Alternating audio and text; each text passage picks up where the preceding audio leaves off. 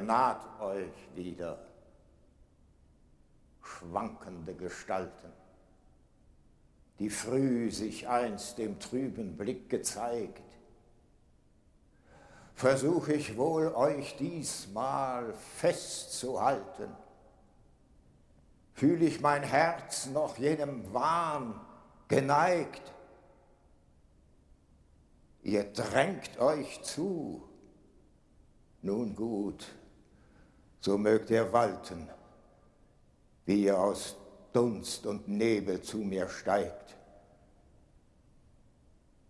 Mein Busen fühlt sich jugendlich erschüttert vom Zauberhauch, der euren Zug umwittert. Ihr bringt mit euch die Bilder froher Tage, und manche liebe Schatten steigen auf.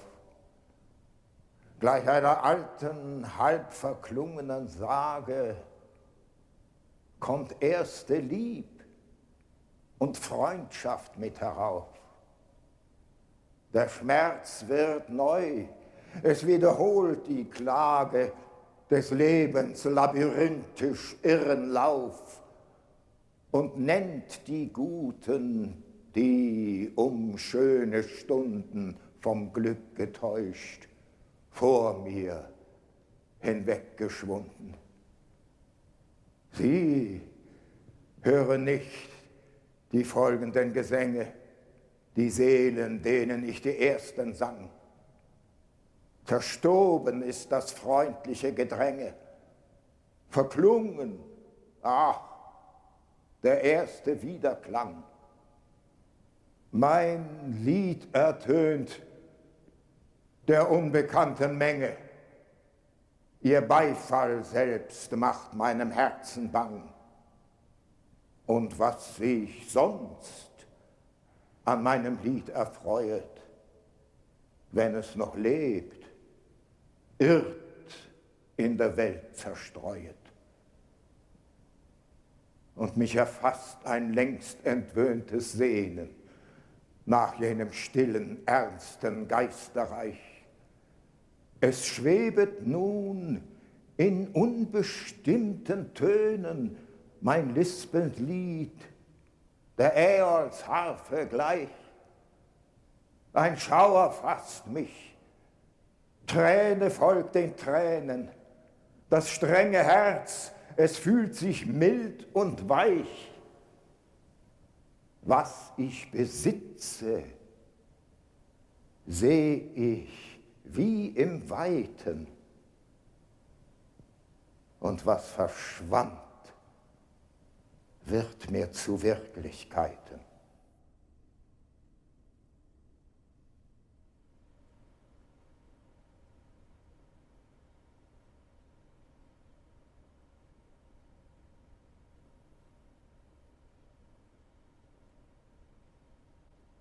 Ihr beiden, die ihr mir so oft in Not und Trübsal beigestanden, sagt, was ihr wohl in deutschen Landen von unserer Unternehmung hofft. Ich wünschte sehr, der Menge zu behagen, besonders weil sie lebt und leben lässt. Die Pfosten sind, die Bretter aufgeschlagen, ein jedermann erwartet sich ein Fest. Sie sitzen schon mit hohen Augenbrauen gelassen da und möchten gern erstaunen.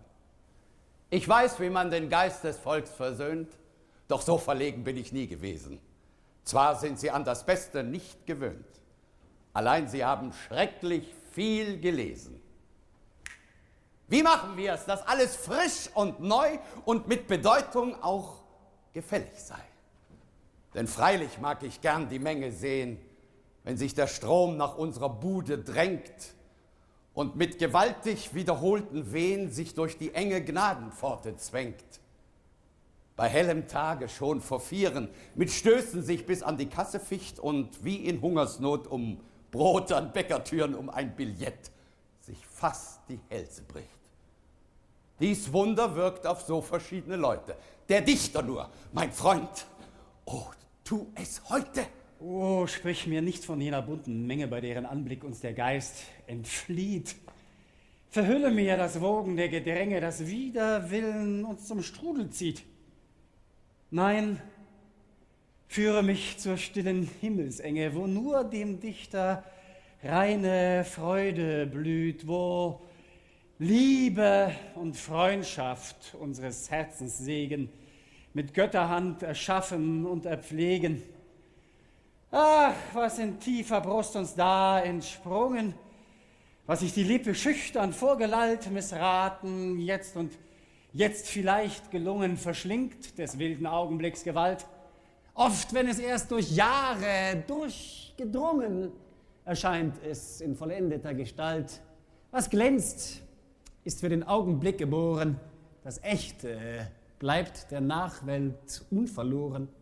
Wenn ich nur nichts von Nachwelt hören sollte, gesetzt, dass ich von Nachwelt reden wollte, wer machte denn der Mitwelt Spaß? Den will sie doch und soll ihn haben, die Gegenwart von einem braven Knaben ist, dächt ich ihm auch schon was. Wer sich behaglich mitzuteilen weiß, den wird des Volkes Laune nicht erbittern. Er wünscht sich einen großen Kreis, um ihn gewisser zu erschüttern. Drum seid nur brav und zeigt euch musterhaft, lasst Fantasie mit allen ihren Chören Vernunft, Verstand, Empfindung, Leidenschaft, doch merkt euch wohl, nicht ohne Narrheit hören. Besonders aber lasst genug geschehen. Man kommt zu schauen, man will am liebsten sehen, wird vieles vor den Augen abgesponnen, sodass die Menge staunend gaffen kann, dann habt ihr in der Breite gleich gewonnen. Ihr seid ein vielgeliebter Mann. Die Masse könnt ihr nur durch Masse zwingen. Ein jeder sucht sich endlich selbst was aus. Wer vieles bringt, wird manchem etwas bringen und jeder geht zufrieden aus dem Haus. Gebt ihr ein Stück, so gebt es gleich in Stücken. Solch ein Ragout, es muss euch glücken. Leicht ist es vorgelegt, so leicht als ausgedacht. Was hilft's, wenn ihr ein Ganzes dargebracht, das Publikum wird es euch doch zerpflücken. Fühlt ihr denn nicht, wie schlecht ein solches Handwerk sei, wie wenig das dem echten Künstler zieme? Der sauberen Herren Pfuscherei ist, merke ich schon, bei euch Maxime. Ein solcher Vorwurf lässt mich ungekränkt. Ein Mann, der recht zu wirken denkt, muss auf das beste Werkzeug halten. Bedenkt, ihr habt da weiches Holz zu spalten. Und seht nur hin, für wen ihr schreibt. Wenn diese Langeweile treibt, kommt jener satt vom übertischten Male. Und was das Allerschlimmste bleibt, gar mancher kommt vom Lesen der Journale. Man eilt zerstreut zu uns wie zu den Maskenfesten und Neugier nur beflügelt jeden Schritt. Die Damen geben sich und ihren Putz zum Besten und spielen ohne Gage mit. Was träumt ihr da auf eurer Dichterhöhe? Was? Macht ein volles Haus euch froh? Beseht die Gönner in der Nähe, halb sind sie kalt, halb sind sie roh. Der nach dem Schauspiel hofft ein Kartenspiel, der eine wilde Nacht an einer Dirne busen. Was plagt ihr armen Toren viel zu solchem Zweck? Die holden Musen. Ich sag euch, gebt nur mehr und immer mehr. So könnt ihr euch vom Ziele nie verirren. Sucht nur die Menschen zu verwirren. Sie zu befriedigen ist schwer. Was fällt euch an? Entzückung oder Schmerzen? Geh hin und such dir einen anderen Knecht. Der Dichter sollte wohl das höchste Recht, das Menschenrecht, das ihm Natur vergönnt, um deinetwillen freventlich verscherzen. Wodurch bewegt er alle Herzen? Wodurch besiegt er jedes Element? Ist es der Einklang nicht, der aus dem Busen dringt und in sein Herz die Welt zurückgeschlingt? Wenn die Natur des Fadens ewige Länge gleichgültig drehend auf die Spindel zwingt, wenn aller Wesen unharmonische Menge verdrießlich durcheinander klingt, wer teilt die fließend immer gleiche Reihe belebend ab, dass sie sich rhythmisch regt? Wer ruft das Einzelne zur allgemeinen Weihe, wo es in herrlichen Akkorden schwingt? Wer lässt den Sturm zu Leidenschaften wüten, das Abendrot im ernsten Sinne glühen? Wer schüttet alle schönen Frühlingsblüten auf der geliebten Pfade hin? Wer pflicht die unbedeutend grünen Blätter zum Ehrenkranz Verdiensten jeder Art? Wer sichert den Olymp, vereinend Götter des Menschen Kraft im Dichter offenbart? So braucht sie denn die schönen Kräfte und treibt die dichterischen Geschäfte, wie man ein Liebesabenteuer treibt. Zufällig naht man sich, man fühlt, man bleibt und nach wird man verflochten. Es wächst das Glück, dann wird es angefochten, man ist entzückt, nun kommt der Schmerz heran und ehe man sich's versieht, ist eben ein Roman. Lasst uns auch so ein Schauspiel geben.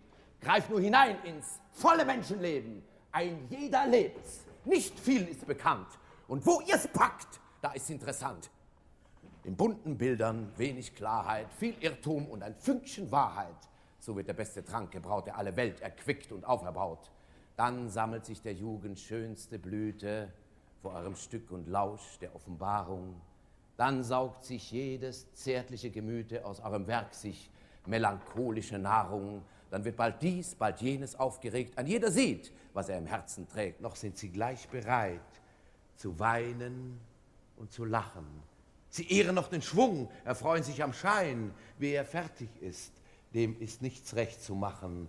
Ein Werdender wird immer dankbar sein. So gibt mir auch die Zeiten wieder, da ich noch selbst im Werden war, dass ich ein Quell gedrängter Lieder ununterbrochen neu gebar. Der Nebel mir die Welt verhüllten, die Knospe Wunder noch versprach, da ich die 1000 Blüten brach, die alle Täler reichlich füllten. Ich hatte nichts und doch genug.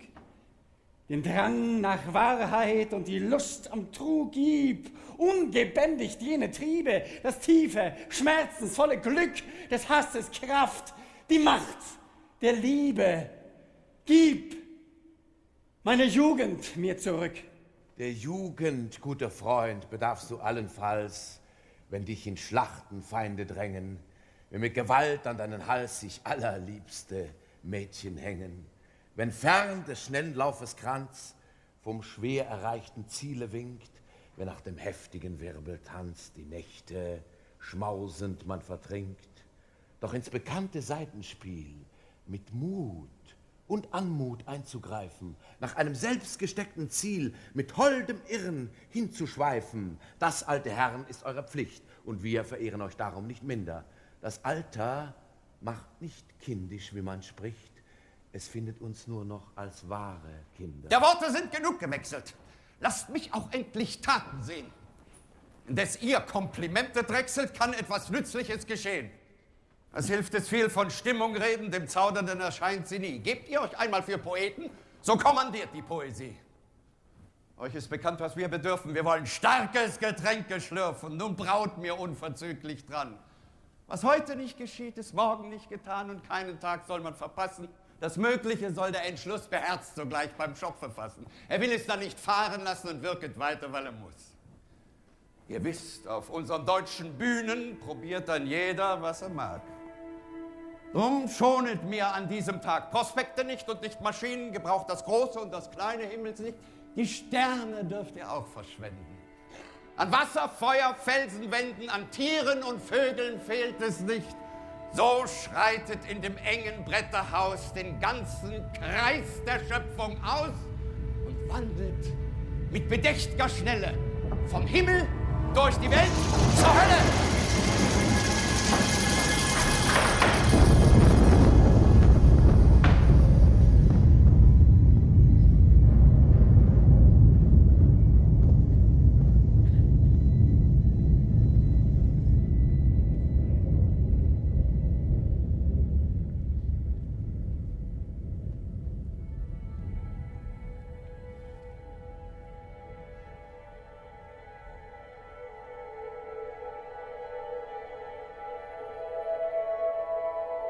Die Sonne tönt nach alter Weise in Bruders fairen Wettgesang. Ihre vorgeschriebene Reise vollendet sie mit Donnergang. Ihr Anblick gibt den Engeln Stärke, wenn keiner sie ergründen mag. Die unbegreiflich hohen Werke sind herrlich, wie am ersten Tag. Und schnell und unbegreiflich schnelle dreht sich umher der Erde Pracht. Es wechselt Paradieseshelle mit tiefer, schauervoller Nacht. Es schäumt das Meer in breiten Flüssen am tiefen Grund der Felsen auf. Fels und Meer wird fortgerissen in ewig schnellem Sphärenlauf. Und Stürme brausen um die Wette, vom Meer aufs Land, vom Land aufs Meer und bilden wütend eine Kette der tiefsten Wirkung ringsumher. Da flammt ein blitzendes Verheeren dem Pfade vor des Donnerschlags. Doch deine Boten, Herr, verehren das sanfte Wandeln deines Tags. Der Anblick gibt den Engeln Stärke. Da keiner dich ergründen mag. Und alle deine hohen Werke Sind herrlich, wie am ersten Tag. Da du, o Herr, dich einmal wieder nahst und fragst, wie alles sich bei uns befinde und du mich sonst gewöhnlich gerne sahst, so siehst du mich auch unter dem Gesinde. Verzeih, ich kann nicht hohe Worte machen. Und wenn mich auch der ganze Kreis verhöhnt, mein Pathos brächte dich gewiss zum Lachen. Hättest du dir nicht das Lachen abgewöhnt. Von Sonne und Welten weiß ich nichts zu sagen. Ich sehe nur, wie sich die Menschen plagen. Der kleine Gott der Welt bleibt stets vom gleichen Schlag und ist so wunderlich als wie am ersten Tag. Ein wenig besser würde er leben, hättest du ihm nicht den Schein des Himmelslichts gegeben. Er nennt's Vernunft und braucht's allein nur tierischer als jedes Tier zu sein. Er scheint mir, mit Verlaub von euer Gnaden, wie eine der langbeinigen Zikaden, die immer fliegt und fliegend springt und gleich im Gras ihr altes Liedchen singt und läger nur noch immer in dem Grase, in jeden Quark begräbt er seine Nase. Hast du mir weiter nichts zu sagen, kommst du nur immer an zu klagen, ist auf der Erde ewig dir nichts recht. Nein, Herr, ich finde es dort wie immer herzlich schlecht. Die Menschen dauern mich in ihren Jammertagen. Ich mag sogar die Armen selbst nicht plagen. Kennst du den Faust? Den Doktor? Meinen Knecht. Fürwahr. Er dient euch auf besondere Weise. Nicht irdisch ist des Toren Trank noch Speise. Ihn treibt die Gärung in die Ferne. Er ist sich seiner Tollheit halb bewusst. Vom Himmel fordert er die schönsten Sterne und von der Erde jede höchste Lust. Und alle Nähe und alle Ferne befriedigt nicht die tief bewegte Brust. Wenn er mir jetzt auch nur verworren dient, so werde ich ihn bald in die Klarheit führen. Weiß doch der Gärtner, wenn das Bäumchen grünt, dass Blüte und Frucht die künftigen Jahre zieren. Was wettet ihr? Den sollt ihr noch verlieren, wenn ihr mir die Erlaubnis gebt, ihn meine Straße sachte zu führen. Solange er auf der Erde lebt, solange sei dir's nicht verboten. Es irrt der Mensch, solange er strebt. Da dank ich euch, denn mit den Toten habe ich mich niemals gern befangen. Am meisten liebe ich mir die vollen, frischen Wangen. Für einen Leichnam bin ich nicht zu Haus. Mir geht es wie der Katze mit der Maus. Nun gut. Es sei dir überlassen. Zieh diesen Geist von seinem Urquell ab und führe ihn, kannst du ihn erfassen, auf deinen Wege mit herab. Und steh beschämt, wenn du bekennen musst, ein guter Mensch in seinem dunklen Drange ist sich des rechten Weges wohl bewusst. Schon gut, nur dauert es nicht lange. Mir ist für meine Wette gar nicht bange. Wenn ich zu meinem Zweck gelange, erlaubt ihr mir Triumph aus voller Brust. Staub soll er fressen und mit Lust, wie meine Muhme, die berühmte Schlange. Du darfst auch da nur frei erscheinen. Ich habe deinesgleichen nie gehasst, von allen Geistern, die verneinen, ist mir der Schalk am wenigsten zur Last. Des Menschen Tätigkeit kann allzu leicht erschlaffen. Er liebt sich bald die unbedingte Ruh. Drum geb ich gern ihm den Gesellen zu, der reizt und wirkt und muss als Teufel schaffen.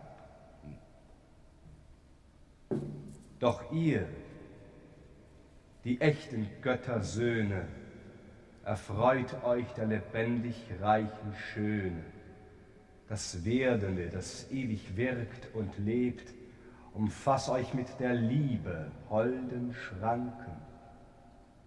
Und was in schwankender Erscheinung schwebt, befestiget mit dauernden Gedanken.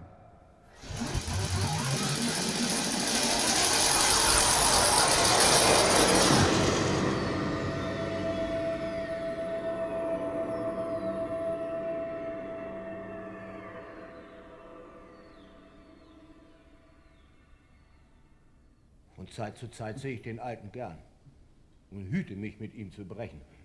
Es ist gar hübsch, von einem großen Herrn so menschlich mit dem Teufel selbst zu sprechen.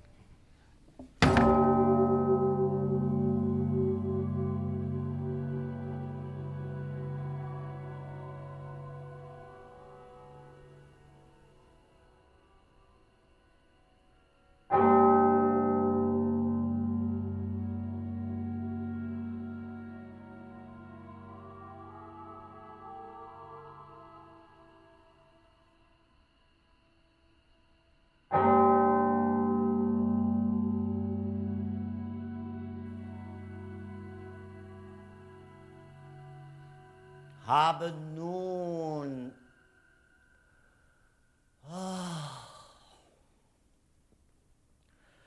Philosophie, Juristerei und Medizin und leider auch Theologie durchaus studiert, mit heißem Bemühen. Da stehe ich nun nicht, armer Tor, und bin so klug als wie zuvor, heiße Magister, heiße Doktor gar, und ziehe schon an die 10 Jahre herauf, herab und quer und krumm meine Schüler an der Nase herum und sehe, dass wir nichts wissen können. Das will mir schier das Herz verbrennen. Zwar bin ich gescheiter als all die Laffen, Doktoren, Magister, Schreiber und Pfaffen. Mich plagen keine Skrupel noch Zweifel, fürchte mich weder vor Hölle noch Teufel. Dafür ist mir auch alle Freude entrissen. Bilde mir nicht ein, was rechts zu wissen, bilde mir nicht ein, ich könnte was lehren, die Menschen zu bessern. Und zu bekehren auch habe ich weder Gut noch Geld noch Ehre und Herrlichkeit der Welt. Es möchte kein Hund so länger leben. Drum habe ich mich der Magie ergeben, ob mir durch Geistes Kraft und Mund nicht manch Geheimnis würde kund, dass ich nicht mehr mit saurem Schweiß zu sagen brauche, was ich nicht weiß, dass ich erkenne, was die Welt im Innersten zusammenhält. Schau, alle Wirkenskraft und Samen, und tu nicht mehr in Worten kramen.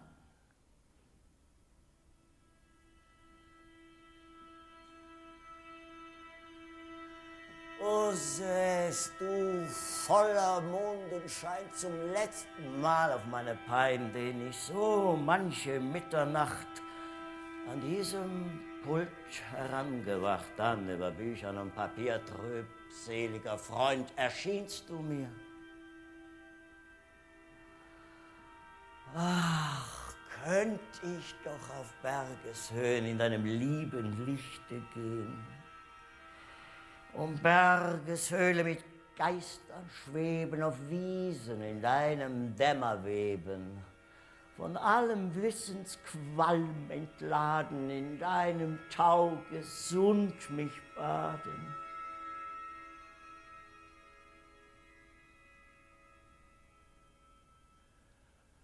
Weh, steck ich in dem Kerker noch. Verfluchtes, dumpfes Mauerloch, wo selbst das liebe Himmelslicht trüb durch gemalte Scheiben bricht, beschränkt von dieser Bücherhauf, den Würmenagen, Staub bedeckt, den bis ans hohe Gewölb hinauf ein angerauchtes Papier umsteckt, mit Gläsern, Büchsen rings umstellt, mit Instrumenten vollgepfropft, Urväter, Hausrat, reingestopft. Das ist deine Welt! Das heißt, eine Welt.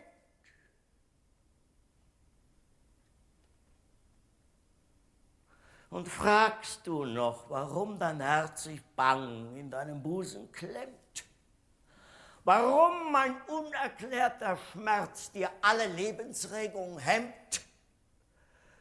Statt der lebendigen Natur, da Gott die Menschen schuf hinein, umgibt in Rauch und Moder nur mich Tiergeripp und Totenbein. Flieh auf, hinaus ins weite Land.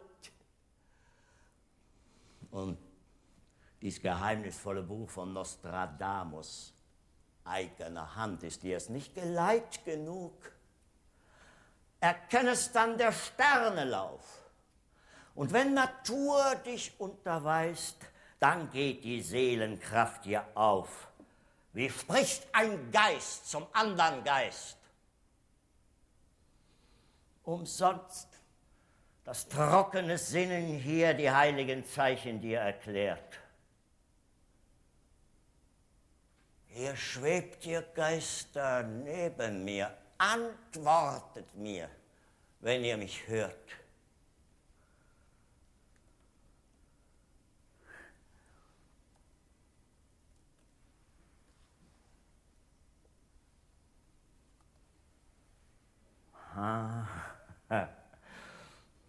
Welche Wonne fließt in diesem Blick auf einmal mir durch alle meine Sinnen.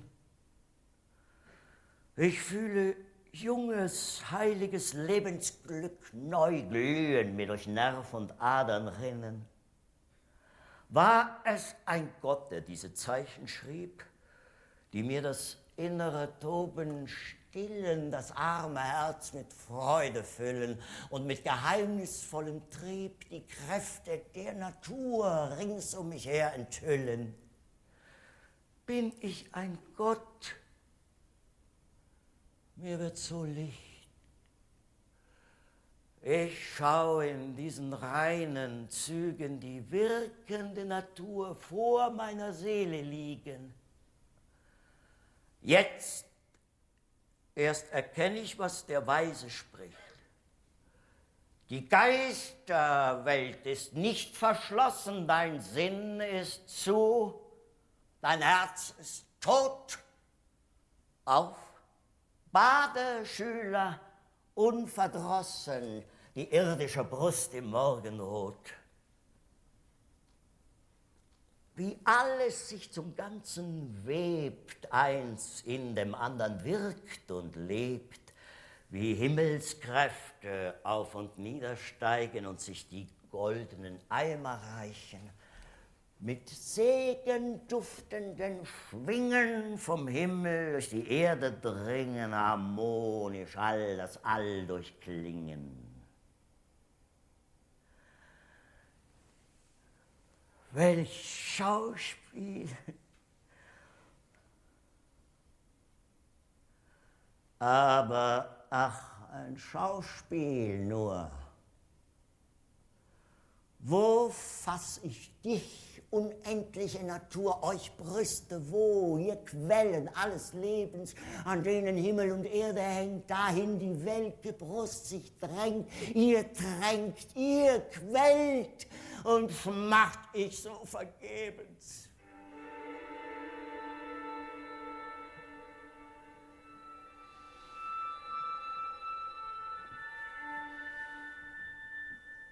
Wie anders wirkt dies Zeichen auf mich ein. Du, Geist der Erde, bist mir näher. Schon fühle ich meine Kräfte höher, schon glühe ich wie von neuem Wein. Ich fühle Mut, mich in die Welt zu wagen, der Erde weh, der Erde Glück zu tragen, mit Stürmen mich herumzuschlagen und in des Schiffbruchs Knirschen nicht zu zagen. Es wölkt sich über mir. Der Mond verbirgt sein Licht. Die Lampe schwindet. Es dampft. Es zucken rote Strahlen mir um das Haupt. Es weht ein Schauer vom Gewölb herab und fasst mich an. Ich fühlst, du schwebst um mich, erflehter Geist, enthülle dich! In meinem Herzen reißt zu neuen Gefühlen, all meine Sinnen sich erwühlen. Ich fühle ganz mein Herz dir hingegeben. Du musst und kostet es mein Leben.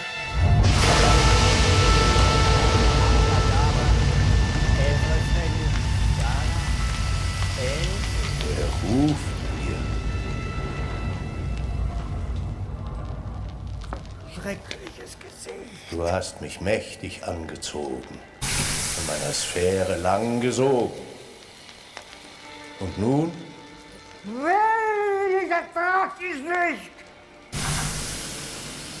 Du flehst, eratmend mich zu schauen, meine Stimme zu hören, mein Antlitz zu sehen. Mich neigt ein mächtiges Seelenflehen. Da bin ich. Welch erbärmliches Grauen fasst über Menschen dich. Wo ist der Seele Ruf? Wo ist die Brust, die eine Welt in sich erschuf und trug und hegte, die mit Freude beben erschwoll, sich uns, den Geistern gleich zu heben? Wo bist du, Faust, des Stimme mir erklang, der sich an mich mit allen Kräften drang? Bist du es, der von meinem Hauch umwittert, in allen Lebenstiefen zittert, ein furchtsam weggekrümmter Wurm? Soll ich dir Flammenbildung weichen? Ich bin's, bin Faust, bin deinesgleichen. In Lebensfluten im Tatensturm wall ich auf und ab, wehe hin und her, Geburt und Grab, ein ewiges Meer, ein wechselndes Weben, ein glühendes Leben. So schaff ich am sausenden Webstuhl der Zeit und wirke der Gottheit lebendiges Kleid. Der du die weite Welt umschweifst, geschäftiger Geist, wie nah fühl ich mich dir. Du gleichst dem Geist, den du begreifst, nicht mir. Nicht dir, wem denn ich Ebenbild der Gottheit, nicht einmal dir!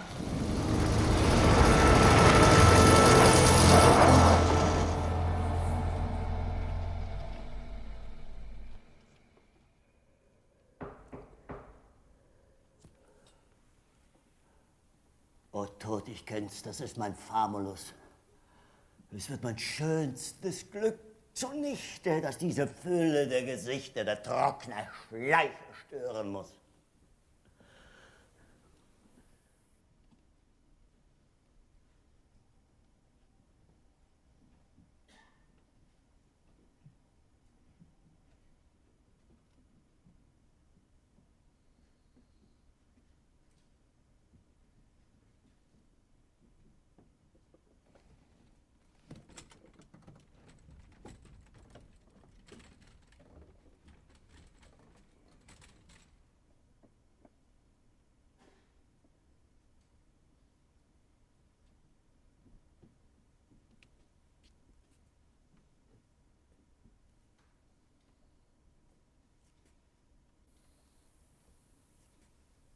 Verzeiht, ich höre euch deklamieren. Ihr lasst gewiss ein griechisches Trauerspiel. In dieser Kunst möchte ich etwas profitieren, denn heutzutage wirkt das viel. Ich habe es öfters rühmen hören, ein Komödiant könnte einen Pfarrer lehren. Ja, wenn der Pfarrer ein Komödiant ist, wie das denn wohl zu Zeiten kommen mag.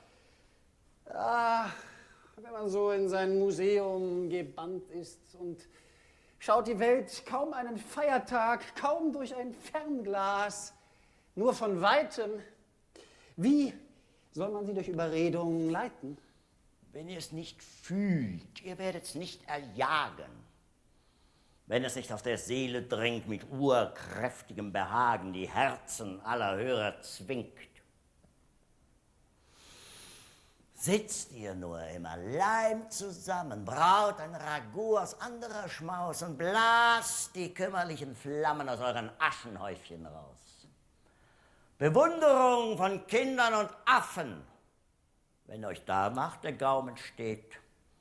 Doch werdet ihr nie Herz zu Herzen schaffen, wenn es euch nicht vom Herzen geht. Allein der Vortrag macht des Redners Glück. Ich fühle es wohl, noch bin ich weit zurück.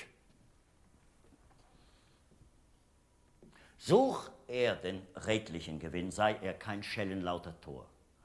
Es trägt Verstand und rechter Sinn mit wenig Kunst sich selber vor. Und wenn's euch ernst ist, was zu sagen, ist nötig, Worten nachzujagen. Ja, eure Reden, die so blinkend sind, in denen ihr der Menschheit Schnitzel kräuselt, sind unerquicklich, wie der Nebelwind, der herbstlich durch die dürren Blätter säuselt. Ach Gott, die Kunst ist lang und kurz ist unser Leben. Mir wird bei meinem kritischen Bestreben doch oft um Kopf und Busen bang. Wie schwer sind nicht die Mittel zu erwerben, durch die man zu den Quellen steigt und immer nur den halben Weg erreicht, muss wohl ein armer Teufel sterben. Das Pergament? Ist das der heilige Bronnen, woraus ein Trunk den Durst auf ewig stillt?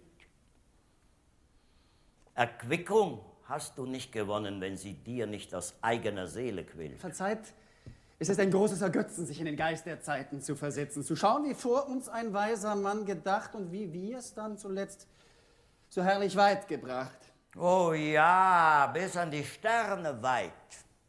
Mein Freund, die Zeiten der Vergangenheit sind uns ein Buch mit 7 Siegeln, was ihr den Geist der Zeiten heißt. Das ist im Grund der Herren eigener Geist, in dem die Zeiten sich bespiegeln.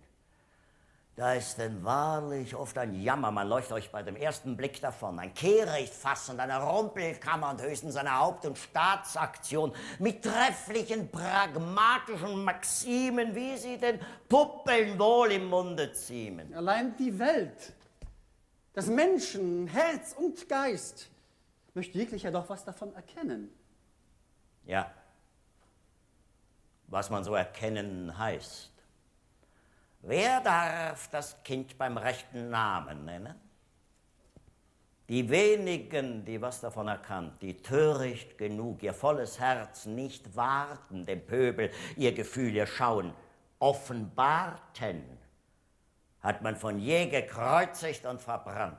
Ich bitte euch, Freunde, es ist tief in der Nacht, wir müssen es diesmal unterbrechen. Ich hätte gern nur immer fortgewacht, um so gelehrt mit euch mich zu besprechen. Doch morgen, als am ersten Ostertage, erlaubt mir die eine oder die andere Frage. Mit Eifer habe ich mich der Studien beflissen. Zwar weiß ich viel, doch möchte ich alles wissen.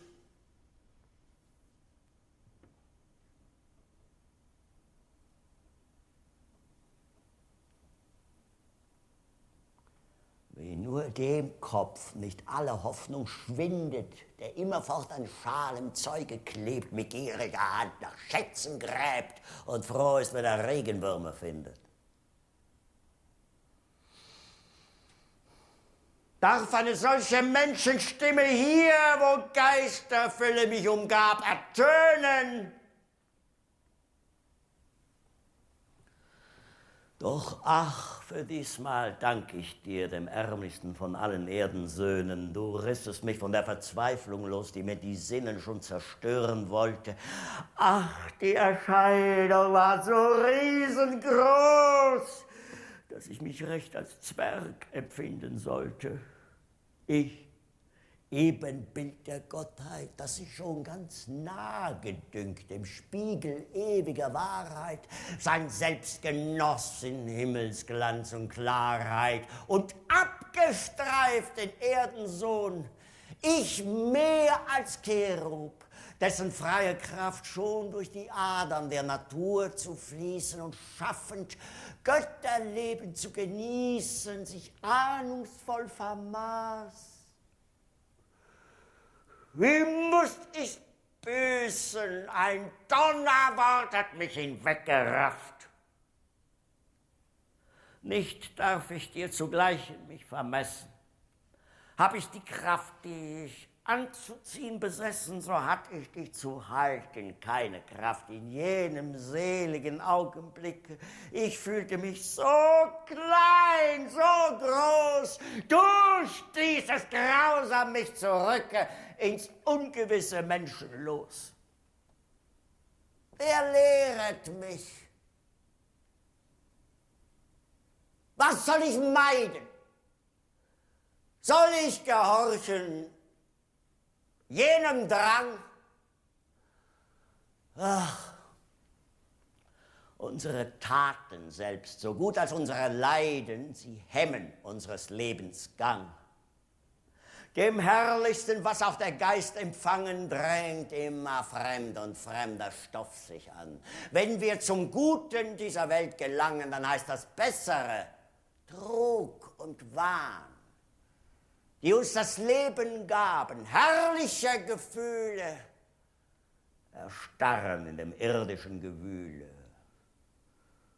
Wenn Fantasie sich sonst mit kühnem Flug und hoffnungsvoll zum Ewigen erweitert, so ist ein kleiner Raum nun genug, wenn Glück auf Glück in Zeitenstrudel scheitert.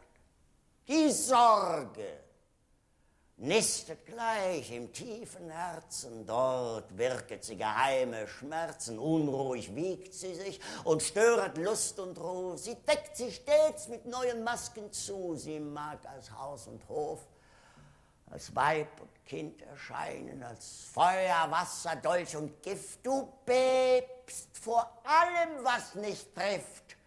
Und was du nie verlierst, das musst du stets beweinen. Den Göttern gleich ich nicht. So tief ist es gefühlt.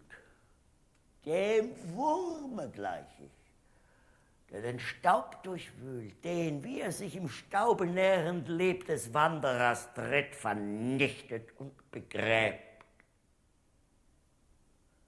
Ist es nicht Staub, was diese hohe Wand aus 100 Fächern mir verenget? Der Trödel, der mit 1000-fachen Tand in diese Mattenwelt mich dränget. Hier soll ich finden, was mir fehlt. Soll ich vielleicht in 1000 Büchern lesen, dass überall die Menschen sich gequält, dass hier und da ein Glücklicher gewesen? Was grinsest du mir, hohler Schädel, her? Als dass dein Hirn, wie meines einst, verwirrt, den leichten Tag gesucht und in der Dämmerung schwer mit Lust nach Wahrheit jämmerlich geirrt. Ihr Instrumente freilich spottet mein, mit Rad und Kämmen, Walz und Bügel. Ich stand am Tor, ihr solltet Schlüssel sein, zwar eurer Bart ist Kraus, doch hebt ihr nicht die Riegel. Geheimnisvoll am lichten Tag lässt sich Natur des Schleiers nicht berauben. Und was sie deinem Geist nicht offenbaren mag, das zwingst du ihr nicht ab mit Hebeln und mit Schrauben. Du Altgeräte, das ich nicht gebraucht. Du stehst nur hier, weil dich mein Vater brauchte. Du alte Rolle, du wirst angeraucht, solange in diesem Pult die trübe Lampe schmauchte. Weit besser hätte ich doch mein weniges verprasst, als mit dem wenigen belastet hier zu schwitzen. Was du ererbt von deinen Vätern hast, erwirbe es, um es zu besitzen. Was man nicht nützt, ist eine schwere Last. Nur was der Augenblick erschafft, das kann er nützen.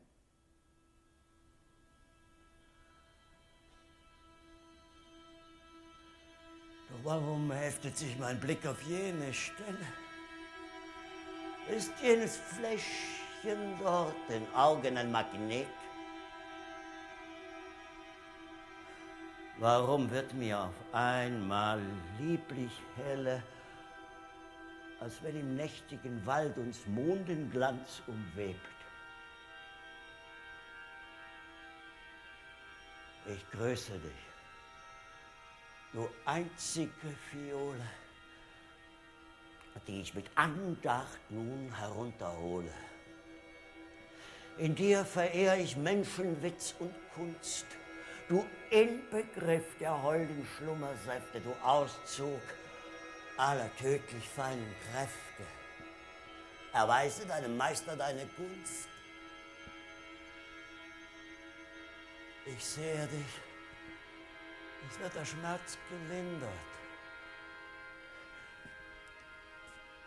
Ich fasse dich,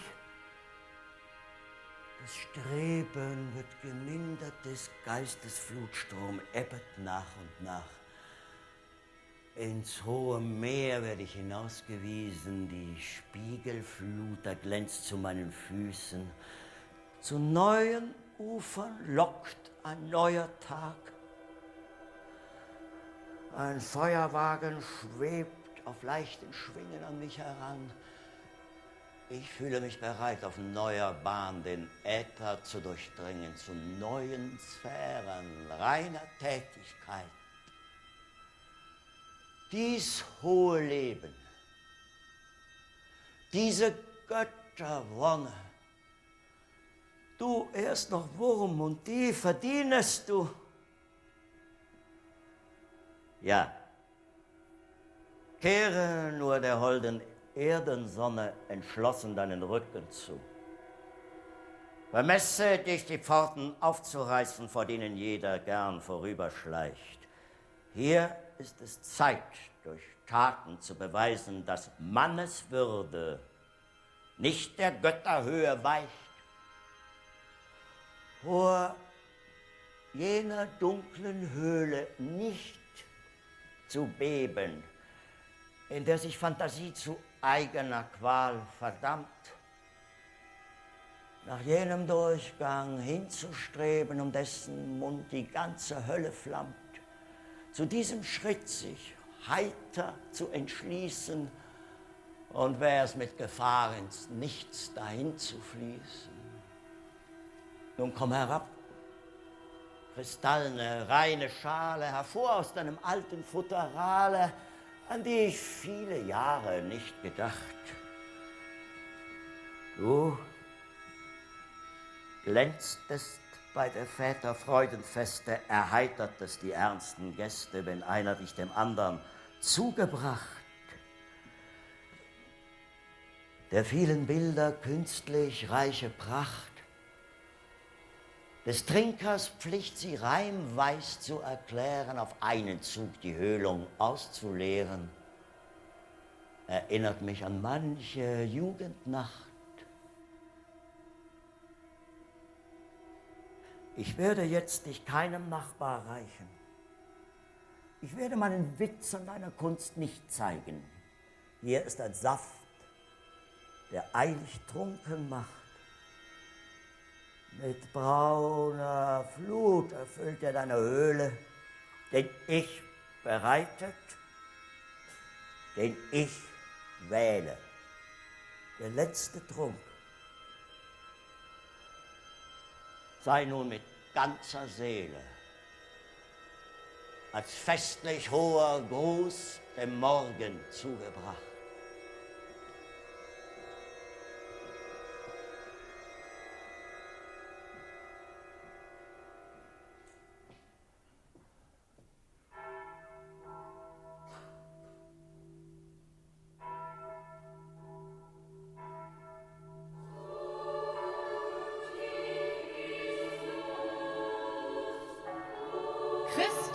erstanden. Freude dem Sterblichen, den die verderblichen, schleichenden, erblichen Mängel umwanden.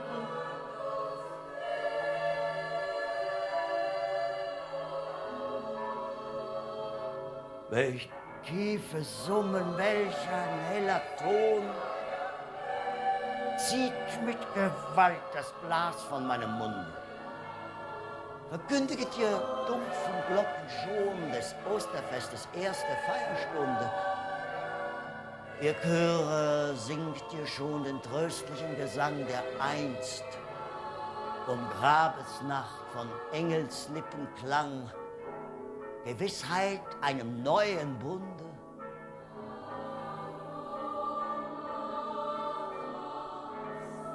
Mit Spezereien hatten wir ihn gepflegt. Wir, seine Treuen, hatten ihn hingelegt. Tücher und Binden reinlich umwanden wir. Ach, und wir finden Christ nicht mehr hier.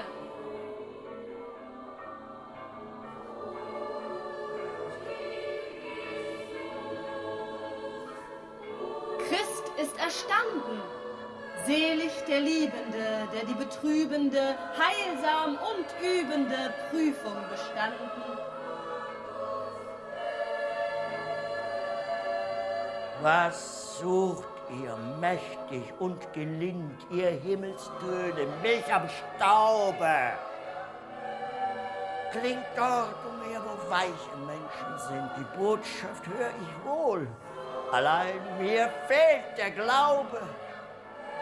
Das Wunder ist des Glaubens liebstes Kind. Nach jenen Sphären wage ich nicht zu streben, woher die holde Nachricht tönt. Und doch, an diesen Klang von Jugend auf gewöhnt, ruft er auch jetzt zurück mich in das Leben. Sonst stürzte sich der Himmelsliebekuss auf mich herab in ernster Sabbatstille. Da klang so ahnungsvoll des Glockentones Fülle und ein Gebet war brünstiger Genuss. Ein unbegreiflich holdes Sehnen trieb mich durch Wald und Wiesen hinzugehen. Und unter 1000 heißen Tränen fühlte ich mir eine Welt entstehen. Dies Lied verkündete der Jugend muntere Spiele, der Frühlingsfeier freies Glück. Erinnerung hält mich nun mit kindlichem Gefühle vom letzten ernsten Schritt zurück.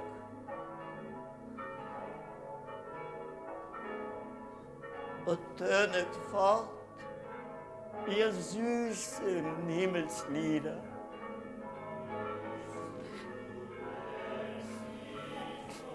Die Träne quillten. Die Erde hat mich wieder. Hat der Begrabene schon sich nach oben, lebend Erhabene, herrlich erhoben, ist er in Werdelust, schaffender Freude nah.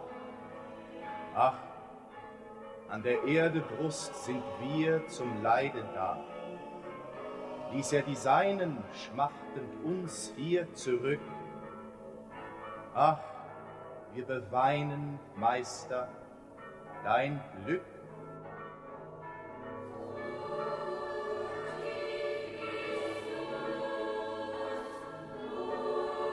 Christ ist erstanden aus der Verwesung Schoß. Reißet von Banden, freudig euch los. Tätig ihn preisenden, Liebe beweisenden, brüderlich speisenden, predigend reisenden, Wonne verheißenden. Euch ist der Meister nah, euch ist er da.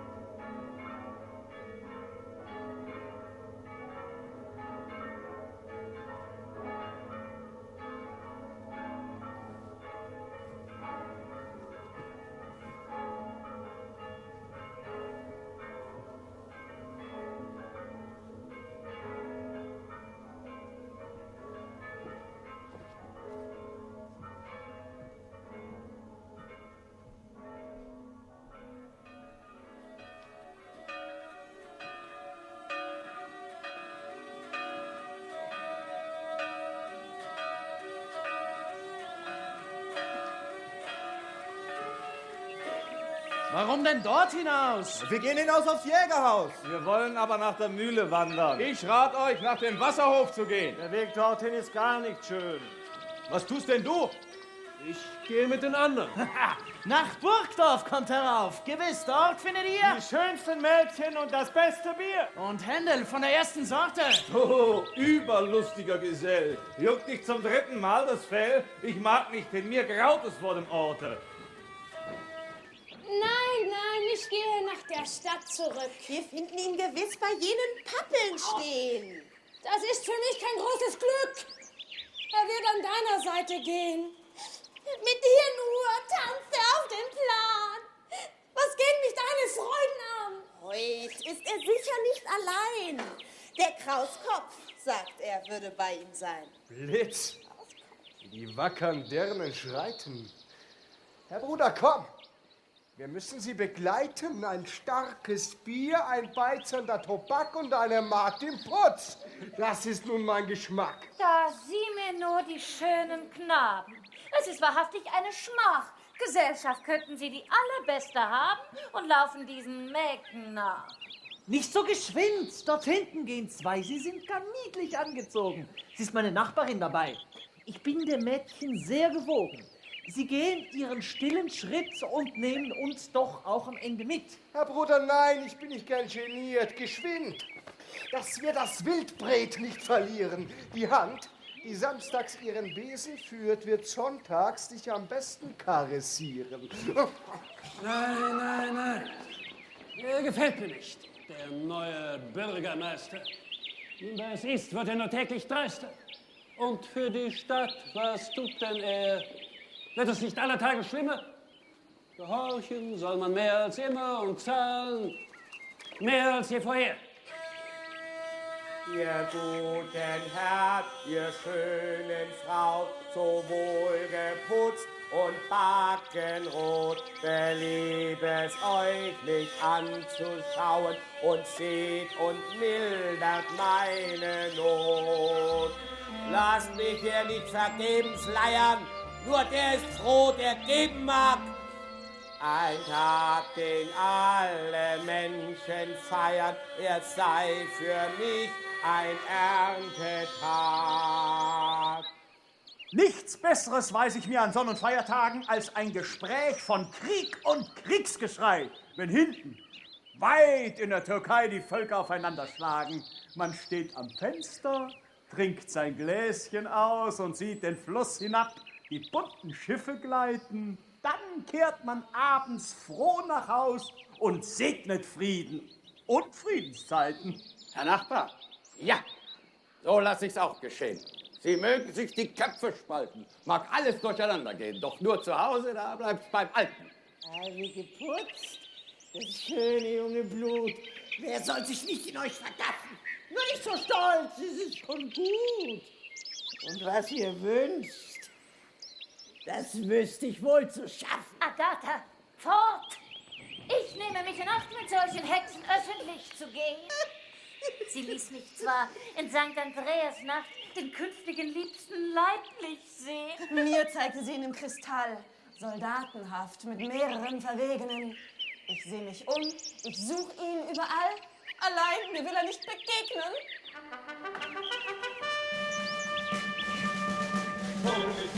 Mauern und Zinnen, mit stolzen höhenden Sinnen möchte ich gewinnen. Fühlt das Mühen herrlicher Lohn. Und die Trompete lassen wir werben, wie zu der Freude, so zum Verderben. Das ist ein Schwirren, das ist ein Leben. Menschen und Morgen müssen sich geben. Fühlt das Mühen herrlicher Lohn. Und die Soldaten ziehen davon.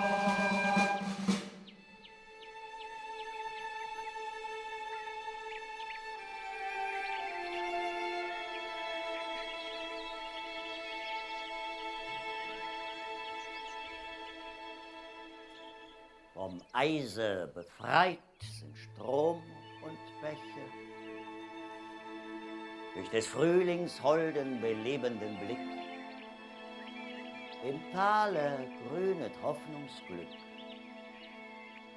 Der alte Winter in seiner Schwäche zog sich in raue Berge zurück.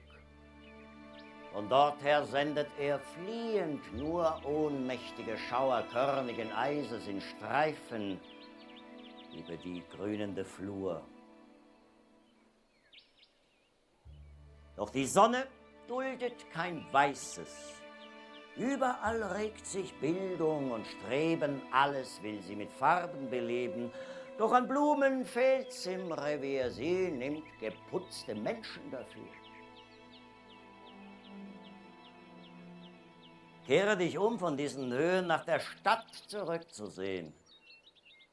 Aus dem hohlen, finsteren Tor dringt ein buntes Gewimmel hervor. Jeder sonnt sich heut so gern. Sie feiern die Auferstehung des Herrn, denn sie sind selber auferstanden. Aus niedriger Häuser, dumpfen Gemächern, aus Handwerks- und Gewerbesbanden, aus dem Druck von Giebeln und Dächern, aus der Straßen quetschende Enge, aus der Kirchen ehrwürdiger Nacht sind sie alle ans Licht gebracht. Sieh nur, sieh, wie behend sich die Menge durch die Gärten und Felder zerschlägt, wie der Fluss in Breit und Länge so manchen lustigen Nachen bewegt und bis zum Sinken überladen entfernt sich dieser letzte Kahn. Selbst von des Berges fernen Pfaden blinken uns farbige Kleider an. Ich höre schon des Dorfs Getümmel. Hier ist des Volkes wahrer Himmel, zufrieden jauchzet groß und klein. Hier bin ich Mensch, hier darf ich sein. Mit euch, Herr Doktor, zu spazieren ist ehrenvoll und ist Gewinn.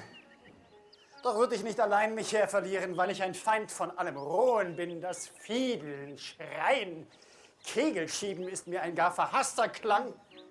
Sie toben, wie vom bösen Geist getrieben, und nennen es Freude, nennen es Gesang. Der Schäfer putzte sich zum Tanz mit Unterjacke, Band und Kranz. So war er angezogen, schon um die Linde war es voll und alles tanzte schon wie toll. Juchhe, juchhe, juchhe, he. So ging der Fiedelbogen. Er drückte hastig sich heran, da stieß er an ein Mädchen an mit seinem Ellenbogen. Die frische Birne kehrt sich um und sagte nun, das find ich dumm. Juchhe, juchhe, juchhe, sei nicht so ungezogen. Doch hurtig in den Kreise ging's, sie tanzen rechts, sie tanzen links und alle weggeflogen. Sie wurden rot, sie wurden warm und ruhten Atem Arm in Arm. Juchhe, juchhe, juchhe, und wirft man Ellenbogen. Und tu mir doch nicht so vertraut, wie mancher hat nicht seine Braut belogen und betrogen. Er schmeichelte sie doch beiseit und von der Linde schreit es weit. Juchhe, juchhe, juchhe, Geschrei und Fiedelbogen. Herr Doktor, das ist schön von euch, dass ihr uns heute nicht verschmäht und unter dieses Volksgedräng als ein so Hochgelehrter geht. So nehmt dann auch den schönsten Krug, den wir mit frischem Trunk gefüllt. Ich bringe ihn zu und wünsche laut, dass er nicht nur den Durst euch stillt, die Zahl der Tropfen, die er hegt, sei euren Tagen zugelegt. Ich nehme den Erquickungstrank, erwidere euch allen Heil und Dank. Fürwahr, es ist sehr wohlgetan, dass ihr am Frontag erscheint. Habt ihr es vormals doch mit uns an bösen Tagen gut gemeint. Gar mancher steht lebendig hier, den euer Vater noch zuletzt der heißen Fieberwut entriss, als er der Seuche Ziel gesetzt. Auch damals ihr, ein junger Mann, ihr gingt in jedes Krankenhaus. Gar manche Leiche trug man fort, ihr aber kamt gesund heraus. Bestandet manche harte Proben, dem Helfer half der Helfer droben. Gesundheit dem bewährten Mann, dass er noch lange helfen kann.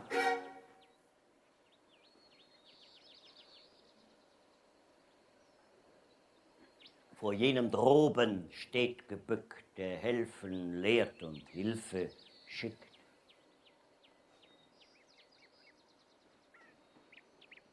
Welch ein Gefühl musst du, o großer Mann, bei der Verehrung dieser Menge haben. Oh, glücklich, wer von seinen Gaben solch einen Vorteil ziehen kann. Der Vater zeigt dich seinem Knaben. Ein jeder fragt und drängt und eilt. Die Fiedel stockt, der Tänzer weilt, du gehst. In Reihen stehen sie. Die Mützen fliegen in die Höhe und wenig fehlt, so beugten sich die Knie, als käme das Venerabile. Nur wenig Schritte noch hinauf zu jenem Stein. Hier wollen wir von unserer Wanderung rasten.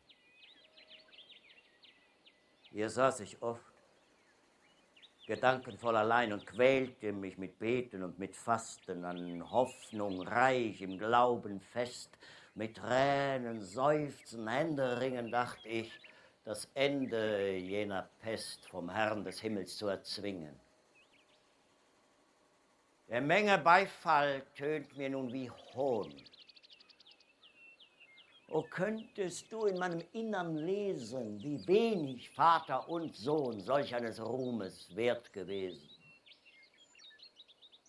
Mein Vater war ein dunkler Ehrenmann, der über die Natur und ihre heiligen Kreise in Redlichkeit jedoch auf seine Weise mit grillenhafter Mühe sann, der in Gesellschaft von Adepten sich in die schwarze Küche schloss und nach unendlichen Rezepten das Widrige zusammengoss. Da ward ein roter Leu, ein kühner Freier im lauen Bad der Lilie vermählt und beide dann mit offenem Flammenfeuer aus einem Brautgemach ins andere gequält.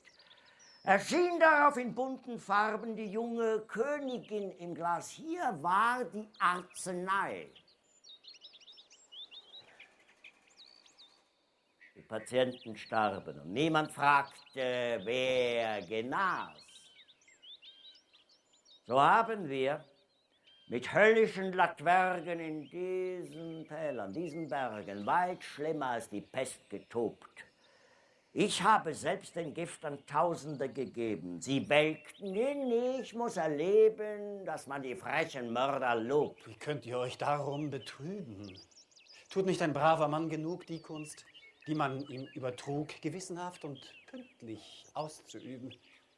Wenn du als Jüngling deinen Vater ehrst, so wirst du gern von ihm empfangen. Wenn du als Mann die Wissenschaft vermehrst, so kann dein Sohn zu höherem Ziel gelangen. Oh, glücklich, wer noch hoffen kann, aus diesem Meer des Irrtums aufzutauchen. Was man nicht weiß, das eben brauchte man. Und was man weiß, kann man nicht brauchen. Doch lass uns dieser Stunde schönes Gut durch solchen Trübsinn nicht verkümmern. Betrachte wie in Abendsonne Glut die grün umgebenen Hütten schimmern. Sie rückt und weicht, der Tag ist überlebt. Dort eilt sie hin und fördert neues Leben. Ach, dass kein Flügel mich vom Boden hebt, ihr nach und immer nachzustreben. Ich sähe im ewigen Abendstrahl die stille Welt zu meinen Füßen, entzündet alle Höhen, beruhigt jedes Tal, den Silberbach in goldene Ströme fließen. Nicht hemmt ihr dann den göttergleichen Lauf, der wilde Berg mit allen seinen Schluchten. Schon tut das Meer sich mit erwärmten Buchten vor den erstaunten Augen auf. Doch scheint die Göttin endlich wegzusinken, Allein der neue Trieb erwacht. Ich eile fort, ihr ewiges Licht zu trinken. Vor mir den Tag und hinter mir die Nacht, den Himmel über mir und unter mir die Wellen. Ein schöner Traum, indessen sie entweicht. Ach, zu des Geistes Flügeln wird so leicht kein körperlicher Flügel sich gesellen. Doch ist es jedem eingeboren, dass sein Gefühl hinauf und vorwärts dringt. Wenn über uns im blauen Raum verloren ihr schmetterndes Lied die Lerche singt, wenn über schroffen Fichtenhöhen der Adler ausgebreitet schwebt und über Flächen, über Seen der Kranich nach der Heimat strebt. Ich hatte selbst oft grillenhafte Stunden, doch solchen Trieb habe ich noch nie empfunden. Man sieht sich leicht an Wald und Feldern satt. Des Vogels Fittich werd ich nie beneiden. Wie anders tragen uns die Geistesfreuden von Buch zu Buch, von Blatt zu Blatt. Da werden Winternächte hold und schön. Ein seliges Leben wärmet alle Glieder und entrollst du gar ein würdiges Pergamen, so steigt der ganze Himmel zu dir nieder.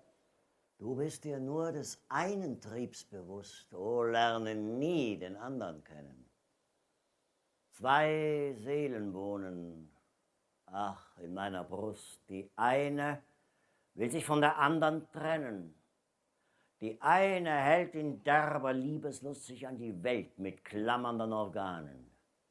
Die andere hebt gewaltsam sich vom Durst zu den Gefilden hoher Ahnen.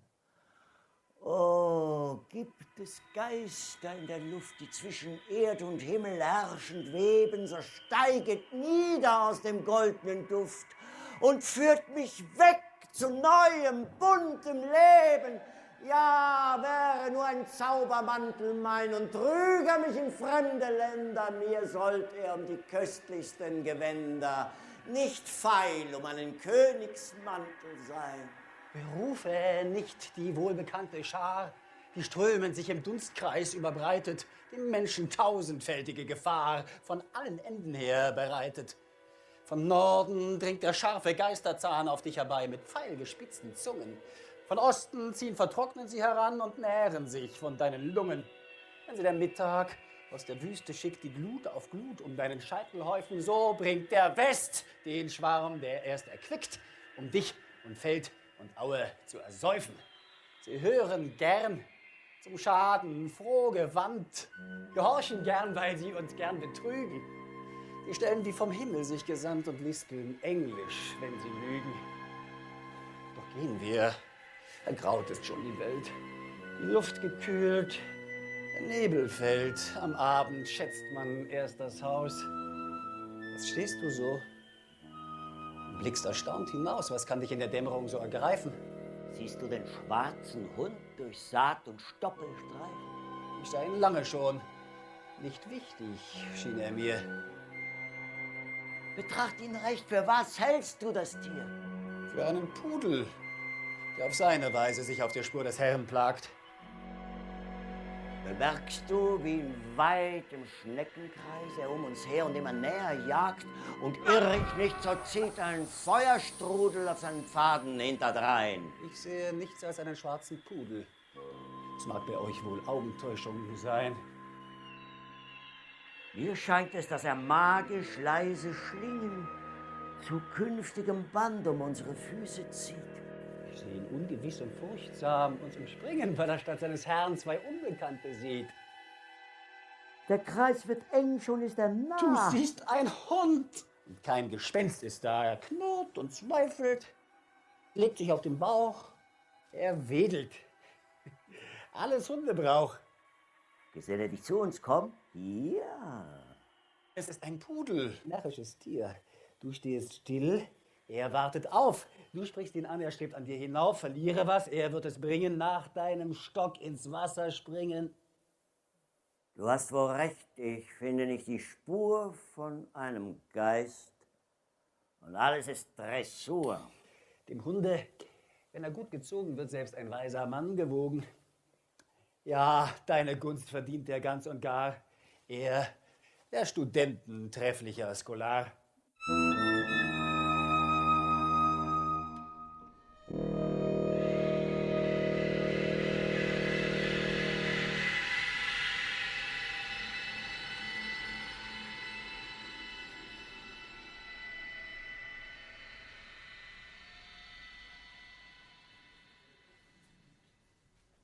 Verlassen hab ich Feld und Auen, die eine tiefe Nacht bedeckt. Mit ahnungsvollem heiligen Grauen in uns die bessere Seele weckt. Entschlafen sind nun wilde Triebe, mit jedem ungestümen Tun.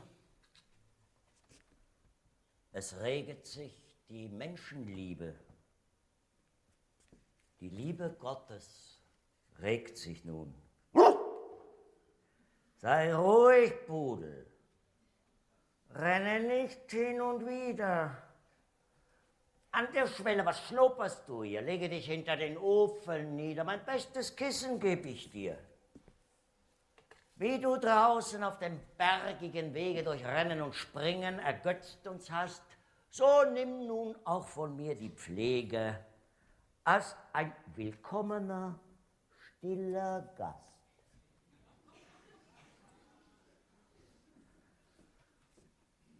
Ach, wenn in unserer engen Zelle die Lampe freundlich wieder brennt, dann wird's in unserem Busen helle, im Herzen, das sich selber kennt. Vernunft fängt wieder an zu sprechen und Hoffnung wieder an zu blühen. Man sehnt sich nach des Lebens Bächen. Ach, nach des Lebens Quelle hin. Knurre nicht, Pudel, zu den heiligen Tönen, die jetzt meine ganze Seele umfassen, will der tierische Laut nicht passen. Wir sind gewohnt, dass die Menschen verhöhnen, was sie nicht verstehen, dass sie vor dem Guten und Schönen, das ihnen oft beschwerlich ist, murren. Will es der Hund wie sie beknurren? Aber, ach, schon fühle ich bei dem besten Willen Befriedigung nicht mehr aus dem Busen quillen. Aber warum muss der Strom so bald versiegen und wir wieder im Durste liegen? Davon hab ich so viel Erfahrung. Aber dieser Mangel lässt sich ersetzen. Wir lernen das Überirdische schätzen. Wir sehnen uns nach Offenbarung, die nirgends würdiger und schöner brennt als in dem Neuen Testament.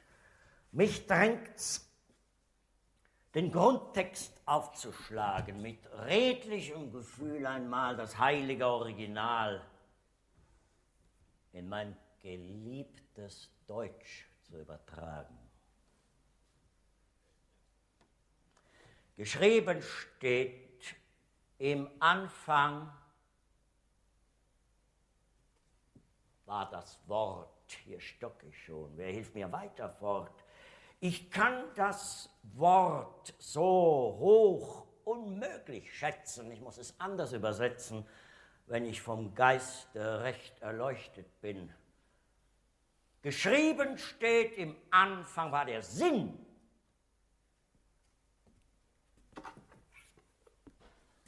Bedenke wohl die erste Zeile. Dass deine Feder sich nicht übereile, ist es der Sinn, der alles wirkt und schafft. Es sollte stehen, im Anfang war die Kraft.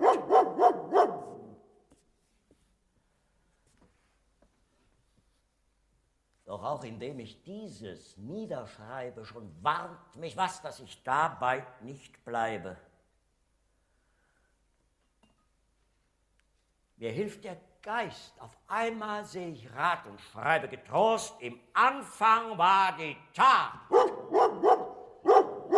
Soll ich mit dir das Zimmer teilen, Pudel, so lass das heulen, so lass das bellen. Solch einen störenden Gesellen mag ich nicht in der Nähe leiden. Einer von uns beiden muss die Zelle meiden. Ungern heb ich das Gastrecht auf. Die Tür ist offen als freien Lauf. Aber was muss ich sehen? Kann das natürlich geschehen? Ist es Schatten? Ist es Wirklichkeit? Wie wird mein Pudel lang und breit? Er hebt sich mit Gewalt. Das ist nicht eines Hundes Gestalt. Welch ein Gespenst brachte ich ins Haus. Schon sieht es wie ein Nilpferd aus mit feurigen Augen, schrecklichem Gebiss.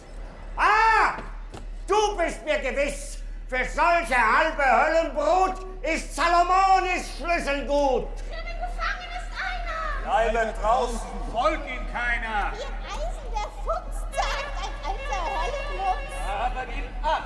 Schwebet hin. Schwebet wieder. Auf und nieder. Und er hat sich Losgemacht.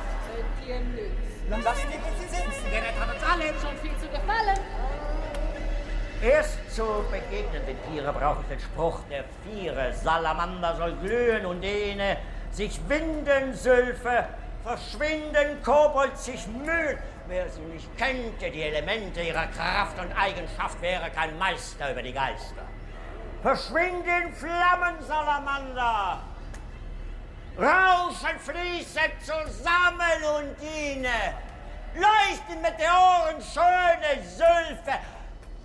Bring geistliche Hilfe! Inkubus, Inkubus, tritt hervor und mache den Schluss! Keines der Viere steckt in den Tiere. Es liegt ganz ruhig und grinst mich an. Ich habe ihm noch nicht wehgetan. Du sollst mich hören, Starker beschwören. Bist du, Geselle, ein Flüchtling der Hölle, so sieh dies Zeichen, dem sie sich beugen, die schwarzen Scharen. Schon schwillt es auf mit borstigen Haaren. Verworfenes Wesen, kannst du ihn lesen? Den nie entsprossenen, unausgesprochenen, durch alle Himmel gegossenen, freventlich gestochenen. Hinter den Ofen gebannt schwillt es wie ein Elefant, den ganzen Raum füllt es an. Es will zum Nebel zerfließen. Steige nicht zur Decke hinan, lege nicht zu des Meisters Füßen. Du siehst, dass ich nicht vergebens drohe. Ich versinge dich mit heiliger Lohe.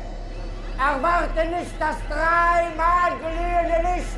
Erwarte nicht die stärkste von meinen Künsten.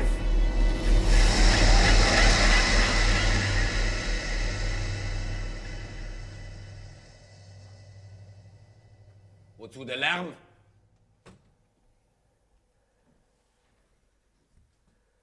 Was steht dem Herrn zu Diensten? Das also war des Pudels Kern. Ein fahrender Scholast.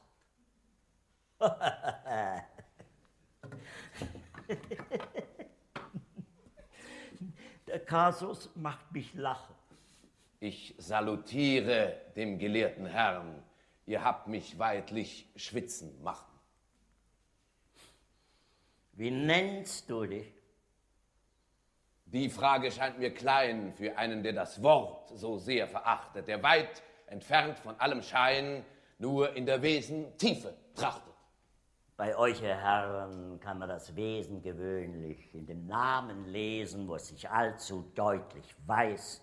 Wenn man euch Fliegengott, Verderber, Lügner heißt. Nun gut, wer bist du denn? Ein Teil von jener Kraft, die stets das Böse will und stets das Gute schafft. Was ist mit diesem Rätselwort gemeint? Ich bin der Geist, der stets verneint, und das mit Recht. Denn alles, was entsteht, ist wert, dass es zugrunde geht. Drum besser wär's, dass nichts entstünde. So ist dann alles, was ihr Sünde, Zerstörung, kurz das Böse nennt mein eigentliches Element. Du nennst dich einen Teil und stehst doch ganz vor mir. Bescheidene Wahrheit spreche ich dir. Wenn sich der Mensch, die kleine Narrenwelt, gewöhnlich für ein Ganzes hält, ich bin ein Teil des Teils, der anfangs alles war. Ein Teil der Finsternis, die sich das Licht gebar, das stolze Licht, das nun der Mutter Nacht den alten Rang, den Raum ihr streitig macht. Und doch gelingt's ihm nicht, da es so vieles strebt, verhaftet an den Körpern klebt, von Körpern strömt's, die Körper macht es schön, die Körper hemmt's auf seinem Gang, und so hoffe ich, dauert es nicht lange, mit den Körpern wird's zugrunde gehen. Nun kenn ich deine würdigen Pflichten. Du kannst im Großen nichts vernichten und fängst es nun im Kleinen an. Und freilich ist nicht viel damit getan, was sich dem Nichts entgegenstellt, das Etwas, diese plumpe Welt, so viel als ich schon unternommen, ich wusste nicht ihr beizukommen mit Wellen, Stürmen, Schütteln, Brand. Geruhig bleibt am Ende Meer und Land. Und dem verdammten Zeug der Tier- und Menschenbrut, dem ist nun gar nichts anzuhaben. Wie viele habe ich schon begraben, und immer zirkuliert ein neues, frisches Blut. So geht es fort. Man möchte rasend werden. Der Luft, dem Wasser wie der Erden entwinden 1000 Keime sich. Im Trocknen, feuchten, warmen, kalten hätte ich mir nicht die Flamme vorbehalten. Ich hätte nichts Apartes für mich. So setzest du der ewig Regen der heilsam schaffenden Gewalt die kalte Teufelsfaust entgegen, die sich vergebens tückisch ballt. Was anders suche zu beginnen des Chaos, wunderlicher Sohn. Wir wollen wirklich uns besinnen, die nächsten Male mehr davon. Dürfte ich wohl diesmal mich entfernen? Ich sehe nicht, warum du fragst. Ich habe jetzt dich kennenlernen, besuche nun mich, wie du magst. Hier ist das Fenster, hier die Türe. Ein Rauchfang ist dir auch gewiss. Gestehe ich's nur, dass ich hinausspaziere, verbietet mir ein kleines Hindernis der Trudenfuß auf eurer Schwelle. Das Pentagramma macht dir Pein. Sage mir, du Sohn der Hölle, wenn das dich bannt, wie kamst du denn herein? Wie war dann solcher Geist betrogen? Beschaut es recht, es ist nicht gut gezogen. Der eine Winkel, der nach außen zu ist, wie du siehst, ein wenig offen. Das hat der Zufall gut getroffen. Und mein Gefangener wärst denn du. Das ist von ungefähr gelungen. Der Pudel merkte nicht, dass er hereingesprungen. Die Sache sieht nun anders aus. Der Teufel kann nicht aus dem Haus. Doch warum gehst du nicht durchs Fenster? Es ist ein Gesetz, der Teufel und Gespenster. Da, wo sie hereingeschlüpft, da müssen sie hinaus. Das erste steht uns frei, beim zweiten sind wir Knechte. Die Hölle selbst hat ihre Rechte. Das finde ich gut. Da ließe sich ein Pakt uns sicher wohl mit euch, ihr Herren, schließen. Was man verspricht, das sollst du rein genießen. Dir wird davon nichts abgezwackt, doch das ist nicht so kurz zu fassen. Und wir besprechen das zunächst. Doch jetzt so bitte ich hoch und höchst, für dieses Mal mich zu entlassen. So bleibe doch noch einen Augenblick, um mir das gute mehr zu sagen. Jetzt lass mich los. Ich komme bald zurück, dann magst du nach Belieben fragen. Ich habe dir nicht nachgestellt. Bist du doch selbst ins Garn gegangen, den Teufel? Halte, wer ihn hält, der wird ihn nicht so bald zum zweiten Male fangen. Wenn's dir beliebt, so bin ich auch bereit, dir zur Gesellschaft hier zu bleiben. Doch mit Bedingnis, dir die Zeit durch meine Künste würdig zu vertreiben. Ich sehe es gern, es steht dir frei, nur, dass die Kunst gefällig sei. Du wirst, mein Freund, für deine Sinnen in dieser Stunde mehr gewinnen als in des Jahres einerlei. Was dir die zarten Geister singen, die schönen Bilder, die sie bringen, sind nicht ein leeres Zauberspiel. Auch dein Geruch wird sich ergötzen. Dann wirst du deinen Gaumen letzen und dann entzückt sich dein Gefühl. Bereitung braucht es nicht voran. Beisammen sind wir. Fanget an. Schwindet, ihr dunklen Wölbungen droben. Reizender Schaue, freundlich, der blaue Äther herein. Während die dunklen Wolken zerronnen, Sternelein funkeln, mildere Sonnen scheinen darein. Himmlischer Söhne, geistige Schöne, schwankende Beugung, schwebet vorüber, Sehnende Neigung folget hinüber. Die Gewänder, flatternde Bänder, Decken die Länder. Decken die Laube, Rosig fürs Leben, tief in Gedanken, liebende Liebe. Laube bei Laube, Sprossende Ranken. Lastende Traube stürzt ins Behälter drängender Kelter. Stürzen in Bächen schäumende Weine.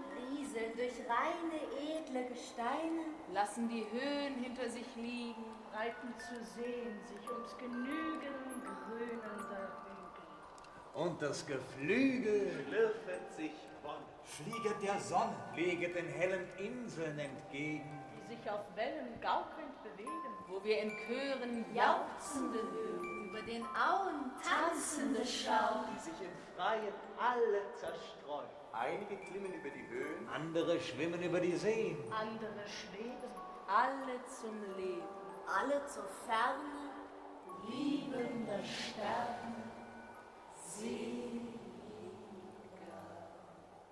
Huld.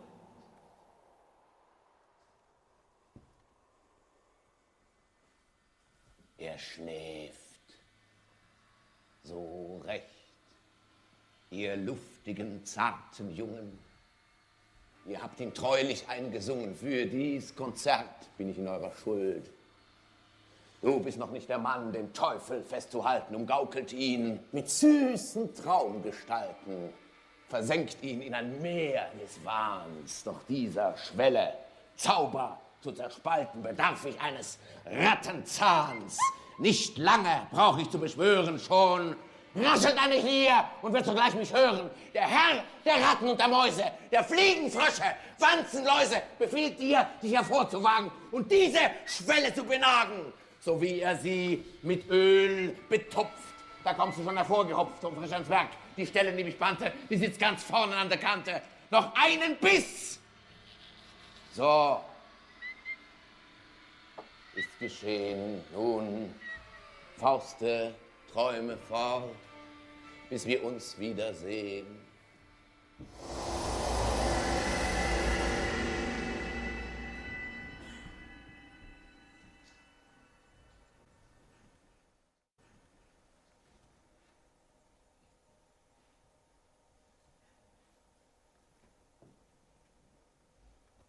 Bin ich denn abermals betrogen? Verschwindet so der geisterreiche Drang, dass mir ein Traum den Teufel vorgelogen und dass ein Pudel mir entsprang. Es klopft. Herein! Wer will mich wieder plagen? Ich bin's. Herein! Du musst es dreimal sagen. Herein denn! So gefällst du mir.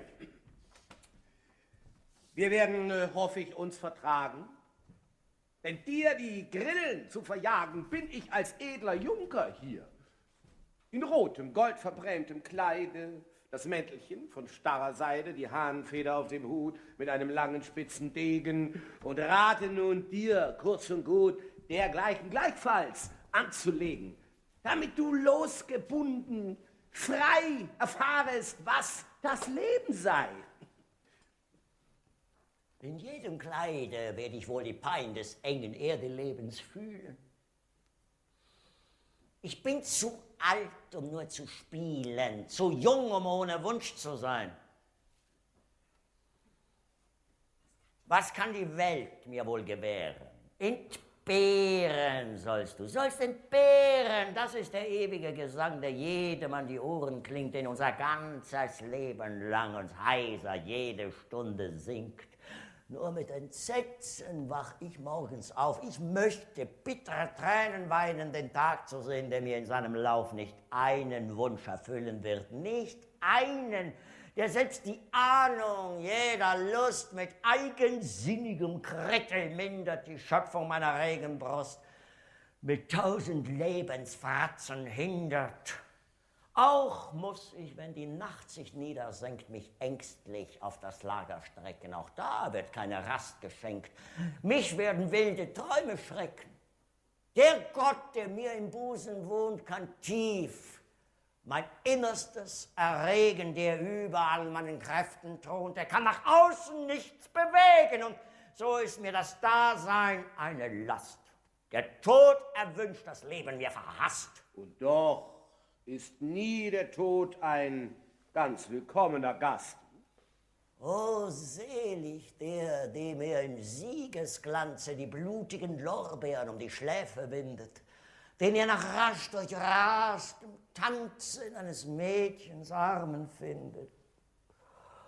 O, wär ich vor des hohen Geistes Kraft entzählt, entzückt dahingesunken. Und doch hat jemand einen braunen Saft in jener Nacht nicht ausgetrunken. Das Spionieren scheint es deine Lust. Allwissend bin ich nicht, doch viel ist mir bewusst. Wenn aus dem schrecklichen Gewühle ein süß bekannter Ton mich zog, den Rest von kindlichem Gefühle mit Anklang froher Zeit betrog, so fluch ich allem, was die Seele mit Lock- und Gaukelwerk umspannt und sie in dieser Trauerhöhle mit Blende und Schmeichelkräften band, verflucht voraus die hohe Meinung, womit der Geist sich selbst umfängt. Verflucht das blendende Erscheinung, die sich an unsere Sinne drängt. Verflucht, was uns in Träumen heuchelt, des Ruhms der Namensdauer trug. Verflucht, was als Besitz uns schmeichelt, als Weib uns Kind, als Knecht und Pflug. Verflucht sei Mammon, wenn mit Schätzen er uns zu kühnen Taten regt, wenn er zu müßigem Ergötzen die Polster uns zurechte legt. Fluch sei dem Balsamsaft der Trauben, Fluch jener höchsten Liebeshuld, Fluch sei der Hoffnung, Fluch dem Glauben und Fluch vor allem der Geduld. Du hast sie zerstört, die schöne Welt, mit mächtiger Faust. Sie stürzt, Sie zerfällt, ein Halbgott hat sie zerschlagen. Wir tragen die Trümmer ins Nichts hinüber Und klagen über die verlorene Schöne. Mächtiger der Erdensöhne, Prächtiger baue sie wieder. in deinem Busen Baue sie auf. Neuen Lebenslauf beginne. Mit hellem Sinne. Und neue Lieder tönen darauf.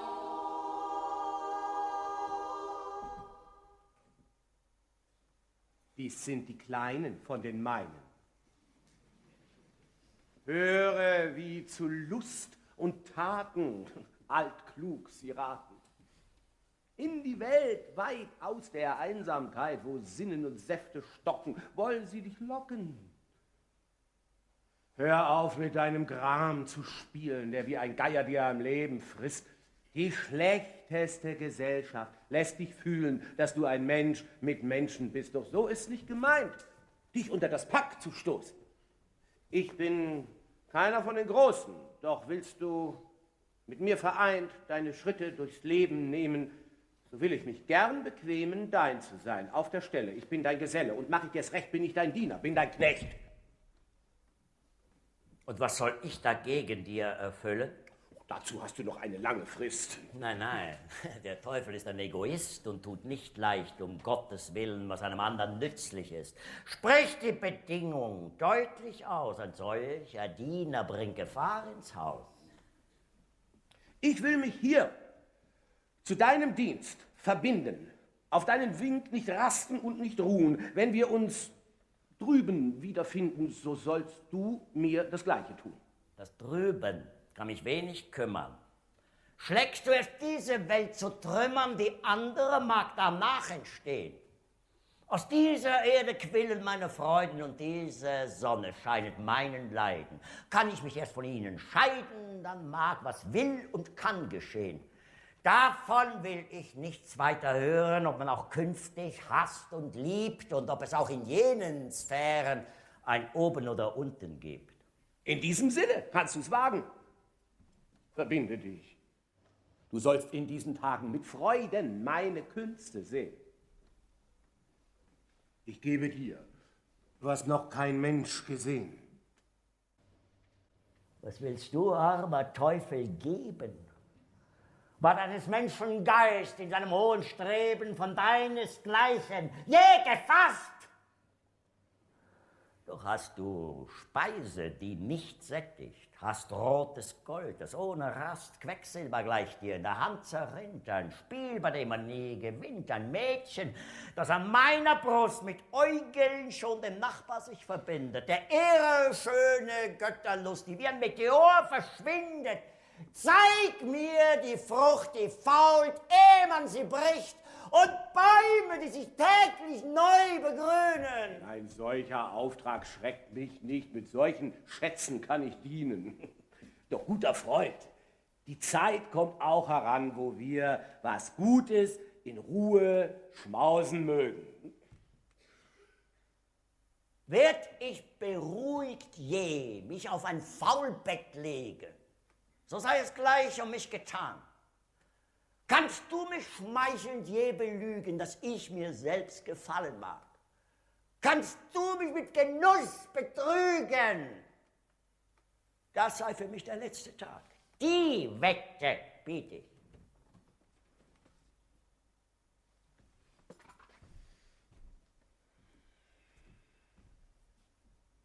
Top! Und Schlag auf Schlag werd ich zum Augenblicke sagen, verweile doch, du bist so schön. Dann magst du mich in Fesseln schlagen, dann will ich gern zugrunde gehen. Dann mag die Totenglocke schallen, dann bist du deines Dienstes frei. Die Uhr mag stehen, der Zeiger fallen, es sei die Zeit für mich vorbei. Bedenk es wohl. Wir werden es nicht vergessen. Dazu hast du ein volles Recht. Ich habe mich nicht freventlich vermessen. Wie ich beharre, bin ich Knecht, ob dein. Was frage ich oder wessen? Ich werde heute gleich beim Doktor Schmaus als Diener meine Pflicht erfüllen. Nur eines, um Lebens- oder Sterbens willen, bitte ich mir ein paar Zeilen aus. Auch was Geschriebenes forderst du, Pedant? Hast du noch keinen Mann, nicht Manneswort gekannt? Ist nicht genug, dass mein gesprochenes Wort auf ewig soll mit meinen Tagen schalten? Rast nicht die Welt in allen Strömen fort, um mich soll ein Versprechen halten? Doch dieser Wahn ist uns ins Herz gelegt. Wer mag sich gern davon befreien? Beglückt, wer Treuereien im Busen trägt, kein Opfer wird in je gereuen, allein am Pergament. Beschrieben und beprägt ist ein Gespenst, vor dem sich alle scheuen. Das Wort erstirbt schon in der Feder, die Herrscher führen Wachs und Leder. Was willst du, böser Geist, von mir? Erz, Marmor, Pergament, Papier, soll ich mit Griffel, Meißel, Feder schreiben? Ich gebe jede Wahl dir frei. Magst du deine Rednerei nur gleich so hitzig übertreiben? Ist doch ein jedes Blättchen gut. Du unterzeichnest dich mit einem Tröpfchen Blut.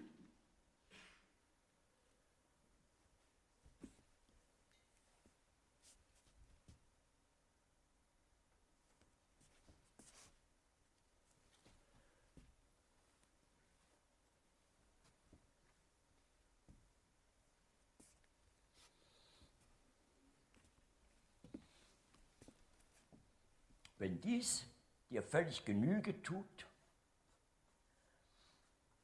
so mag es bei der Fratze bleiben. Blut ist ein ganz besonderer Saft. Nur keine Furcht, dass ich dies Bündnis breche. Das Streben meiner ganzen Kraft ist gerade das, was ich verspreche. Ich habe mich zu hoch gebläht, in deinen Rang gehöre ich nur. Der große Geist hat mich verschmäht. Vor mir verschließt sich die Natur. Des Denkens Faden ist zerrissen, mir ekelt lange vor allem Wissen. Lass in den Tiefen der Sinnlichkeit uns glühende Leidenschaften stillen. In undurchdrungenen Zauberhöllen sei jedes Wunder gleich bereit. Stürzen wir uns in das Rauschen der Zeit, ins Rollen der Begebenheit. Da mag denn Schmerz und Genuss, Gelingen und Verdruss miteinander wechseln, wie es kann. Nur rastlos betätigt sich der Mann. Euch ist kein Maß und Ziel gesetzt. Beliebt euch, überall zu naschen, im Fliehen etwas zu erhaschen, bekommt euch wohl, was euch ergötzen. Nur greift mir zu und seid nicht blöde. Du hörst es ja, von Freude ist nicht die Rede. Dem Taumel weih ich mich, dem schmerzlichsten Genuss, beliebtem Hass, erquickendem Verdruss. Mein Busen, der vom Wissensdrang geheilt ist, soll keinen Schmerzen künftig sich verschließen. Und was der ganzen Menschheit zugeteilt ist, will ich in meinem Innern selbst genießen. Mit meinem Geist das Höchste und Tiefste greifen, ihr Wohl und Weh auf meinen Busen häufen und so mein eigen Selbst zu ihrem Selbst erweitern und wie sie selbst am Ende auch ich zerscheitern. Oh, glaube mir, der manche 1000 Jahre an dieser harten Speise kaut, dass von der Wiege bis zur Bahre kein Mensch den alten Sauerteig verdaut. Glaub unser einem, dieses Ganze ist nur für einen Gott gemacht. Er findet sich in einem ewigen Glanze. Uns hat er in die Finsternis gebracht und euch taugt einzig Tag und Nacht.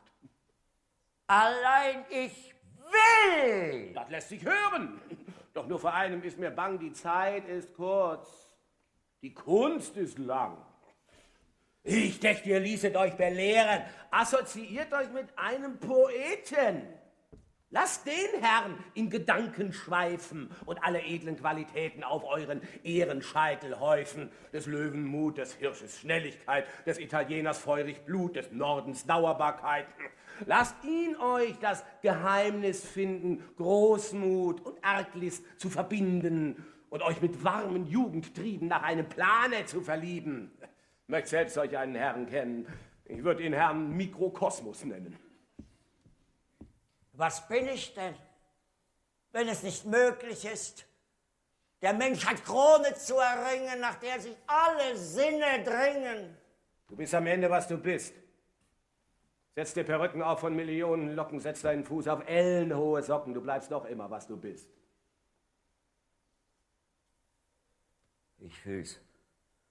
Vergebens habe ich alle Schätze des Menschengeists auf mich herbeigerafft. Und wenn ich mich am Ende niedersetze, quillt innerlich doch keine neue Kraft. Ich bin nicht um ein Haar breit höher, bin dem Unendlichen nicht näher. Mein guter Herr, ihr seht die Sachen, wie man die Sachen eben sieht. Wir müssen das gescheiter machen, ehe uns des Lebens Freude flieht. Was Henker, freilich, Händ und Füße, Kopf und Hintern, die sind dein. Doch alles, was ich frisch genieße, ist das drum weniger mein? Wenn ich 6 Hengste zahlen kann, sind ihre Kräfte nicht die meinen? Ich renne zu, bin ein rechter Mann, als hätte ich 24 Beine. Drum frisch, lass alles Sinnen sein und grad mit in die Welt hinein. Ich sag es dir, ein Kerl, der spekuliert, ist wie ein Tier auf dürrer Heide, von einem bösen Geist im Kreis herumgeführt. Und ringsumher liegt schöne grüne Weide. Wie fangen wir das an? Ja, wir gehen eben fort. Was ist das für ein Marterort? Was heißt das für ein Leben führen? Sich und die Jungs enieren? Lass du das dem Herrn Nachbarn wanst. Was willst du dich, das Stroh zu dreschen plagen? Das Beste, was du wissen kannst, darfst du den Buben doch nicht sagen. Gleich höre ich einen auf dem Gange. Mir ist's unmöglich, ihn zu treffen. Der arme Knabe wartet lange. Der darf nicht ungetröstet gehen. Komm, gib mir deinen Rock und Mütze. Die Maske muss mir köstlich stehen.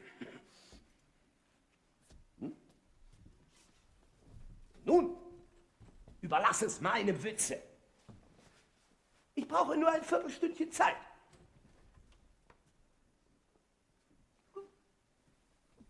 Indessen mache dich zur schönen Fahrt bereit.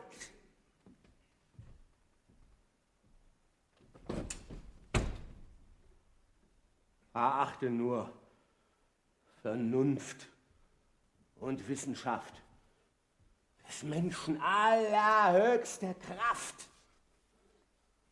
Lass nur in Blend- und Zauberwerken dich von dem Lügengeist bestärken, so habe ich dich schon.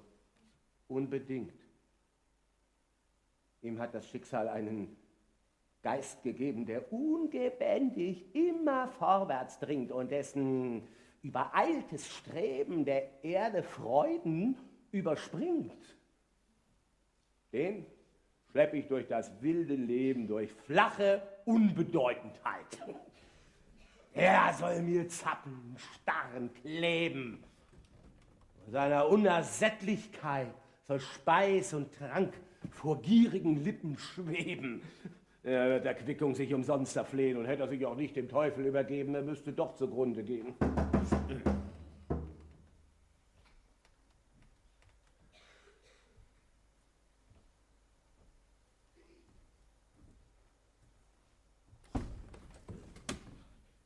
Ich bin allhier erst kurze Zeit und komme voll Ergebenheit, einen Mann zu sprechen und zu kennen, den alle mir mit Ehrfurcht nennen. Eure Höflichkeit erfreut mich sehr. Ihr seht einen Mann wie andere mehr. Habt ihr euch sonst schon umgetan? Ich bitte euch, nehmt euch meiner an. Ich komme mit allem guten Mut, leidlichem Geld und frischem Blut. Meine Mutter wollte mich kaum entfernen. Ich möchte gerne was Rechtes hier draußen lernen. Ja, da seid ihr eben recht am Ort. Aufrichtig, möchte schon wieder fort. In diesen Mauern, diesen Hallen will es mir keineswegs gefallen. Es ist ein gar beschränkter Raum. Man sieht nichts Grünes, keinen Baum. Und in den Sälen, auf den Bänken, vergeht mir Hören, Sehen und Denken. Das kommt nur auf Gewohnheit an. So nimmt ein Kind der Mutterbrust nicht gleich im Anfang willig an, doch bald ernährt es sich mit Lust. So wird's euch an der Weisheit brüsten, mit jedem Tage mehr Gelüsten. An ihrem Hals will ich mit Freuden hangen, doch sagt mir nur, wie kann ich hingelangen? Erklärt euch, ehe ihr weitergeht, was wählt ihr für eine Fakultät? Ich wünschte, recht gelehrt zu werden und möchte gern, was auf der Erden und in dem Himmel ist, erfassen. Die Wissenschaft und die Natur. Da seid ihr auf der rechten Spur. Doch müsst ihr euch nicht zerstreuen lassen. Ich bin dabei mit Seele und Leib. Doch freilich würde mir behagen ein wenig Freiheit und Zeitvertreib an schönen Sommerfeiertagen. Gebraucht der Zeit. Sie geht so schnell von hinnen. Doch Ordnung lehrt euch Zeit gewinnen. Mein teurer Freund, ich rate euch drum zuerst Collegium Logicum. Da wird der Geist euch wohl dressiert in spanische Stiefel, eingeschnürt, dass er bedächtiger so fortan hinschleiche die Gedankenbahn. Und nicht etwa die Kreuz und Quer, irrlichte Liere, hin und her. Dann lehret man euch manchen Tag das, was ihr sonst auf einen Schlag getrieben, wie Essen und Trinken frei. 1, 2, 3, dazu nötig sei. Zwar ist's mit der Gedankenfabrik wie mit einem Webermeisterstück, wo Eintritt 1000 Fäden regt, die Schifflein herüber hinüber schießen, die Fäden ungesehen fließen, ein Schlag 1000 Verbindungen schlägt. Der Philosoph, der tritt herein und beweist euch, es müsste so sein. Das erste wäre so, das zweite so und drum das dritte und vierte so. Und wenn das erste und zweite nicht wäre, das dritte und vierte wäre nimmermehr. Das preisen die Schüler aller Orten, sind aber keine Weber geworden. Wer will was Lebendiges erkennen und beschreiben, sucht erst den Geist herauszutreiben. Dann hat er die Teile in seiner Hand, fehlt leider nur das geistige Band. Encherici naturae nennt's die Chemie, spottet ihrer selbst und weiß nicht wie. Kann euch nicht eben ganz verstehen. Das wird nächstens schon besser gehen, wenn ihr lernt, alles reduzieren und gehörig klassifizieren. Mir wird von alledem so dumm, als ging mir ein Mühlrad im Kopf herum. Nachher, vor allen anderen Sachen, müsst ihr euch an die Metaphysik machen. Da seht, dass ihr tiefsinnig fasst, was in das Menschenhirn nicht passt. Für was reingeht und nicht reingeht, ein prächtiges Wort zu Diensten steht. Doch vorerst dieses halbe Jahr neben Jahr der besten Ordnung war. 5 Stunden habt ihr jeden Tag, seid drinnen mit dem Glockenschlag, habt euch vorher wohl präpariert, Paragraphos wohl einstudiert, damit ihr nachher besser seht, dass er nichts sagt, als was im Buche steht. Doch euch des Schreibens ja befleißt, als diktiert euch der Heilige Geist. Das sollt ihr mir nicht zweimal sagen. Ich denke mir, wie viel es nützt, denn was man schwarz auf weiß besitzt, kann man getrost nach Hause tragen. Doch wählt mir eine Fakultät. Zur Rechtsgelehrsamkeit kann ich mich nicht bequemen. Ich kann es euch so sehr nicht übel nehmen. Ich weiß, wie es um diese Lehre steht. Es erben sich Gesetze und Rechte wie eine ewige Krankheit fort. Sie schleppen von Geschlecht sich zum Geschlechte und rücken sacht von Ort zu Ort. Vernunft wird Unsinn, Wohltat, Plage. Wehe dir, dass du ein Enkel bist vom Rechte, das mit uns geboren ist, von dem ist leider nie die Frage. Mein Abscheu wird durch euch vermehrt. Oh, glücklich der, den ihr belehrt. Fast möchte ich nun Theologie studieren. Ich wünschte nicht, euch irre zu führen, was diese Wissenschaft betrifft. Es ist so schwer, den falschen Weg zu meiden. Es liegt in ihr so viel verborgenes Gift und von der Arznei ist kaum zu unterscheiden. Am besten ist auch hier, wenn ihr nur einen hört und auf des Meisters Worte schwört. Im Ganzen haltet euch an Worte. Dann geht ihr durch die sichere Pforte zum Tempel der Gewissheit ein. Doch ein Begriff muss bei dem Worte sein. Schon gut, nur muss man sich nicht allzu ängstlich quälen, denn eben, wo Begriffe fehlen, da stellt ein Wort zur rechten Zeit sich ein. Mit Worten lässt sich trefflich streiten, mit Worten ein System bereiten, an Worte lässt sich trefflich glauben, von einem Wort lässt sich kein Jota rauben. Verzeiht, ich halte euch auf mit vielen Fragen. Allein ich muss euch noch bemühen. Wollt ihr mir von der Medizin nicht auch ein kräftiges Wörtchen sagen? Auch 3 Jahre ist eine kurze Zeit und Gott, das Feld ist gar zu weit. Wenn man einen Fingerzeig nur hat, lässt sich schon eher weiter fühlen. Ich bin des trockenen Tons nun satt, muss wieder recht den Teufel spielen. Der Geist der Medizin ist leicht zu fassen. Ihr durchstudiert die große und kleine Welt, um es am Ende gehen zu lassen, wie es Gott gefällt. Vergebens, dass ihr ringsum wissenschaftlich schweift. Ein jeder lernt nur, was er lernen kann. Doch der den Augenblick ergreift, das ist der rechte Mann. Ihr seid noch ziemlich wohl gebaut. An Kühnheit wird's euch auch nicht fehlen. Und wenn ihr euch nur selbst vertraut, vertrauen euch die anderen Seelen. Besonders lernt die Weiber führen. Es ist ihr ewiges Weh und ach so 1000-fach aus einem Punkte zu kurieren. Und wenn ihr halbwegs ehrbar tut, dann habt ihr sie alle unterm Hut. Ein Titel muss sie erst vertraulich machen, dass eure Kunst viel Künste übersteigt. Zum Willkommen tappt ihr dann nach allen 7 Sachen, um die ein anderer viele Jahre streicht. Versteht das Pülslein wohl zu drücken, fasst sie dann mit feurig schlauen Blicken wohl um die schlanke Hüfte frei. Sie sehen, wie fest geschnürt sie sei. Das sieht schon besser aus, man sieht doch wo und wie. Grau, teurer Freund, ist alle Theorie. Und grün des Lebens, goldener Baum. Ich schwöre euch zu, mir ist's als wie im Traum. Dürfte ich euch wohl ein andermal beschweren, von eurer Weisheit auf den Grund zu hören? Was ich vermag, soll gern geschehen. Ich kann unmöglich wieder gehen. Ich muss euch noch mein Stammbuch überreichen. Gönn eure Gunst mir dieses Zeichen. Sehr wohl.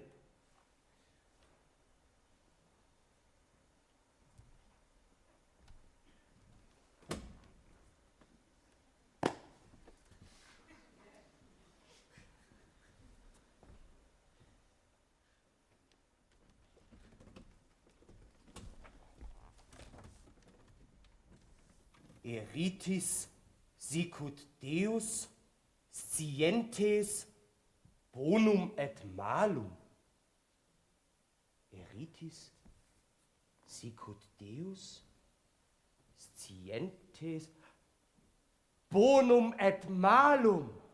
Folgt nur dem alten Spruch und meiner Muhme, der Schlange. Die wird gewiss einmal bei deiner Gottähnlichkeit bange.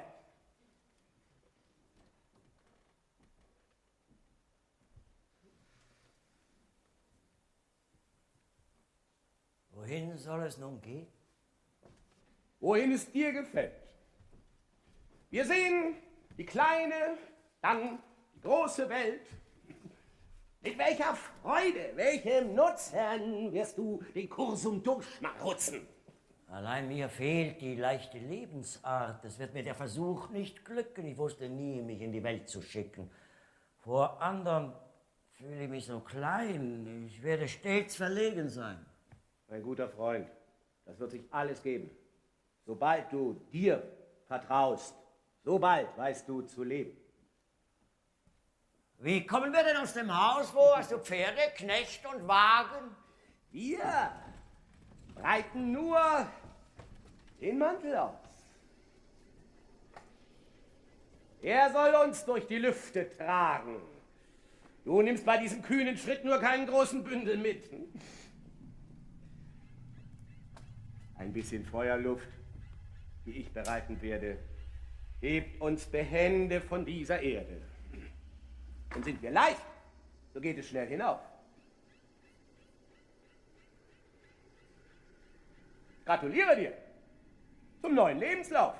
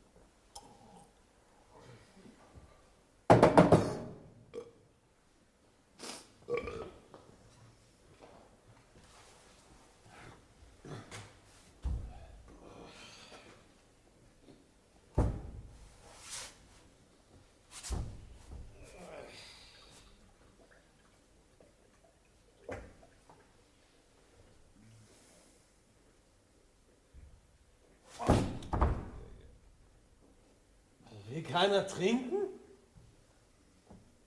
Keiner lachen?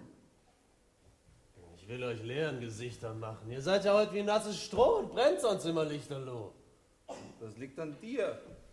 Du bringst ja nichts herbei, nicht eine Dummheit, keine Sauerei.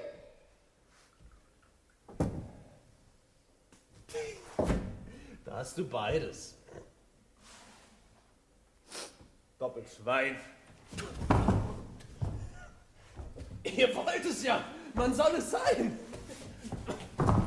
Zur Tür hinaus, wer sich entzweit, mit offener Brust singt runter, sauft und schreit. Auf, holla, ho, holla. Weh mir, ich bin verloren. Auf, holla, ho, Baumwolle, der Kerl fällt mir die Ohren. Wenn das Gewölbe wieder schallt, fühlt man des rechtesten Masses Grundgewalt. So recht, hinaus mit dem, der etwas übel nimmt. Auf, holla, holla, ho. Auf, holla, holla, ho. Die Kehlen sind gestimmt. Das liebe, heilige, römische Reich, wir hält's nur noch zusammen. Ein garstiges Lied. Pfui! Ein politisches Lied. Ein leidiges Lied. dank Gott mit jedem Morgen, dass sie nicht braucht, fürs römische Reich zu sorgen. Ich halte es wenigstens für reichlichen Gewinn, dass ich nicht Kaiser oder Kanzler bin. Doch muss auch uns ein Oberhaupt nicht fehlen. Wir wollen einen Papst erwählen. Ihr wisst, welch eine Qualität den Ausschlag gibt, den Mann erhöht.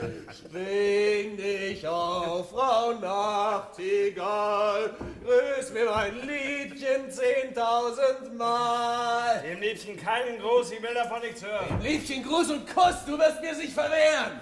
Riegel auf in stiller Nacht, Riegel auf, der Liebste wacht. Riegel zu des Morgens früh. Ja, singe nur und lob und rühme sie. Ich will zu meiner Zeit schon lachen. Sie hat mich angeführt, dir wird sie's auch so machen. Zum Liebsten sei ein Kobold ihr beschert. Der mag mit ihr auf einem Kreuzweg schäkern. Ein alter Bock, wenn er vom Blocksberg kehrt, mag im Galopp noch gute Nacht ihr meckern. Ein braver Kerl von echtem Fleisch und Blut ist für die Dirne viel zu gut. Ich will von keinem Gruße wissen, als ihr die Fenster eingeschmissen. Pass auf, horcht mir, ihr Herren. Gesteht, ich weiß zu leben, verliebte Leute sitzen hier und diesen muss nach Standesgebühr zur guten Nacht nicht was zum Besten geben. Gebt Acht, ein Lied vom neuesten Schnitt und singt den Rundreim kräftig mit. Es war eine Ratte im Kellernest, lebte nur von Fett und Butter, hatte sich ein Ränzlein angemästet, als wie der Doktor Luther. Die Köchin hat ihr Gift gestellt, da war's so eng ihr in der Welt, als hätte sie Lieb im Leibe, als hätte sie Lieb im Leibe. Sie fuhr herum, sie fuhr heraus und soff aus allen Pfützen, zernagt, zerkratzt das ganze Haus, wollte nicht ihr Wüten nützen. Sie tat gar manchen Ängstesprung, bald hatte das arme Tier genungen, als hätte es Lieb im Leibe, als hätte es Lieb im Leibe. Sie kam vor Angst am hellen Tag eine Küche zugelaufen, fiel an den Herd und zuckte und lag und tat erbärmlich schnaufend. Da lachte die Vergifterin noch, aha, sie pfeift auf dem letzten Loch, als hätte sie Lieb im Leibe, als hätte sie Lieb im Leibe. Wie sich die Plattenburschen freuen. Es ist mir eine rechte Kunst, den armen Ratten Gift zu streuen. Sie stehen wohl sehr in deiner Gunst. Der Schmerbauch mit der kahlen Platte. Das Unglück macht ihn zahm und mild. Er sieht in der geschwollenen Ratte sein ganz natürliches Ebenbild. Ich muss dich nun vor allen Dingen in lustige Gesellschaft bringen. Damit du siehst, wie leicht sich's leben lässt. Dem Volke hier wird jeder Tag ein Fest. Mit wenig Witz und viel Behagen dreht jeder sich im engen Zirkel, tanzt wie junge Katzen mit dem Schwanz. Wenn sie nicht über Kopfweh klagen, solange der Wirt nur weiter borgt, sind sie vergnügt und unbesorgt. Die kommen eben von der Reise. Man sieht's an ihrer wunderlichen Weise. Die sind nicht eine Stunde hier. Wahrhaftig, du hast recht. Mein Leipzig löbe ich mir. Es ist ein klein Paris und bildet seine Leute. Für was siehst du die Fremden an? Lasst mich nur gehen.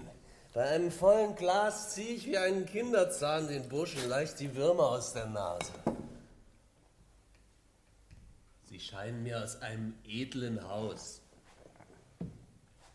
Sie sehen stolz und unzufrieden aus. Marktschreier sind's gewiss, ich wette. Vielleicht. Acht, ich schraube sie. Den Teufel spürt das Völkchen nie, und wenn er sie beim Kragen hätte. Seid uns gegrüßt, ihr Herr. Vielen Dank zum Gegengruß. Was hängt der Kerl auf einem Fuß? Ist es erlaubt, uns auch zu euch zu setzen? Statt eines guten Trunks, den man nicht haben kann, soll die Gesellschaft uns ergötzen. Ihr scheint ein sehr verwöhnter Mann. Ihr seid wohl spät von Rippach aufgebrochen. Habt ihr mit Herrn Hans Arsch noch erst zur Nacht gespeist?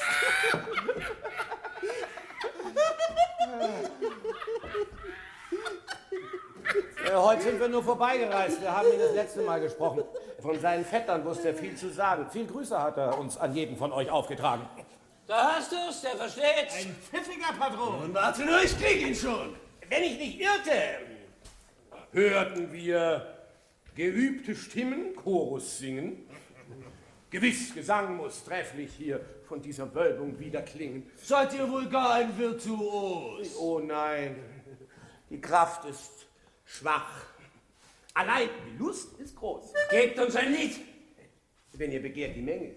Nur auch ein nagelneues Stück. Na, wir kommen erst aus Spanien zurück, dem schönen Land des Weins und der Gesänge.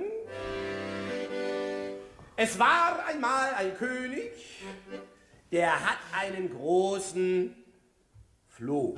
Horcht, ein Floh. Habt ihr das wohl gefasst? Ein Floh ist mir ein sauberer Gast. Es war einmal ein König, der hat einen großen Floh. Den liebt er gar nicht wenig, als wie seinen eigenen Sohn.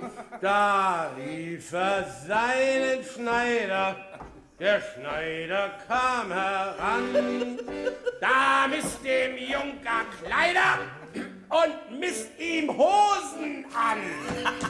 Vergesst nur nicht dem Schneider einzuschaffen, dass er mir aufs genaueste misst und, dass so lieb sein Kopf ihm ist, die Hosen keine Falten werden.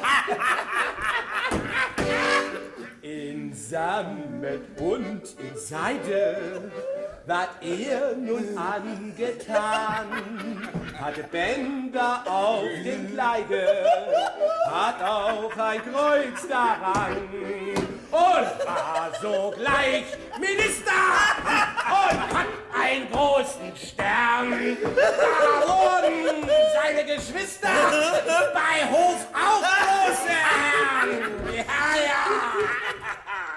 Und Herrn und Frauen am Hofe, die waren sehr geplant. Die Königin und den Zofe, gestochen und genagt. Und durften sie nicht knicken und fix sie jucken nicht. Wir knicken und ersticken, doch gleich, wenn einer sticht. Ja, ja, wir knicken und ersticken, doch gleich, wenn einer sticht. Bravo, bravo, das war schön. So soll es jedem Floh ergehen. Spitzt die Finger und packt sie fein. Es lebe Die Freiheit! Es lebe der Wein!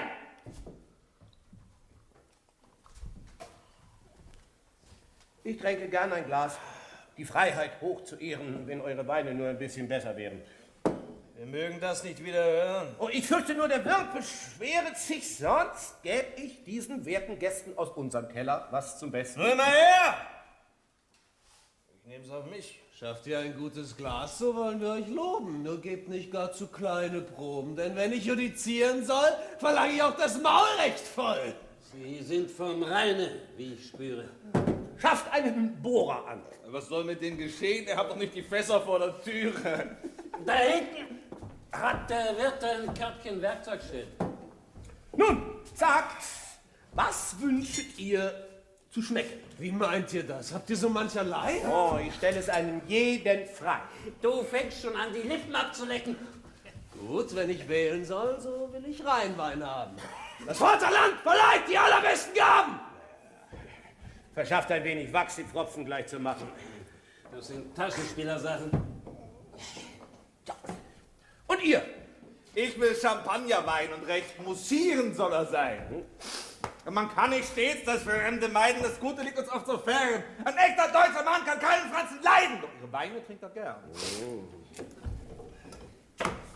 Ich muss gestehen, den Sauren mag ich nicht. Gib mir ein Glas vom echten Süßen. Euch soll sogleich Türkei fließen. Mein Herrn, seht mir ins Gesicht. Ich sehe es ein, ihr habt uns nur zum Besten. Ei, ei. Mit solchen edlen Gästen wäre das ein bisschen viel gewagt. Geschwind, nur gerade herausgesagt, mit welchem Weine kann ich dienen? Mit jedem, nur nicht lang gefragt.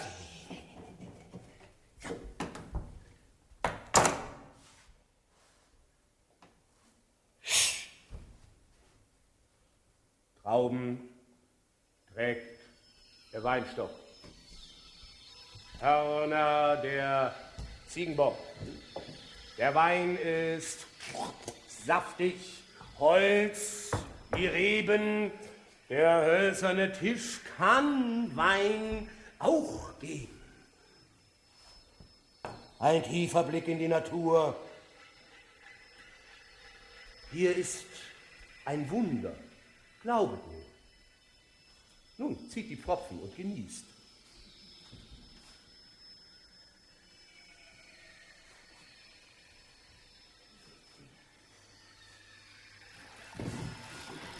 Oh, schöner Brunnen, der uns fließt. Oh, schöner Brunnen, der uns fließt. Oh, schöner Brunnen, der uns fließt. Oh, schöner Brunnen, der uns fließt. Nur hütet euch, dass ihr mir nichts vergießt.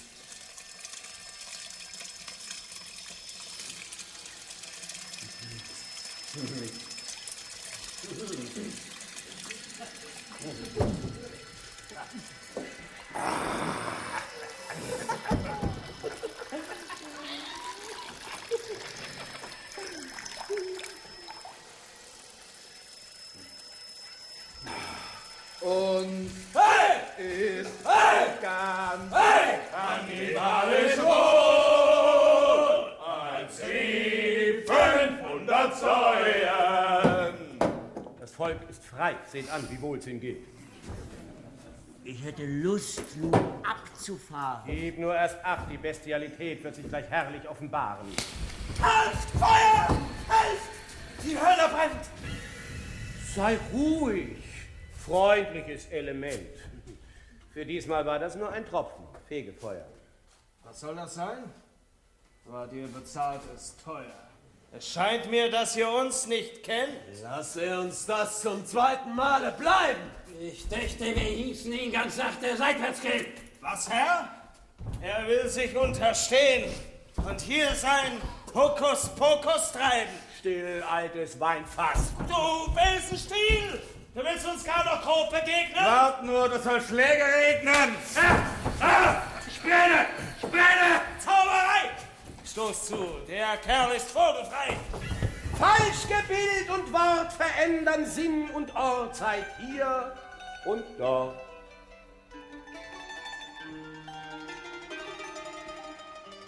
Wo bin ich?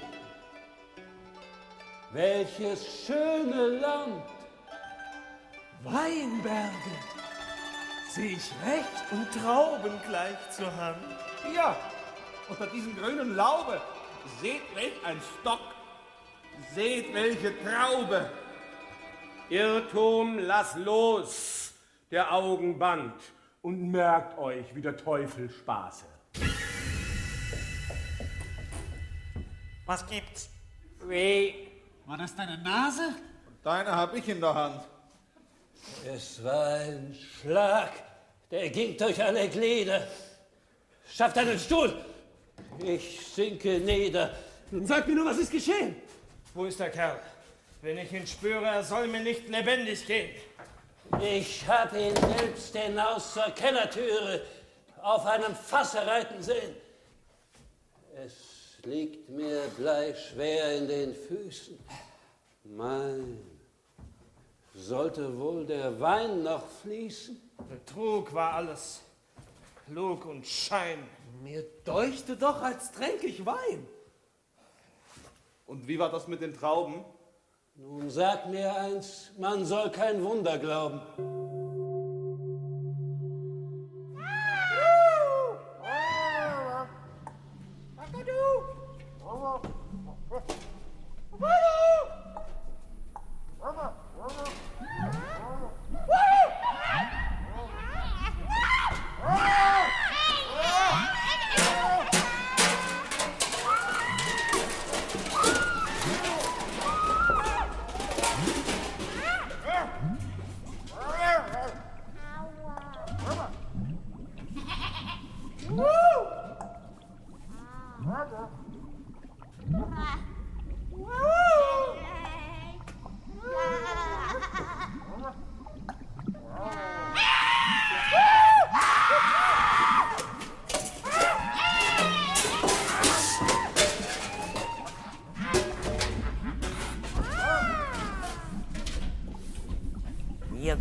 steht das tolle Zauberwesen? Versprichst du mir, ich soll genesen in diesem Wust von Raserei?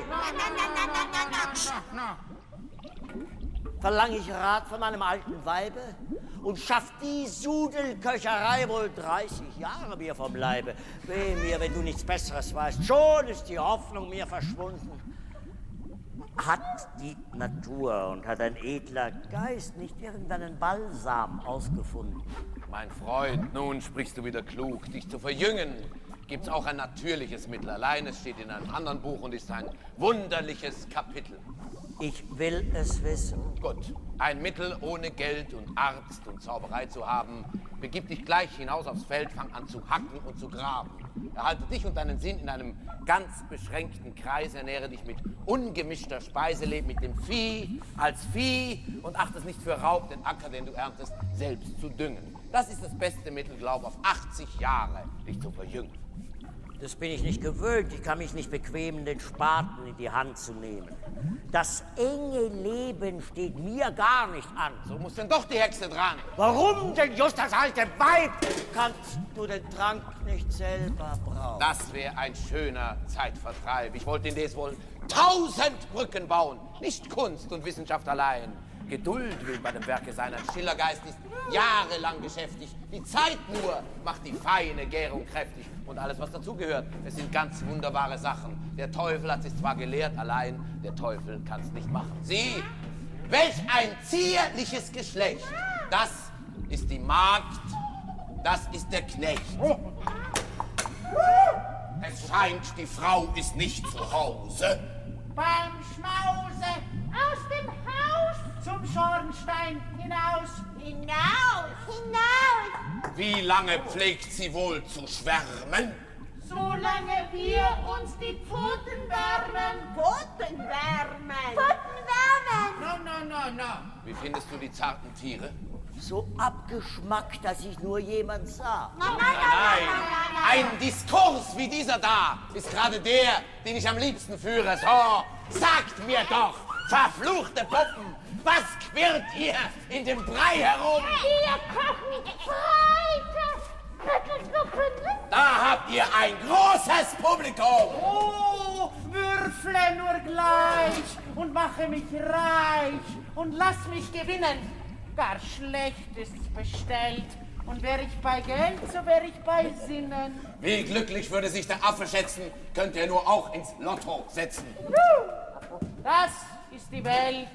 Sie steigt und fällt und rollt beständig. Sie klingt wie Glas, wie bald bricht, das ist hohl inwendig. Hier glänzt sie sehr und hier noch mehr. Ich bin lebendig. Mein lieber Sohn, halt dich davon, du musst sterben. Sie ist von Ton, es gibt Scherben. Was soll das Sie? Wärst du ein Dieb, wollte ich dich gleich erkennen. Sieh durch das Sieb, erkennst du den Dieb? Und darfst ihn nicht nennen? Und dieser Topf! Der alberne Tod! Er kennt nicht den Topf! Er kennt nicht den Köcher! Unhöfliches Tier! Den Wedel nimm hier und setz dich ins Sessel. Was sehe ich? Welch ein himmlisches Bild zeigt sich in diesem Zauberspiel. Oh, Liebe, leihe mir den schnellsten deiner Flügel und führe mich in ihr Gefilde.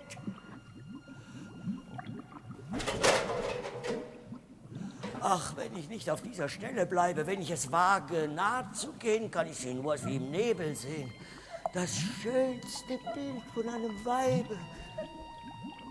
Ist's möglich, ist das Weib so schön? Muss ich an diesem hingestreckten Leibe den Inbegriff von allen Himmeln sehen? So etwas findet sich auf Erden? Natürlich, wenn ein Gott sich erst 6 Tage plagt und selbst am Ende Bravo sagt, dann muss es was Gescheites werden. Für diesmal sie dich immer satt. Ich weiß dir, so ein Schätzchen auszuspüren. Und selig, wer das gute Schicksal hat, als Bräutigam sie heimzuführen. Hier sitze ich wie der König auf dem Throne. Den Zepter halte ich hier. Es fehlt nur noch die Krone. Und sei doch so gut mit Schweiß und mit Blut die Krone zu leimen. Nun ist das geschehen. Wir reden und sehen. Wir hören und träumen. Ich werde schier verrückt. Nun fängt mir an, fast selbst der Kopf zu schwanken. Und wenn es uns glückt Und wenn es sich schickt, so sind es Gedanken. Mein Busen fängt mir an zu brennen und entfernen wir uns nur geschwind. Nun, wenigstens muss man bekennen, dass es aufrichtige Poeten sind.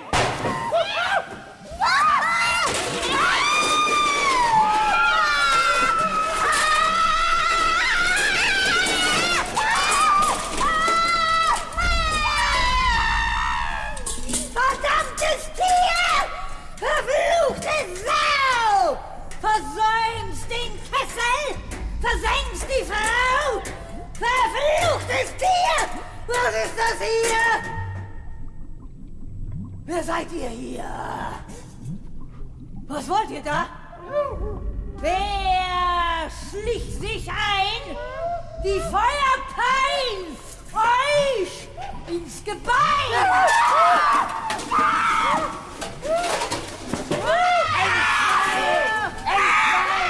Da liegt der Brei! Da liegt das Glas! Es ist nur Spaß! Der Tanz, du Arsch, zu deiner Melodie!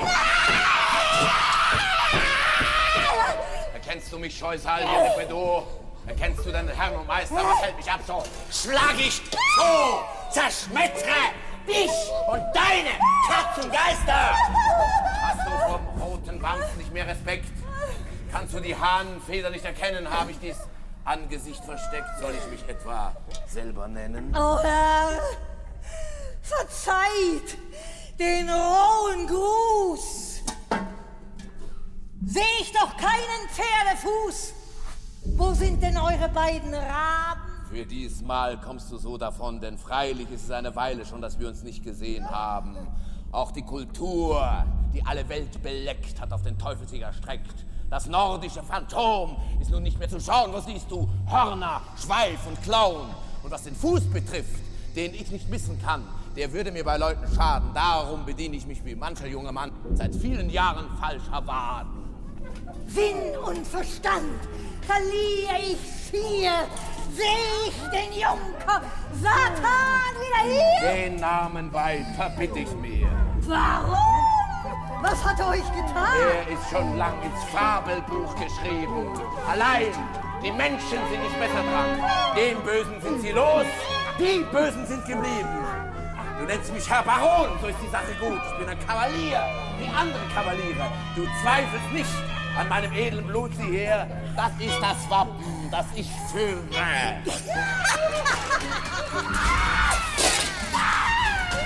Das ist in eurer Art. Ihr seid ein Schelm. Ihr nur immer wart. Mein Freund, das lerne wohl verstehen, das ist die Art, mit Hexen umzugehen.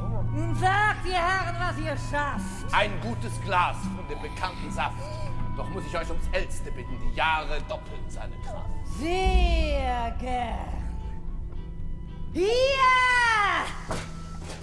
habe ich eine Flasche, aus der ich selbst zuweilen nasche. Die auch nicht mehr im Mindesten stinkt. Ich will euch gern ein Gläschen geben. Doch wenn es dieser Mann unvorbereitet trinkt, so kann er, das wisst ihr wohl, nicht eine Stunde leben. Es ist ein guter Freund, dem es gedeihen soll. Ich gönne ihm gern das Beste deiner Küche. Zieh deinen Kreis, sprich deine Sprüche und gib ihm eine Tasse voll. Ja!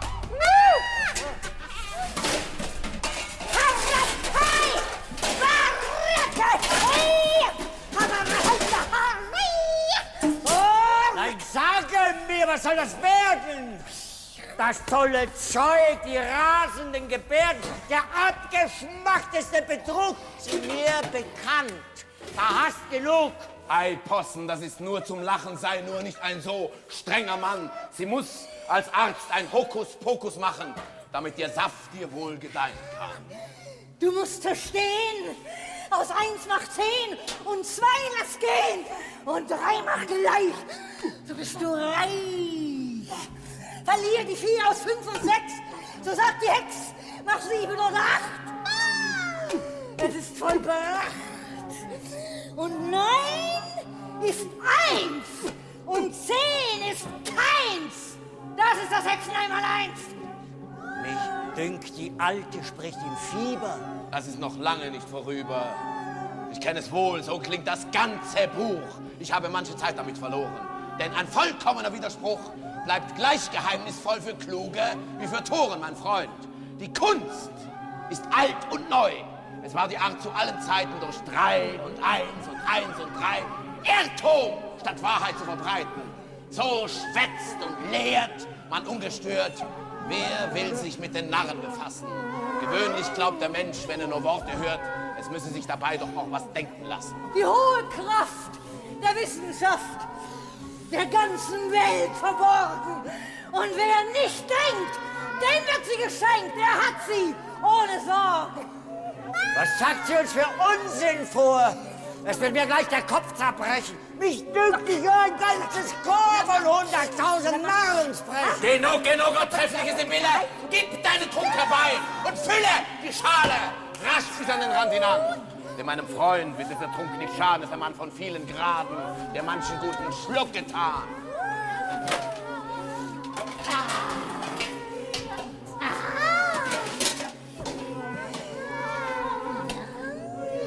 Nur frisch hinunter, immer zu. Es wird dir gleich das Herz erfreuen. Bist mit dem Teufel du und willst dich vor der Flamme scheuen. Mög euch das Schlückchen wohl behagen.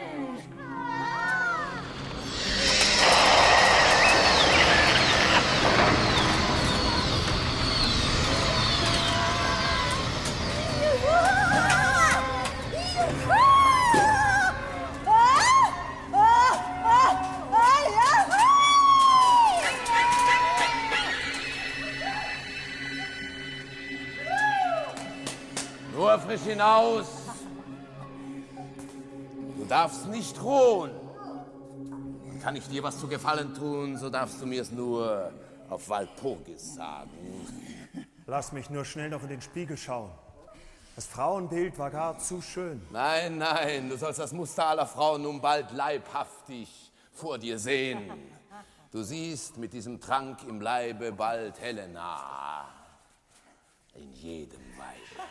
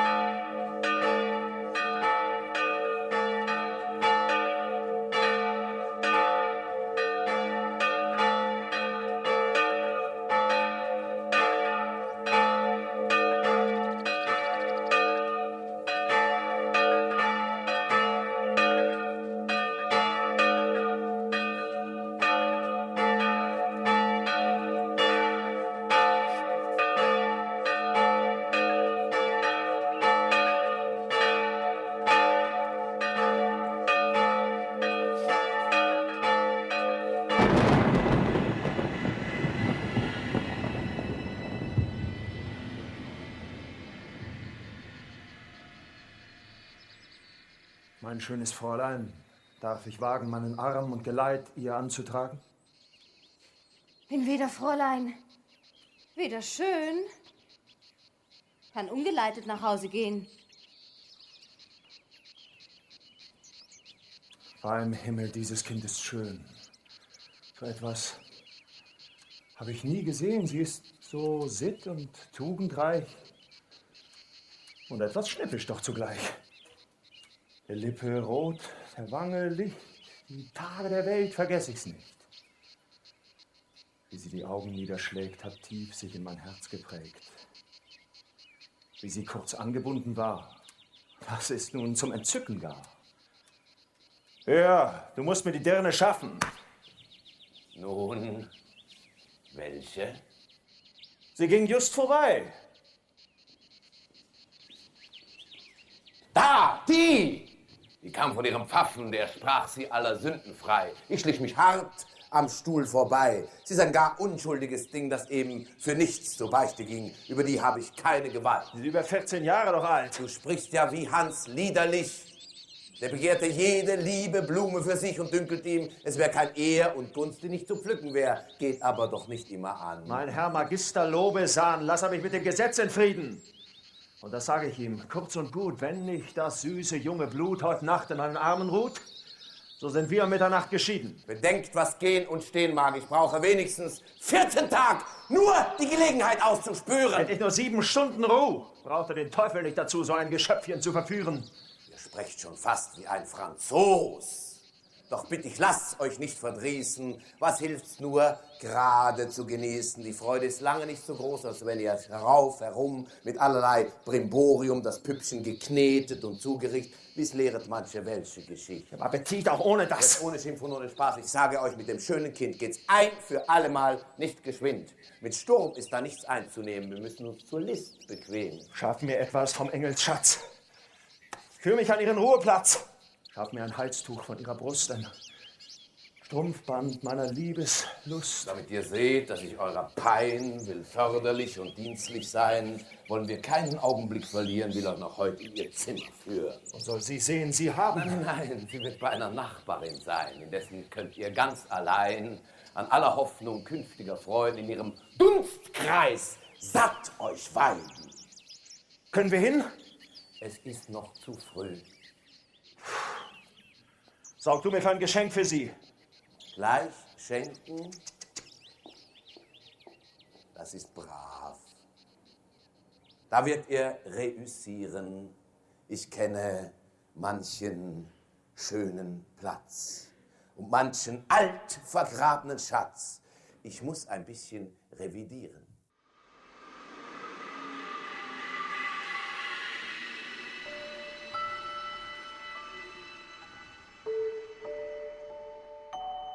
Ich gäbe was drum, wenn ich nur wüsst, wer heute der Herr gewesen ist.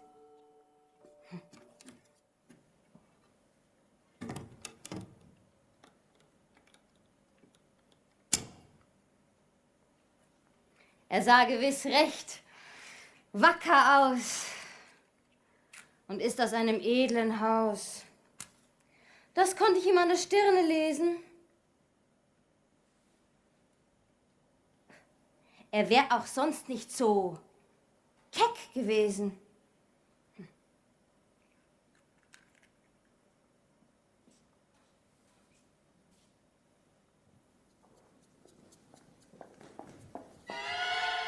Herein. Ganz leise. Nur herein.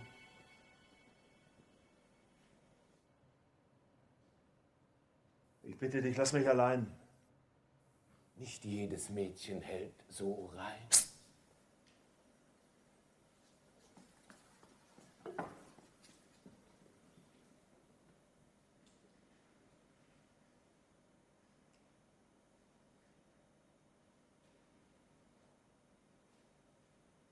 Willkommen, süßer Dämmerschein, der du dies Heiligtum durchwebst. Ergreif mein Herz, du süße Liebespein, die du vom Tau der Hoffnung schmachtend lebst. Wie atmet rings Gefühl der Stille, der Ordnung, der Zufriedenheit. In dieser Armut, welche Fülle, in diesem Kerker, welche Seligkeit. O, nimm mich auf, der du die Vorwelt schon bei Freude und Schmerz im offenen Arm empfangen. Wie oft, ach, hat an diesem Väterthron schon eine Schar von Kindern rings gehangen. Vielleicht hat, dankbar für den heiligen Christ, mein Liebchen hier mit vollen Kinderwangen dem Ahnherrn fromm die welke Hand geküsst. Ich fühle, o Mädchen, deinen Geist der Fülle und Ordnung um mich säuseln, der mütterlich dich täglich unterweist, den Teppich auf den Tisch dich reinlich breiten heißt, sogar den Sand zu deinen Füßen kräuseln. O liebe Hand, so göttergleich,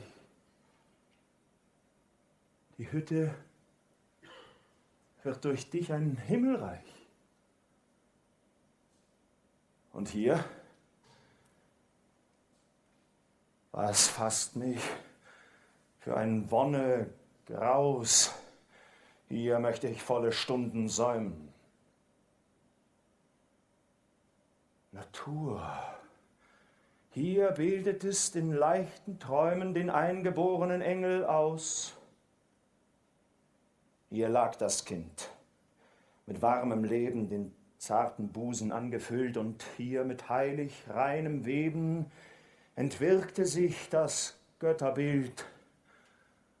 Und du, was hat dich hergeführt? Wie innig fühle ich mich gerührt.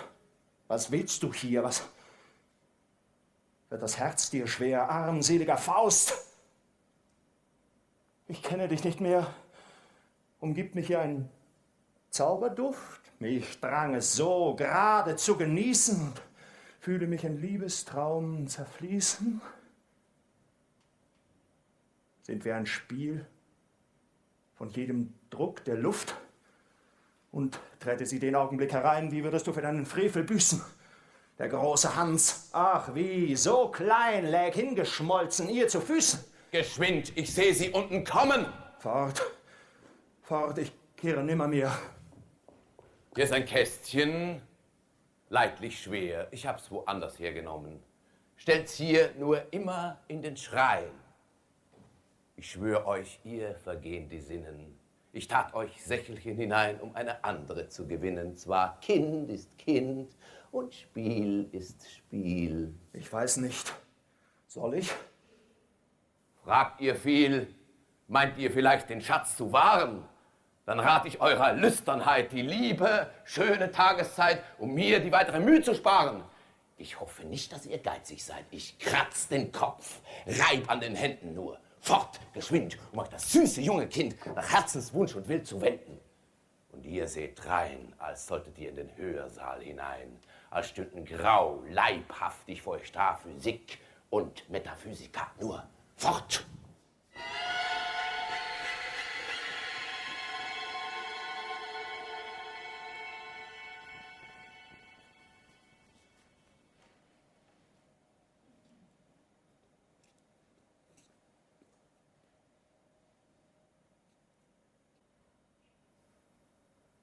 Es ist so schwül, so dumpfig hier. Und ist doch ebenso warm nicht raus. Es wird mir so, ich weiß nicht, wie. Ich wollte, die Mutter käme nach Haus.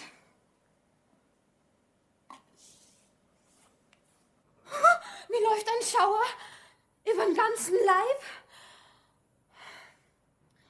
Bin doch ein töricht, furchtsames Weib.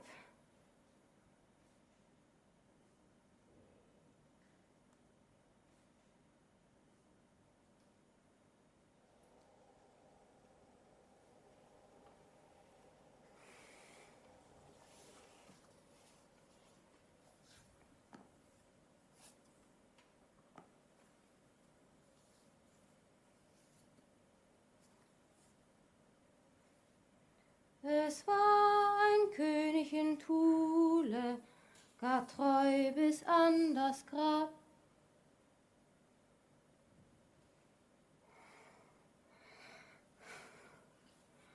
Dem sterbend seine Buhle einen goldenen Becher gab. Es ging ihm nichts darüber, er lehrt ihn jeden Schmaus, die Augen gingen ihm über, so oft er trank daraus. Und als er kam zu sterben, zählt er seine Städt im Reich, gönnt alles seinen Erben, den Becher nicht zugleich. Er saß beim Königsmahle, die Ritter um ihn her, auf hohem Vätersaale, dort auf dem Schloss am Meer. Da stand der alte Zecher, trank letzte Lebensglut und warf den heiligen Becher hinunter in die Flut. Er sah ihn stürzen trinken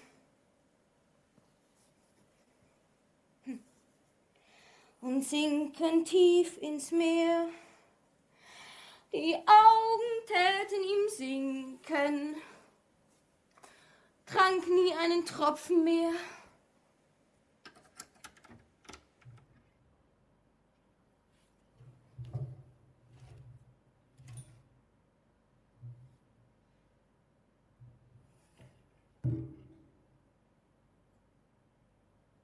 Wie kommt das schöne Kästchen hier herein?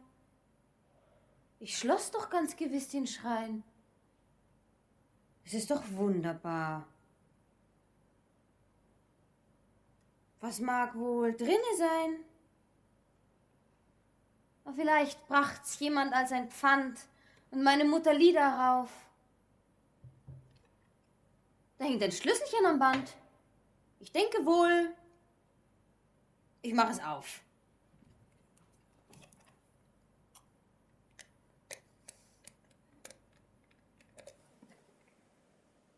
Was ist das? Gott im Himmel. Schau. So was habe ich mein Tage nicht gesehen. Ein Schmuck. Mit dem könnte eine Edelfrau am höchsten Feiertage gehen.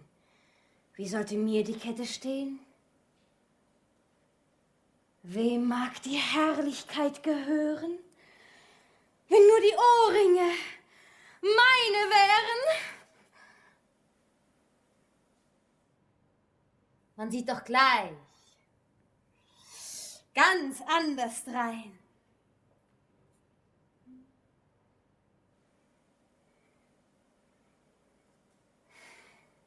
Was hilft euch Schönheit?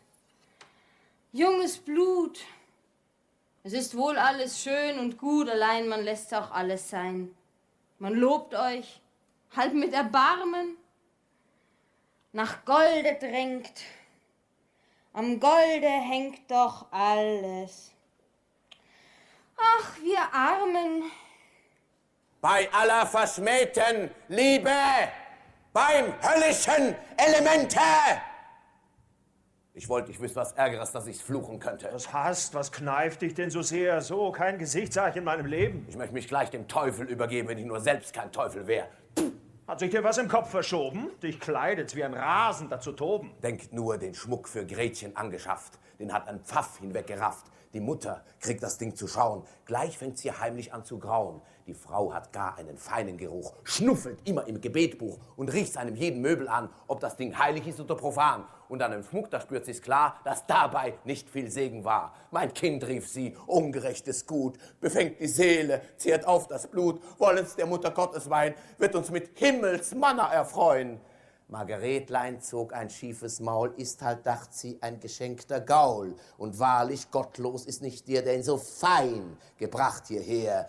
Die Mutter ließ einen Pfaffen kommen, der hatte kaum den Spaß vernommen, ließ sich den Anblick wohl behagen. Er sprach, so ist man recht gesinnt, Wer überwindet, der gewinnt. Die Kirche hat einen guten Magen, hat ganze Länder aufgefressen und doch noch nie sich übergessen. Die Kirche allein, meine lieben Frauen, kann ungerechtes Gut verdauen. Das ist ein allgemeiner Brauch. Ein Jude und der König kann es auch. Strich drauf ein, Spange, Kette und Ring, als wären's eben Pfifferlinge. Dankte nicht wenige und nicht mehr, als ob sein Korb voll Nüsse wär. Versprach ihnen allen himmlischen Lohn und sie waren sehr erbaut davon.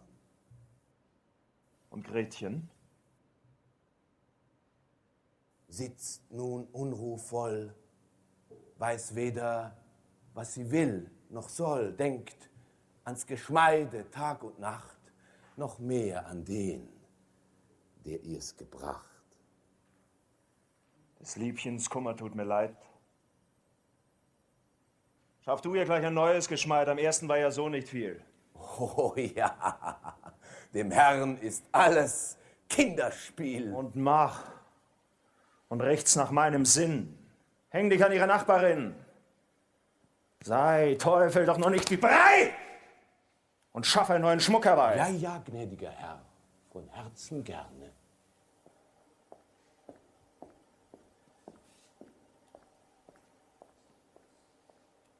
So, ein verliebter Tor. Verpufft euch Sonne, Mond und alle Sterne zum Zeitvertreib, dem Liebchen, in die Luft. Oh Gott.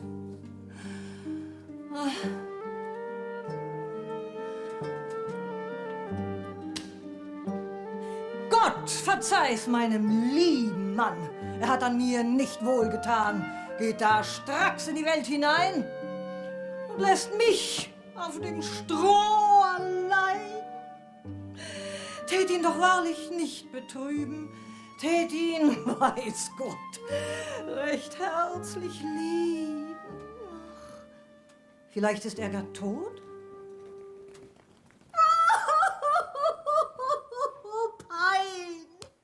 Hätt ich nur einen Totenschein. Frau Marthe. Gretelchen, was soll's? Fast sinken mir die Knie nieder. Da finde ich so ein Kästchen wieder in meinem Schrein. Von Ebenholz und Sachen. Herrlich ganz und gar. Weit reicher als das erste war. Das muss sie nicht der Mutter sagen. Tät's wieder gleich zur Beichte tragen. Ach, seh sie nur. Ach, schau sie nur. Oh, du glückselige Kreatur. Darf mich leider nicht auf der Gassen noch in der Kirche mitsehen lassen. Komm du nur oft zu mir herüber und leg den Schmuck hier heimlich an. Spazier ein Stündchen lang am Spiegelglas vorüber. Wir haben unsere Freude dran. Und dann gibt's einen Anlass, gibt's ein Fest, wo man so nach und nach den Leuten sehen lässt. Ein Kettchen erst, die Perle dann ins Ohr. Die Mutter sieht's wohl nicht. Man macht ja auch was vor. Er konnte nur die beiden Kästchen bringen. Es geht nicht zu mit rechten Dingen. Ach Gott, mag das meine Mutter sein?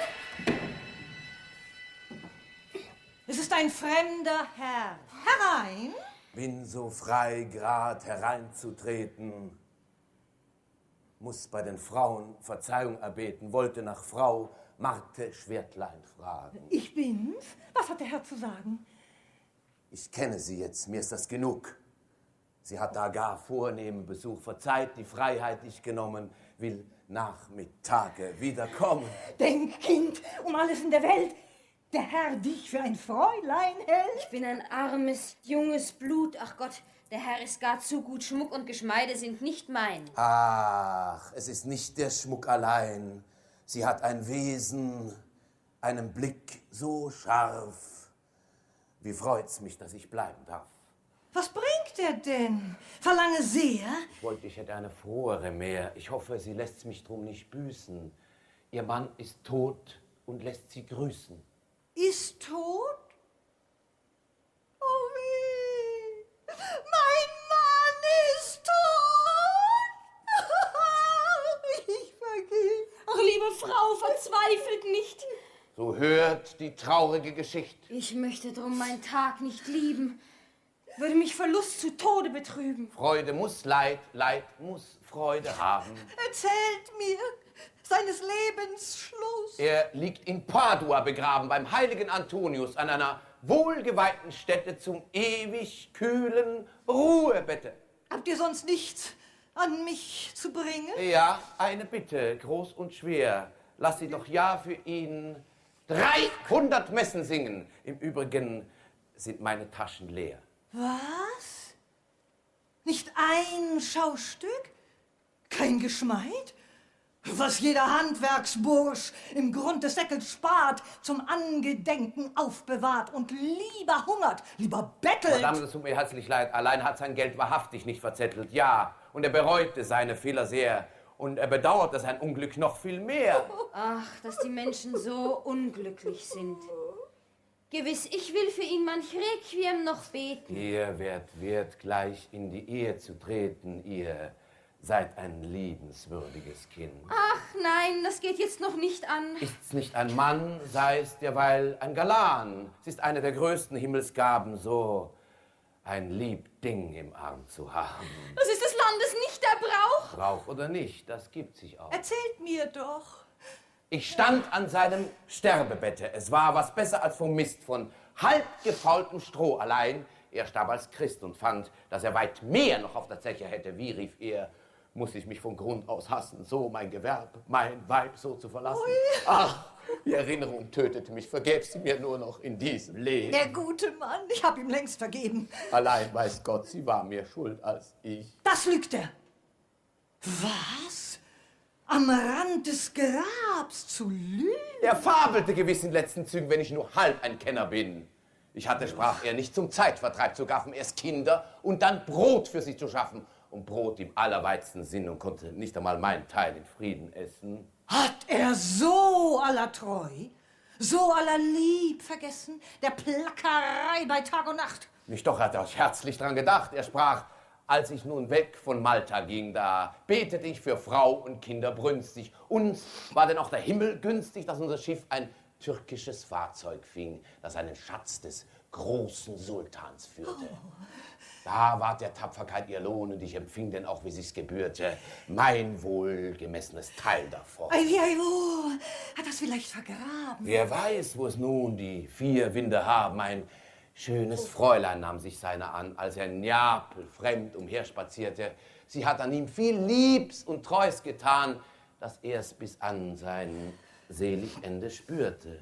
Der Schelm, der Dieb an seinen Kindern. Auch alles Elend, alle Not konnte nicht sein schändliches Leben hindern. Ja, seht, dafür ist er nun tot.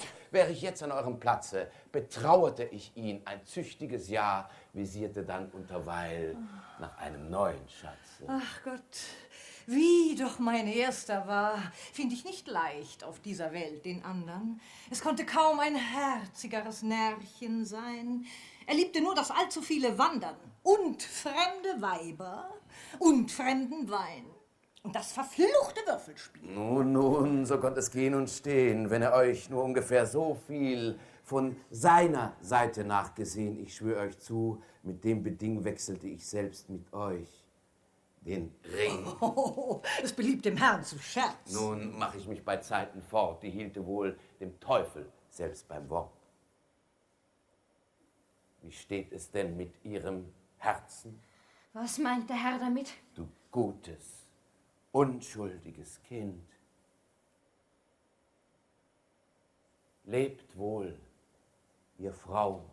Lebt wohl. Oh, sagt mir doch geschwind, ich möchte gern ein Zeugnis haben, wo, wie und wann mein Schatz gestorben und begraben. Ich bin von jeder Ordnung Freund gewesen. Möchte ihn auch tot im Wochenblättchen lesen. Ja, gute Frau, durch zweier Zeugenmund wird allerwegs die Wahrheit kund. Habe noch gar einen feinen Gesellen, den will ich euch vor den Richter stellen. Ich bringe ihn her. Oh, das tut, ja. Und hier die Jungfrau ist auch da. Ein braver Knabe, ist viel gereist, Fräuleins, alle Höflichkeit erweist. Ich müsste vor dem Herrn schamrot werden. Vor keinem Könige der Erden. Da, hinterm Haus, In meinem Garten wollen wir der Herrn heute Abend warten. Will's fördern, will's bald gehen. Bravo! Find ich euch im Feuer. In kurzer Zeit ist Gretchen euer. Heute Abend sollt ihr sie bei Nachbarin Marten sehen. Das ist ein Weib wie auserlesen zum Koppler und Zigeunerwesen. So recht. Doch wird auch was von uns begehrt. Ein Dienst ist wohl des anderen wert. Wir legen nur ein gültiges Zeugnis nieder, dass ihres Eheherrn ausgereckte Glieder in Padua an heiliger Stätte ruhen. Sehr klug. Wir werden erst die Reise machen müssen. Sancta Simplicitas. Darum ist nicht zu tun. Bezeugt nur, ohne viel zu wissen. Wenn er nichts Besseres hat, so ist der Plan zerrissen. Oh, heiliger Mann. Da wärt ihr's nun. Ist es das erste Mal in eurem Leben, dass ihr falsch Zeugnis abgelegt?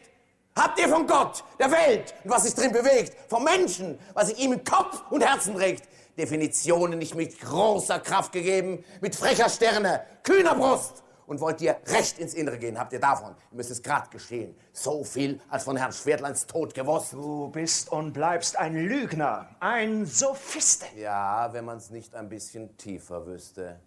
Denn morgen wirst in allen Ehren das arme Gretchen nicht betören und alle Seelen lieb ihr schwören. Und zwar von Herzen. Gut und schön.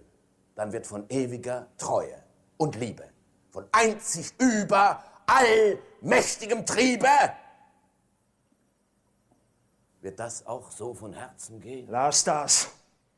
Es wird, wenn ich empfinde, für das Gefühl, für das Gewühl nach Namen suche, keinen finde, dann durch die Welt mit allen Sinnen schweife, nach allen höchsten Worten greife, um diese Glut, von der ich brenne, unendlich, ewig nenne. Ist das ein teuflisches Lügenspiel? Ich hab doch recht. Merk dir dies, ich bitte dich, und schone meine Lunge! Wer Recht behagen will und hat nur eine Zunge, behält's gewiss. Und komm, ich hab des Schwätzens Überdruss. Denn du hast Recht, vorzüglich, weil ich muss.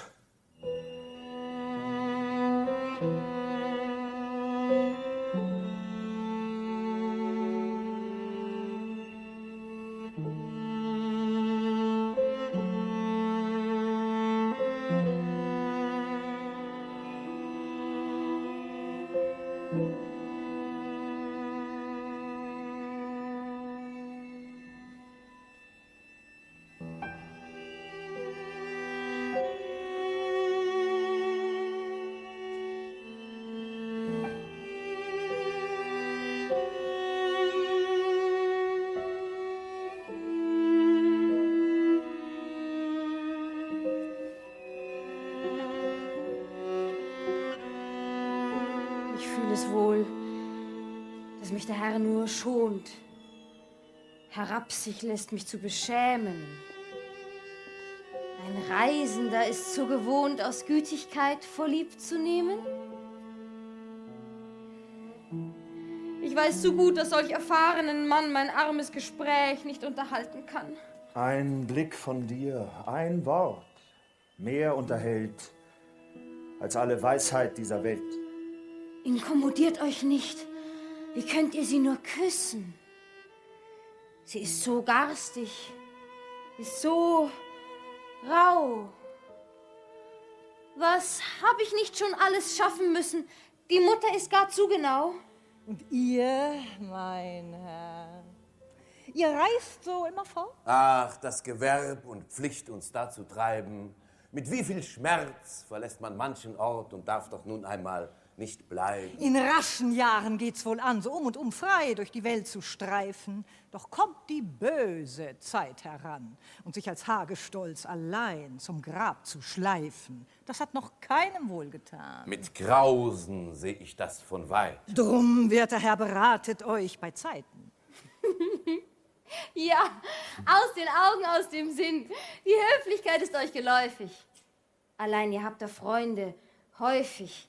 Sie sind verständiger als ich bin. Oh, Beste, glaube, was man so verständig nennt, ist oft mehr Eitelkeit und Kurzsinn. Wie? Ach, dass die Einfalt, dass die Unschuld nie sich selbst und ihren heiligen Wert erkennt, dass Demut, Niedrigkeit, die höchsten Gaben der liebevoll austeilenden Natur. Denkt ihr an mich ein Augenblickchen nur. Ich werde Zeit genug an euch zu denken haben. Ihr seid wohl viel allein? Ja, unsere Wirtschaft ist nur klein. Und doch will sie versehen sein. Wir haben keine Magd. Muss kochen, fegen, stricken und nähen. Und laufen früh und spät. Und meine Mutter ist in allen Stücken so akkurat. Nicht, dass sie just so sehr sich einzuschränken hat. Wir könnten uns weit eher als andere regen. Mein Vater hinterließ ein hübsches Vermögen, ein Häuschen und ein Gärtchen vor der Stadt. Doch habe ich jetzt so ziemlich stille Tage. Mein Bruder ist Soldat. Und mein Schwesterchen ist tot. Ich hatte mit dem Kind wohl meine liebe Not. Doch übernehme ich gern noch einmal alle Plage. So lieb war mir das Kind. Ein Engel, wenn es dir glich. Ich zog es auf und herzlich liebte es mich. Es war nach meines Vaters Tod geboren. Ja, die Mutter gaben wir verloren, so elend, wie sie damals lag. Und sie erholte sich sehr langsam, nach und nach. Da konnte sie nur nicht dran denken, das arme Würmchen selbst zu tränken. Und so erzog ich's. Ganz allein. Mit Milch und Wasser. So war's mein. Auf meinem Arm, in meinem Schoß war's. Freundlich, zappelte, ward groß. Du hast gewiss das reinste Glück empfunden. Doch auch gewiss gar manche schwere Stunden. Das kleine Wiege stand zur Nacht an meinem Bett. Es durfte kaum sich regen, war ich erwacht. Bald musste ich's tränken, bald es zu mir liegen, bald, wenn's nicht schwieg, vom Bett aufstehen und tänzelnd in der Kammer auf und nieder gehen und früh am Tage schon am Waschtrog stehen, dann auf dem Markt und an dem Herde sorgen und immer fort wie heut so morgen. Da geht's, mein Herr, nicht immer mutig zu. Doch schmeckt dafür das Essen, schmeckt die Ruh. Die armen Weiber sind doch übel dran. Ein Hagestolz ist schwerlich zu bekehren. Es käme nur auf euresgleichen an, mich eines Besseren zu belehren. Sagt grad, mein Herr, habt ihr noch nichts gefunden? Hat sich das Herz nicht irgendwo gebunden? Das Sprichwort sagt, ein eigener Herd, ein braves Weib sind Gold und Perlen wert. Ich meine, ob ihr niemals Lust bekommen? Man hat mich überall recht höflich aufgenommen. Ich wollte sagen, wart es nie ernst in eurem Herzen? Mit Frauen soll man sich nie unterstehen, zu scherzen. Oh, ihr versteht mich nicht. Madame, es tut mir herzlich leid. Doch, ich verstehe, dass ihr sehr gütig seid. Du kanntest mich, oh kleiner Engel, wieder, gleich als ich in den Garten kam. Saht ihr es nicht? Ich schlug die Augen nieder. Und du verzeihst die Freiheit, die ich nahm, was ich die Frechheit unterfangen, als du jüngst aus dem Dom gegangen. Ich war bestürzt. Mir war das nie geschehen. Es konnte niemand von mir Übles sagen. Ach, dacht ich, hat er in deinem Betragen was Freches, Unanständiges gesehen. Es schien ihn gleich nur anzuwandeln, mit dieser Dinge gerade hinzuhandeln. Gestehe ich's doch. Ich wusste nicht, was ich zu eurem Vorteil hier zu regen gleich begonnte. Allein gewiss, ich war recht bös auf mich, dass ich auf euch nicht böser werden konnte. Süß, Liebchen. Lasst einmal.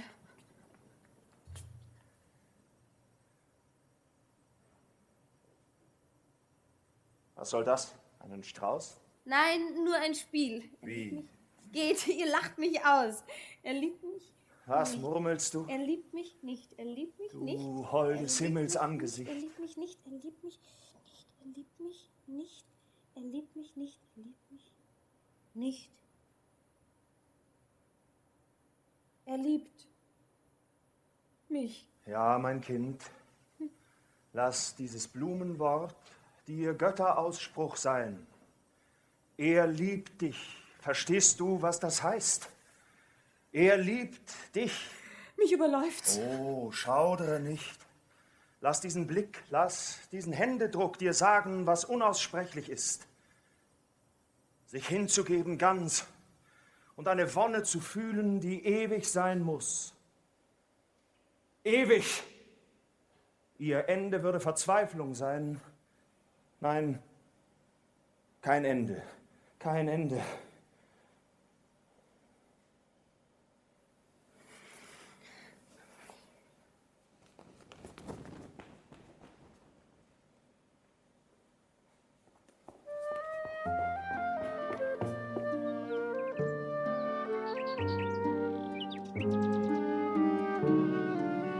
Die Nacht bricht an. Ja. Und wir wollen fort. Ich bät euch, länger hier zu bleiben allein. Es ist ein gar zu böser Ort. Es ist, als hätte niemand nichts zu treiben und nichts zu schaffen, als auf dessen Nachbarn Schritt und Tritt zu gaffen. Und man kommt ins Gerede, wie man sich überstellt. Und unser Pärchen ist den Gang dort aufgeflogen. Mutwillige Sommervögel. Er scheint ihr gewogen. Und sie ihm auch. Das ist der Lauf der Welt.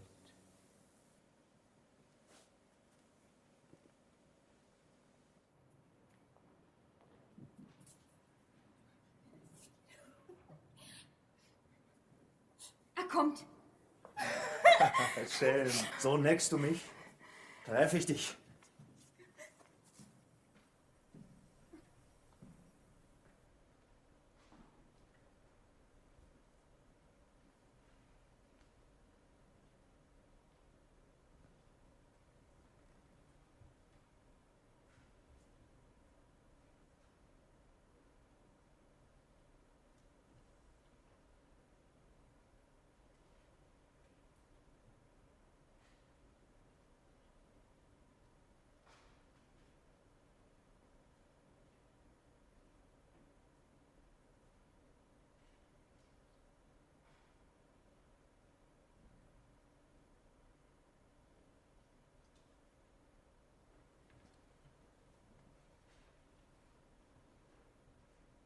Bester Mann, von Herzen lieb ich dich. Wer da? Gut, Freund. Ein Tja! Es ist wohl Zeit zu scheiden. Ja, es ist spät, mein Herr. Darf ich euch nicht geleiten? Die Mutter würde mich... Oh, lebt wohl. Muss ich denn gehen? Lebt wohl. Ade.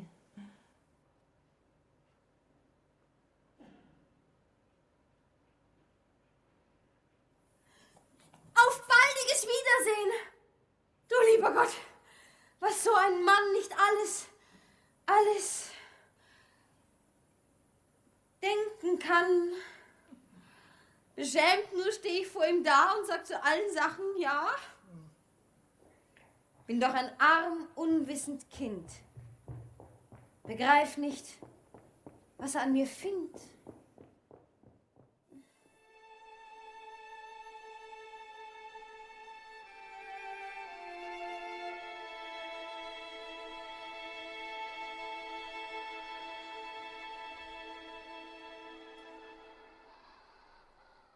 Erhabener Geist, du gabst mir alles, worum ich bat.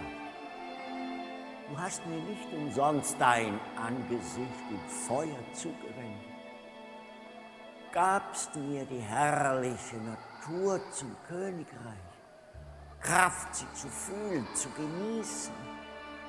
Nicht kalt staunenden Besucher erlaubst du nur, vergönnest mir in ihre tiefe Brust wie in den Busen eines Freunds zu schauen. Du führst die Reihe der Lebendigen vor mir vorbei und lehrst mich meine Brüder im stillen Busch in Luft und Wasser kennen. Und wenn der Sturm im Walde braust und knarrt, die Riesenfichte stürzend, Nachbaräste und Nachbarstämme quetschend niederstreift und ihrem Fall dumpf hohl der Hügel donnert, dann führst du mich zur sicheren Höhle, zeigst mich an mir selbst und meiner eigenen Brust geheime, tiefe Wunder öffnen sich. Und steigt vor meinem Blick der reine Mond besänftigend herüber, schweben mir von Felsenwänden aus dem feuchten Busch der Vorwelt silberne Gestalten auf und lindern der Betrachtung strenge Lust.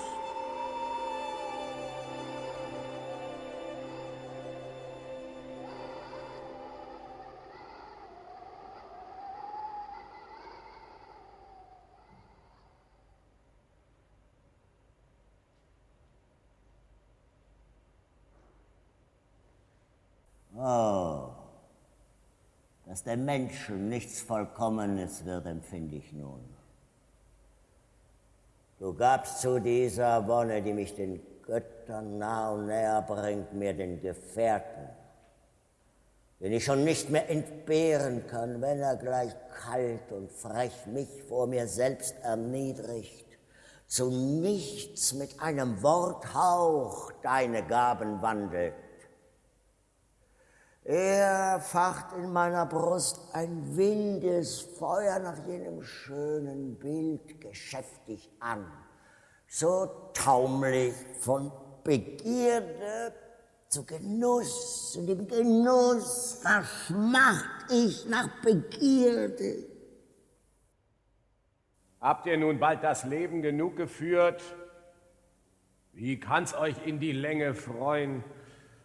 Es ist wohl gut, dass man's einmal probiert, dann aber wieder zu was Neuem. Ich wollte, du hättest mehr zu tun, als mich am guten Tag zu plagen. Nun, ich lass dich gerne ruhen. Du darfst mir es nicht im Ernste sagen. An dir, Gesellen, Unhold, barsch und toll, ist wahrlich wenig zu verlieren.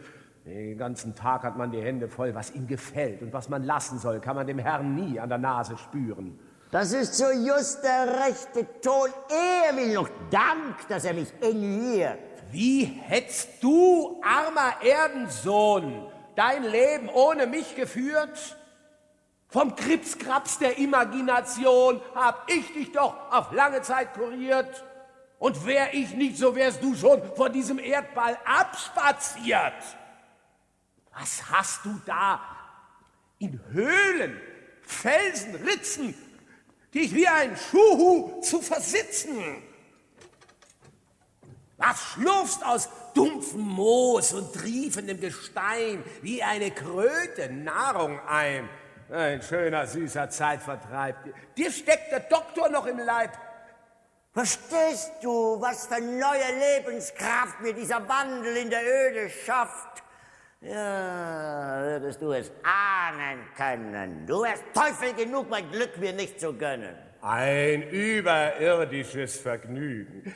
In Nacht und Tau auf den Gebirgen liegen und Erd und Himmel wonniglich umfassen, zu einer Gottheit sich aufschwellen lassen, der Erde Mark mit Ahnungsdrang durchwühlen, alle 6 Tage Werk im Busen fühlen, in stolzer Kraft, ich weiß nicht was, genießen, bald Liebe wonniglich in alles überfließen, verschwunden ganz der Erdensohn. Und dann die hohe Intuition, ich darf nicht sagen wie, zu schließen. Pfui über dich. Das will euch nicht behagen. Ihr habt das Recht, gesittet Pfui zu sagen. Man darf das nicht vor keuschen Ohren nennen, was keusche Herzen nicht entbehren können. Und kurz und gut, ich gönne ihm das Vergnügen, gelegentlich sich etwas vorzulügen, doch lange hält er das nicht aus. Du bist schon wieder abgetrieben und werd es länger aufgerieben in Tollheit oder Angst und Graus genug damit. Dein Liebchen sitzt da drinne und alles wird ihr eng und trüb. Du kommst ihr gar nicht aus dem Sinne, sie hat dich übermächtig lieb. Ja, erst kam deine Liebeswut übergeflossen, wie vom geschmolzenen Schnee ein Bächlein übersteigt. Du hast sie ihr ins Herz gegossen, nun ist dein Bächlein wieder seicht. Mich dünkt, anstatt in Wäldern zu thronen, ließ es den großen Herrn gut, das arme Affenjunge Blut für seine Liebe zu belohnen. Die Zeit wird ihr erbärmlich lang. Sie steht am Fenster, sieht die Wolken ziehen über die alte Stadtmauer hin. Wenn ich ein Vöglein wär. So geht ihr Gesang. Tagelang, halbe Nächte lang. Einmal ist sie munter, meist betrübt. Einmal recht ausgeweint, dann wieder ruhig, wie es scheint. Und immer verliebt. Schlange, Schlange. Geh, dass ich dich fange. Verruchter hebelt dich von hinnen und nenne nicht das schöne Weib. Bring die Begier zu ihrem süßen Leib, nicht wieder vor die halb verrückten Sinnen. Was soll es denn? Sie meint, du seist entflohen. Und halb bist du es schon. Ich bin ihr nah, wäre ich noch so fern. Ich kann sie nie vergessen, nie verlieren. Ja, ich beneide schon den Leib des Herrn, wenn ihre Lippen ihn indes berühren. Jawohl, mein Freund, ich habe euch oft beneidet ums Zwillingspaar, das unter Rosen weidet. Fliehe, Kumpel! Schön! Ihr schimpft und ich muss lachen. Der Gott, der Bub und Mädchen schuf, erkannte gleich den edelsten Beruf, auch die Gelegenheit zu machen. Nur fort, es ist ein großer Jammer. Ihr sollt in eures Liebchens Kammer, nicht etwa in den Tod. Was ist die Himmelsfreude in ihren Armen? Lass mich an ihrer Brust erwarmen. Fühle nicht immer ihre Not. Bin ich der Flüchtling nicht, der Unbehauste, der Unmensch ohne Zweck und Ruhe, wie ein Wassersturz von Fels zu Felsen brauste, begierig, wütend, nach dem Abgrund zu. Und seitwärts sie mit kindlich dumpfen Sinnen im Hüttchen auf dem kleinen Alpenfeld und all ihr häusliches Beginnen umfangen in der kleinen Welt. Und ich, der Gott verhasste, hatte nicht genug, dass ich die Felsen fasste und sie zu Trümmern schlug. Sie! Ihren Frieden musst ich untergraben, du Helle, musstest dieses Opfer haben. Hilf, Teufel, mir die Zeit der Angst verkürzen. Was muss geschehen, mag's gleich geschehen. Mag ihr Geschick auf mich zusammenstürzen und sie mit mir zugrunde gehen. Wie's wieder siedet, wieder glüht. Geh ein und tröste sie, du Tor. Wo so ein Köpfchen keinen Ausgang sieht, stellt er sich gleich das Ende vor. Es lebe, wer sich tapfer hält. Du bist doch sonst so ziemlich eingeteufelt. Nichts Abgeschmackteres finde ich auf der Welt als einen Teufel, der verzweifelt.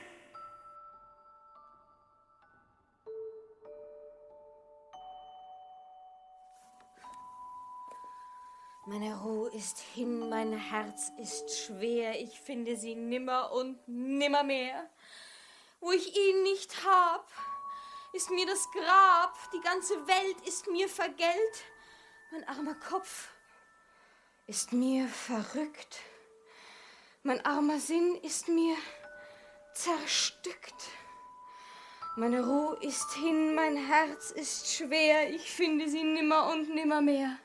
Nach ihm nur schaue ich zum Fenster hinaus. Nach ihm nur gehe ich aus dem Haus.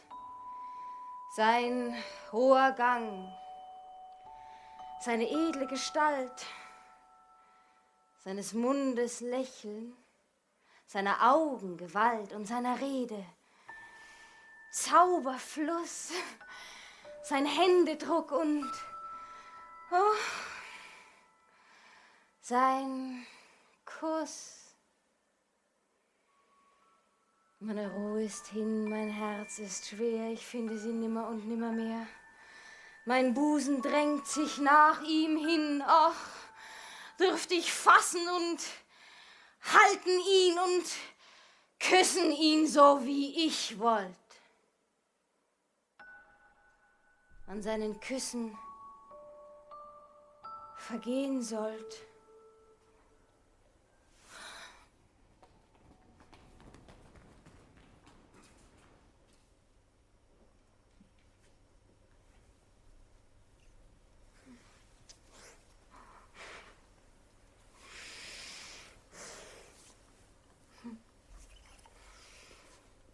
Versprich mir,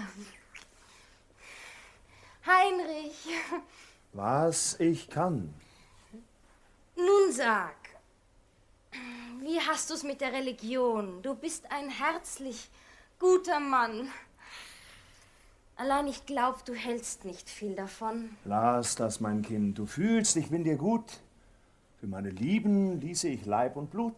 Wenn niemand sein Gefühl und seine Kirche rauben. Das ist nicht recht. Man muss dran glauben. Muss man? Ach, wenn ich etwas auf dich könnte. Du ehrst auch nicht die heiligen Sakramente. Ich ehre sie. Doch ohne Verlangen zur Messe, zur Beichte bist du lange nicht gegangen. Glaubst du an Gott? Mein Liebchen, wer darf sagen, ich glaube an Gott? Magst Priester oder Weise fragen und ihre Antwort scheint nur Spott über den Frager zu sein. So glaubst du nicht. Misshöre mich nicht, du holdes Angesicht. Wer darf ihn nennen? Und wer bekennen, ich glaube ihn? Wer empfinden und sich unterwinden zu sagen, ich glaube ihn nicht? Der Allumfasser, der Allerhalter, fasst und erhält er nicht dich, mich, sich selbst? Wölbt sich der Himmel nicht da droben? Liegt die Erde nicht hier unten fest? Und steigen freundlich blickend ewige Sterne nicht herauf? Schau ich nicht Auge in Auge dir und drängt nicht alles nach Haupt und Herzen dir und webt in ewigem Geheimnis, unsichtbar, sichtbar neben dir? Erfülle davon dein Herz, so groß es ist. Und wenn du ganz in dem Gefühle selig bist, nenn es dann, wie du willst. Nenn es Glück, Herz, Liebe, Gott. Ich habe keinen Namen dafür. Gefühl ist alles. Name ist Schall und Rauch, umnebelnd Himmelsglut.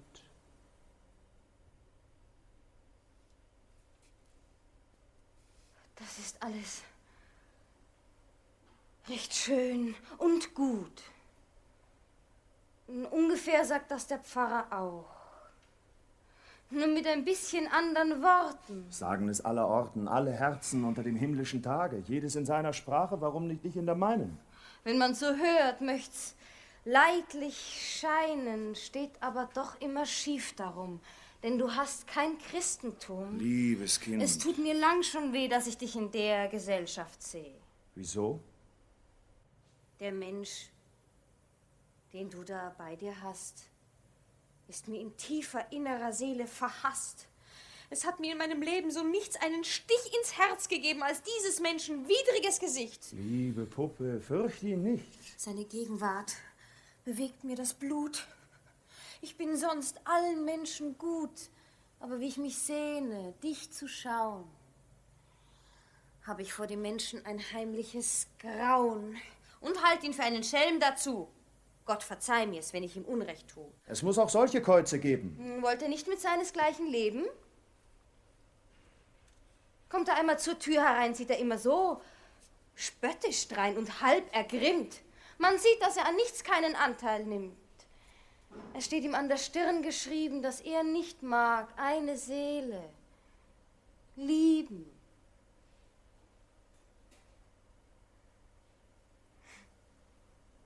Mir wird so wohl in deinem Arm. So frei, so hingegeben warm. Und seine Gegenwart schnürt mir das Innere zu. Du ahnungsvoller Engel, du. Das übermannt mich so sehr, dass, wo er nur mag zu uns treten, meinte ich sogar, ich liebte dich. Nicht mehr. Auch wenn er da ist, könnte ich nimmer beten. Und das frisst mir ins Herz hinein. Dir, Heinrich, muss es auch so sein. Du hast nun die Antipathie. Ich muss nun fort.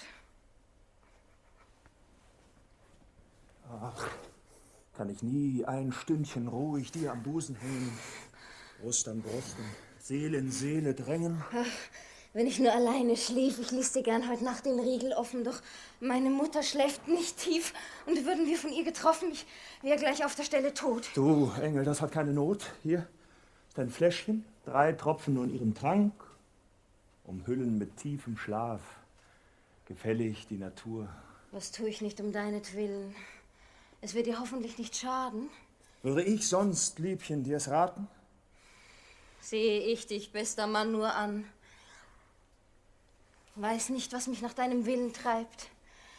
Ich habe schon so viel für dich getan, dass mir zu tun fast nichts mehr übrig bleibt.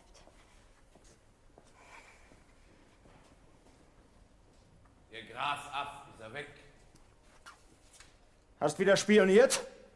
Ich hab's ausführlich wohl vernommen. Herr Doktor wurden da katechisiert. Hoff, es soll Ihnen wohl bekommen. Die Mädels sind doch sehr interessiert, ob einer fromm und schlicht nach altem Brauch. Sie denken, duckt er da, folgt er uns eben auch.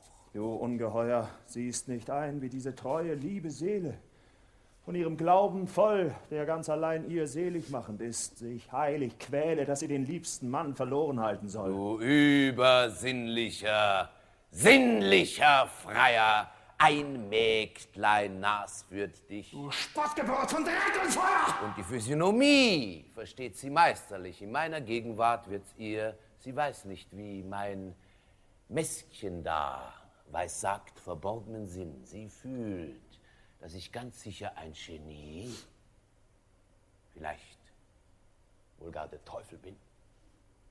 Nun, heute Nacht. Was geht's dich an? Hab ich doch meine Freude dran.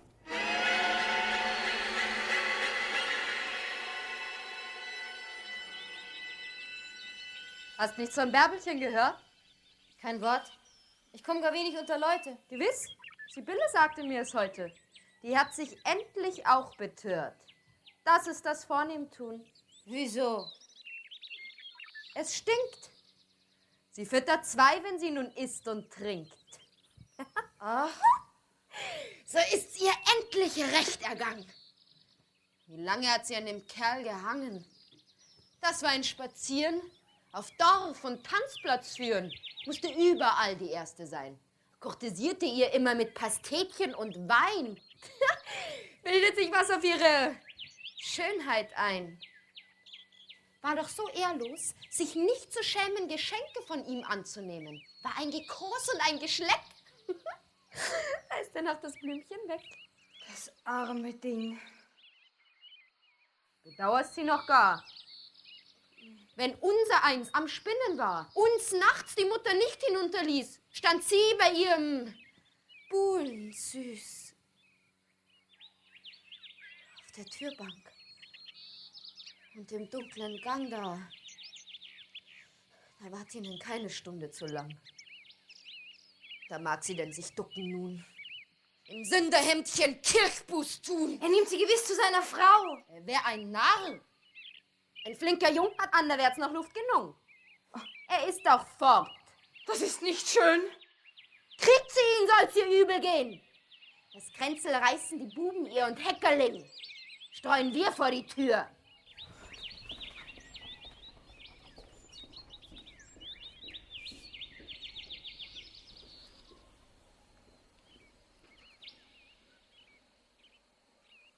Wie konnt ich sonst so tapfer schmälen, wenn tät ein armes Mägdlein fehlen? Wie konnte ich über andere Sünden nicht Worte genug der Zunge finden? Die schienen mir's schwarz. Und schwärzt es noch gar. Mir es immer doch nicht schwarz genug war. Und segnete mich. Und tat so groß und bin nun selbst der Sünde bloß. Doch alles, was dazu mich trieb, Gott, war so gut, oh, war so lieb.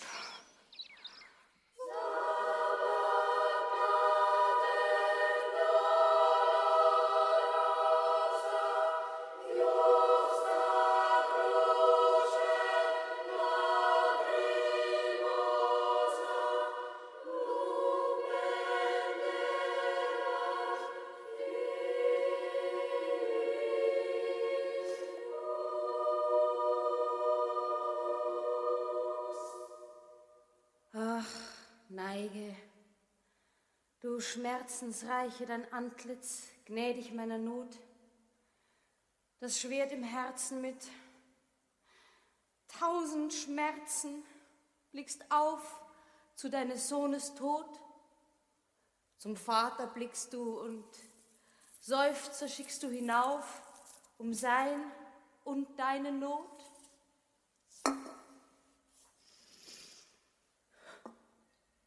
Wer fühlet, wie wühlet der Schmerz mir im Gebein, was mein armes Herz hier banget, was es zittert, was verlanget, weißt nur du allein, wohin ich immer gehe, wie weh, Herr, wird mir im Busen hier. Ich bin kaum alleine, ich weine, das Herz zerbricht in mir.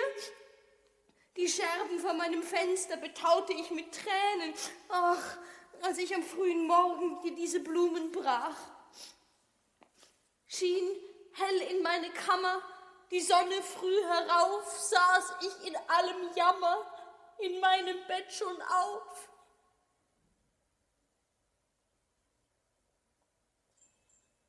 Hilf!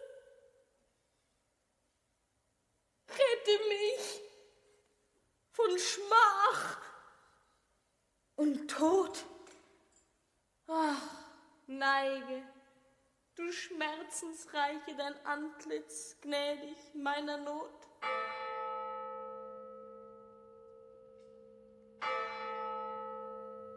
Wenn ich so saß, meinem Gelag, wo mancher sich berühmen mag, und die Gesellen mir den Flor der Mägdlein laut gepriesen vor, mit vollem Glas das Lob verschwemmt. Den Ellenbogen aufgestemmt saß ich in meiner sicheren Ruh, hörte all dem Schwadronieren zu und streiche lächelnd meinen Bart und kriege das volle Glas zur Hand und sage alles nach seiner Art. Aber ist eine im ganzen Land, die meiner trauten Gretel gleicht, die meiner Schwester das Wasser reicht? Top, top, kling, klang, das ging herum. Die einen schrien, er hat recht, sie ist die Zier vom ganzen Geschlecht. Da saßen all die Lober stumm. Und nun, ums Haar sich auszuraufen und an den Wänden hinaufzulaufen, mit Stichelreden, Naserümpfen, soll jeder Schurke mich beschimpfen? Soll ich wie ein böser Schuldner sitzen, bei jedem Zufallswörtchen schwitzen? Und möchte ich sie zusammenschmeißen? Könnte ich sie doch nicht Lügner heißen? Was kommt heran? Was schleicht herbei?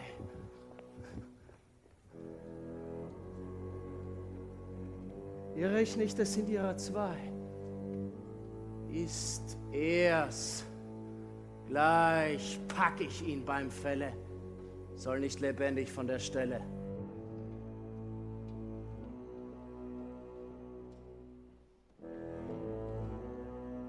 Wie von dem Fenster dort der Sakristei aufwärts der Schein des ewigen Lämpchens dämmert, schwach und schwächer seitwärts dämmert, und Finsternis drängt ringsum bei. So sieht es in meinem Busen, nächtig. Und mir ist's wie dem Kätzlein schmächtig, das an den Feuerleitern schleicht, sich leist, dann um die Mauern streicht. Mir ist's ganz tugendlich dabei. Ein bisschen Diebsgelüst, ein bisschen Rammelei. So spukt mir schon durch alle Glieder die herrliche Walpurgisnacht. Die kommt uns übermorgen wieder, da weiß man doch, warum man wacht. Rückt wohl der Schatz indessen in die Höhe, den ich dort hinten flimmern sehe? Du kannst die Freude bald erleben, das Kesselchen herauszuheben. Ich schielte neulich so hinein, sind herrliche Löwentaler drein. Nicht ein Geschmeide, nicht ein Ring, meine liebe Buhle damit zu zieren? Ich sah dabei wohl so ein Ding, als wie eine Art von Perlenschnüren. So ist es recht. Mir tut es weh, wenn ich ohne Geschenke zu ihr gehe. Es sollte euch eben nicht verdrießen, umsonst auch etwas zu genießen. Jetzt, da der Himmel voller Sterne glüht, sollt ihr ein wahres Kunststück hören. Ich singe ihr ein moralisches Lied, um sie gewisser zu betören.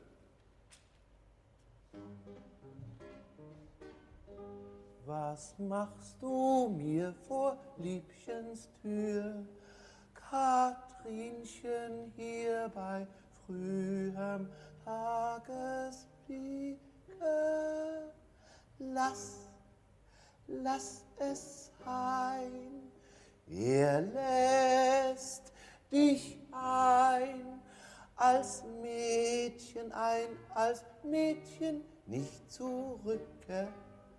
Nehmt euch in Acht, ist es vollbracht, dann gute Nacht, ihr armen Dinger. Habt ihr euch lieb, tut keinen Dieb, nur nichts zu lieb, als mit dem Ring am Finger. Wen lockst du hier beim Element? Vermaledeiter Rattenfänger! Zum Teufel erst das Instrument. Zum Teufel hinterdrein den Sänger. Die Zither ist entzwei, an der ist nichts zu halten. Nun soll es an einen Schädel spalten. Herr Doktor, nicht gewichen, frisch, hart an mich an, wie ich euch führe. Heraus mit eurem Flederwisch. Nur zugestoßen, ich pariere. Pariere den! Ja! Warum denn nicht? Auch den! Ah! Gewiss. Ich glaube, der Teufel fliegt. Ah! Da! Was ist denn das? Schon wird die Hand mir lahm. Oh! Stoß zu. Okay. Nun ist der Lümmel zahm. Nun aber fort. Wir müssen gleich verschwinden, denn schon entsteht ein mörderlich Geschrei. Ich weiß mich trefflich mit der Polizei, doch mit dem Blutbann schlecht sich abzufinden. Heraus! Heraus! Herbei ein Licht! Man schimpft und rauft! Man schreit und fegt! Da liegt schon einer tot! Die Mörder! Sind sie denn entflohen? Wer liegt hier? Deine Mutters Sohn! Allmächtiger! Welche Not! Oh.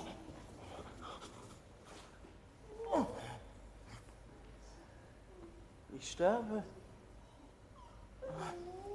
Das ist bald gesagt und später noch getan.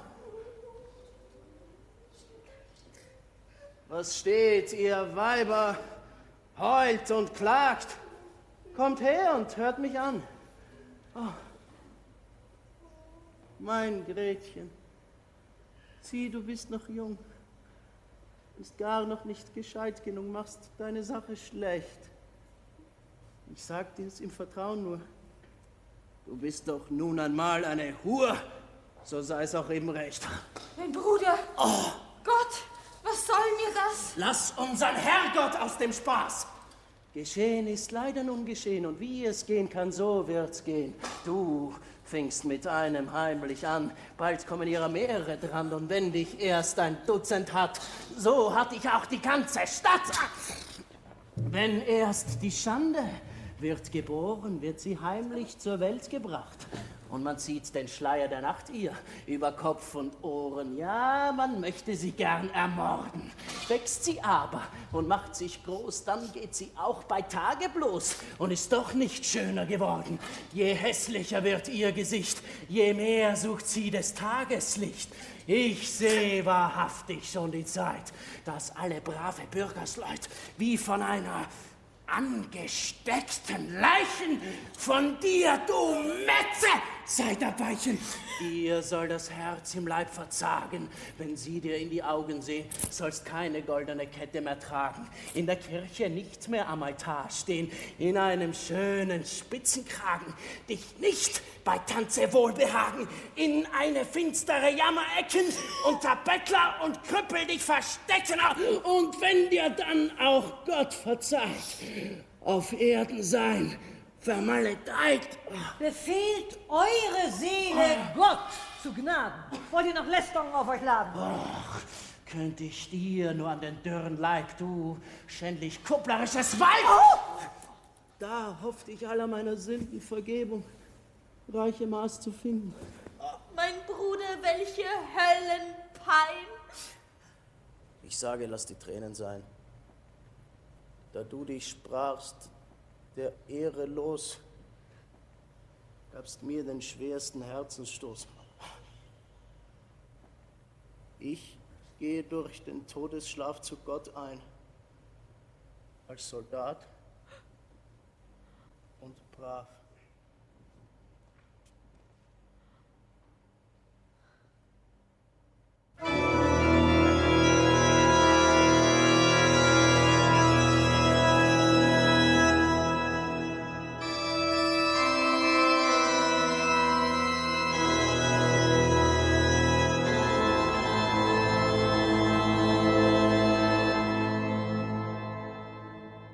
Wie anders, Gretchen, war dir's, als du noch voll Unschuld hier zum Altar tratest. Aus dem vergriffenen Büchelchen Gebete laltest, halb Kinderspiele, halb Gott im Herzen. Gretchen, wo steht dein Kopf? In deinem Herzen welche Missetat?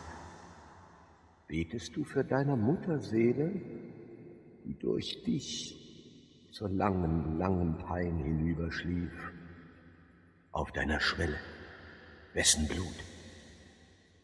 Und unter deinem Herzen regt sich's nicht, quillend schon, und ängstet dich und sich mit ahnungsvoller Gegenwart? Weh, wär ich der Gedanken los, die mir herüber und hinübergehen wider mich?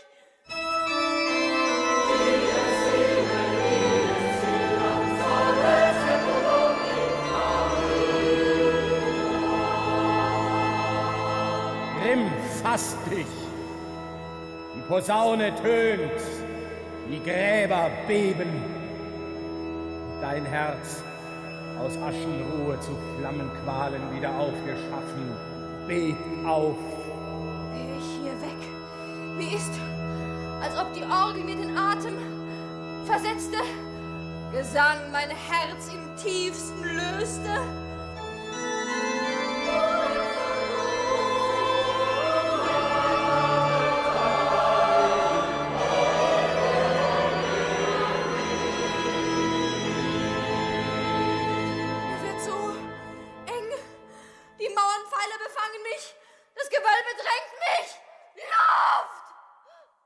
Verbirg dich.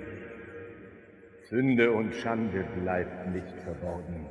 Luft, Licht, wehe dir.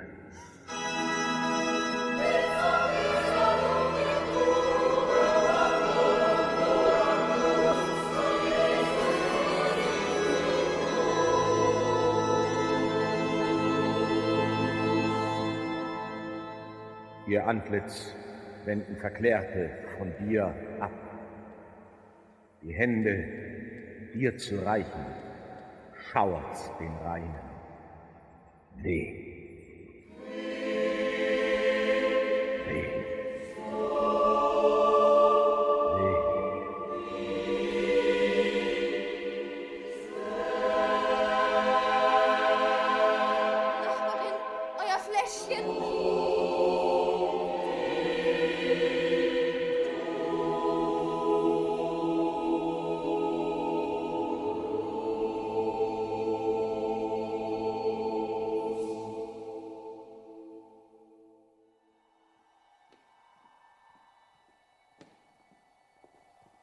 Verlangst du nicht nach einem Besenstiele?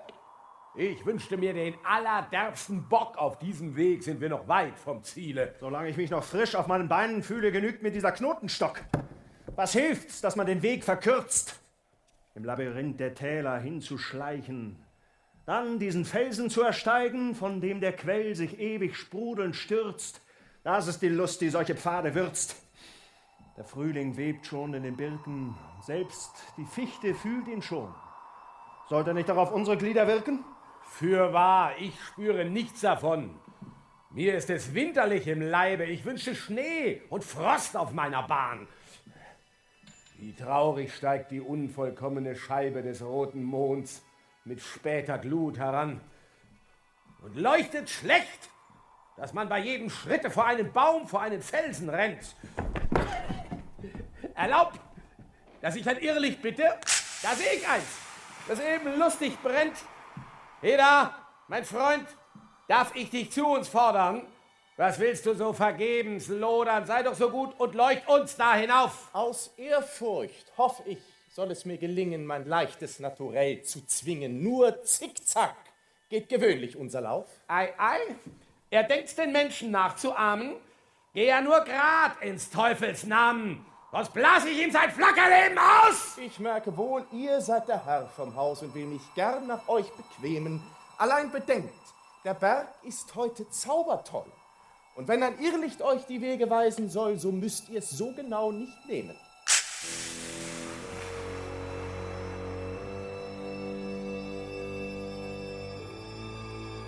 In die Traum- und Zaubersphäre sind wir, scheint es, eingegangen.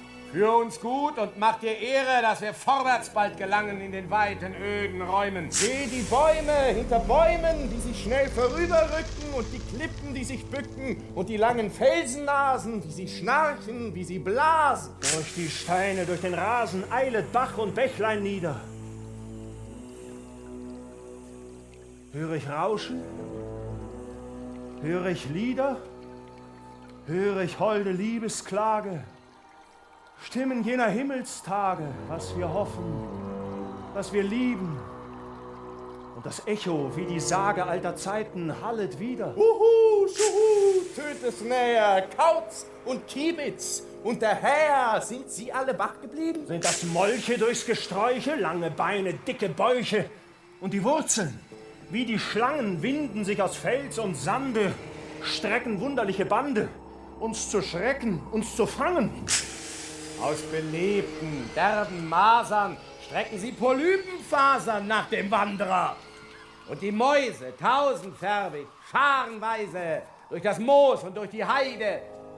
Und die Funkenwürmer fliegen mit gedrängten Schwärmezügen zum verwirrenden Geleite. Aber sag mir, ob wir stehen oder ob wir weitergehen, alles scheint zu drehen, Fels und Bäume, die Gesichter schneiden und die irren Lichter, die sich mehren, die sich blähen.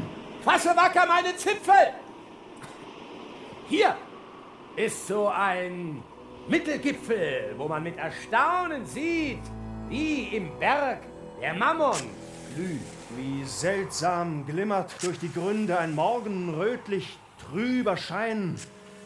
Und selbst bis in die tiefsten Schlünde des Abgrunds wittert er hinein. Da steigt ein Dampf, dort ziehen Schwaden. Hier leuchtet Glut aus Dunst und Flor, dann schleicht sie wie ein zarter Faden, dann bricht sie wie ein Quell hervor. Hier schlingt sie eine ganze Strecke mit 100 Adern sich ins Tal. Und hier, in der gedrängten Ecke, vereinzelt sie sich auf einmal. Da sprühen Funken in der Nähe, wie ausgestreuter goldener Sand. Doch schau, in ihrer ganzen Höhe entzündet sich die Felsenwand. Erleuchtet nicht zu diesem Feste, Herr Mammon, prächtig den Palast. Ein Glück, dass du's gesehen hast. Ich spüre schon die ungestümen Gäste. Wie rast die Windsbraut durch die Luft. Mit welchen Schlägen trifft sie meinen Nacken? Du musst des Felsens alte Rippen packen, sonst stürzt sie dich hinab in dieser Schlünde Gruft. Ein Nebel verdichtet die Nacht. Höre, wie's durch die Wälder kracht. Aufgescheucht fliegen die Eulen. Höre, es splittern die Säulen ewig grüner Paläste. Girren und Brechen der Äste, der Stämme mächtiges Dröhnen der Wurzeln, Knarren und Gähnen. In fürchterlich verworrenem Falle übereinander krachen sie alle. Und durch die übertrümmerten Klüfte zischen und heulen die Lüfte. Hörst du Stimmen? In der Höhe? In der Ferne? In der Nähe? Ja, den ganzen Berg entlang strömt ein wütender Zaubergesang.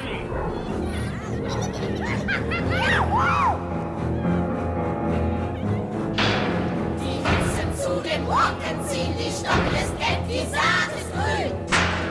Dort sammelt sich der große Haufen, Urian sitzt oben auf, so dreht es über Stein und Stock, es tanzt die Hexe, ihr schickt den Rock. Die alte Baubo kommt allein, sie reitet auf einem Mutterschwein. So ehret in dem Ehre gebührt, Frau Baubo vor und angeführt.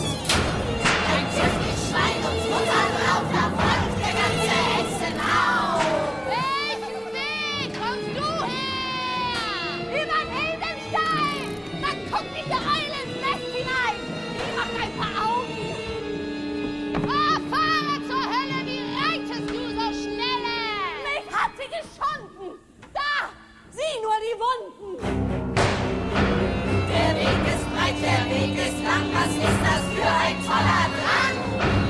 Die Gabe sticht, der Besen kratzt, das Ding ersteckt, die Mutter platzt. Wir schleichen wie die Schnecken im Haus, die Weiber alle sind voraus, denn geht es zu des bösen Haus. Das Weib hat 1000 Schritt voraus. Wir nehmen das nicht so genau, mit 1000 Schritten macht's die Frau, doch wie sie aus sich heilen kann, mit einem Schwunge, macht's der Mann. Kommt mit vom Felsensee! Wir möchten gerne mit in die Höhe. Wir waschen uns blank, sind wir ganz und gar, aber auch ewig unfruchtbar. Es schweigt der Wind, es flieht der Stern, der trübe Mond verbirgt sich gern. Im Sausen sprüht das Zauberchor, die 1000 Feuerpuppen hervor.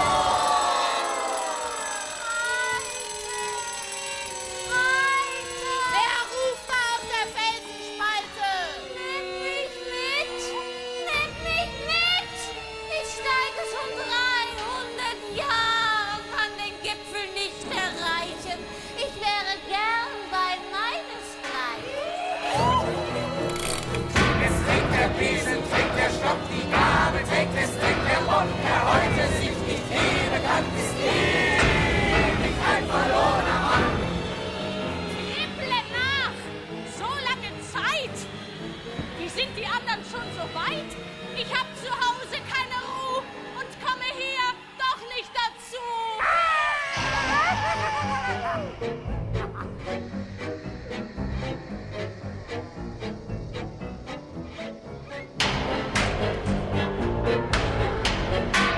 Die Salbe gibt den Hexen Mut, ein Glocken ist zum Segelgut, ein gutes Schiff ist jeder Trog, der flieget nie, der heut nicht flog. Und wenn wir um den Gipfel ziehen, so streichen an dem Boden hin und weg die Heide weit und breit.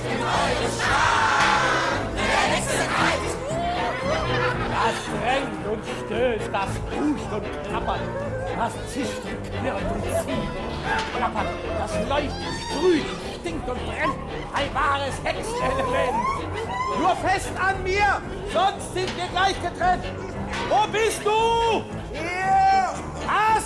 Dort schon hingerissen? Da werde ich ausrecht rauchen müssen. Platz! Hier und Kabul ankommt! Platz! Süßer Pebel! Platz! Hier, Doktor, fasse mich! Und nun, in einem Satz, lass uns aus dem Gedränge weichen. Es ist zu toll, sogar für meinesgleichen. Dort neben leuchtet was mit ganz besonderem Schein. Es zieht mich was nach jenen Sträuchen.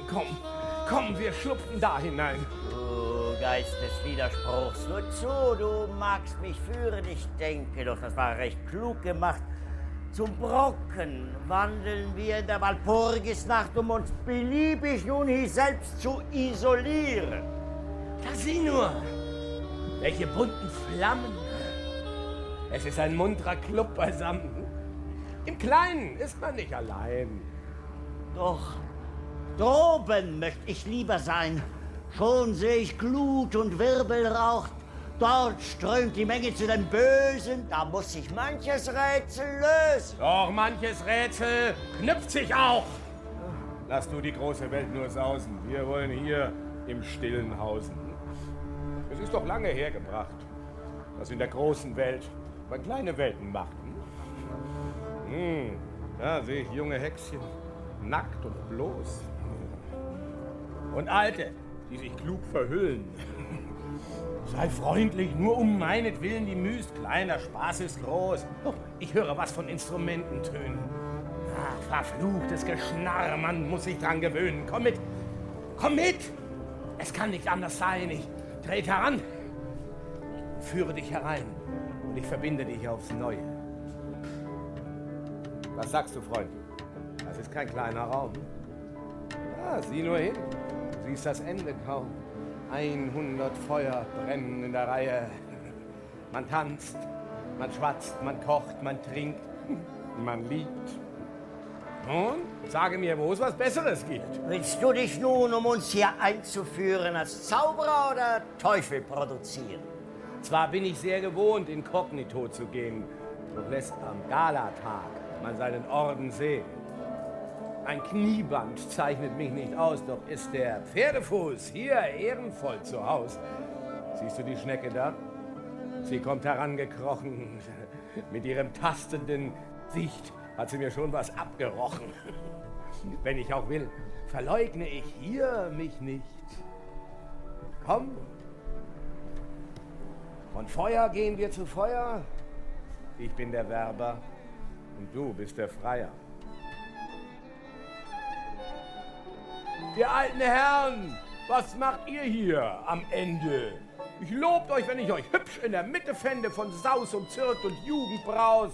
Genug allein ist jeder ja zu Haus. Wer mag auf Nationen trauen, man habe noch so viel für sie getan, denn bei dem Volk wie bei den Frauen steht immerfort die Jugend oben an.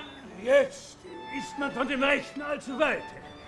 Ich lobe mir die guten Alten, denn völlig, da wir alles galten, da war die rechte goldene Zeit. Wir waren wahrlich auch nicht dumm und taten oft, was wir nicht sollten. Doch jetzt so kehrt sich alles um und eben da wir es fest erhalten wollten. Wer mag wohl überhaupt jetzt eine Schrift von mäßig klugem Inhalt lesen? Und was das liebe junge Volk betrifft, das ist noch nie so naseweiß gewesen.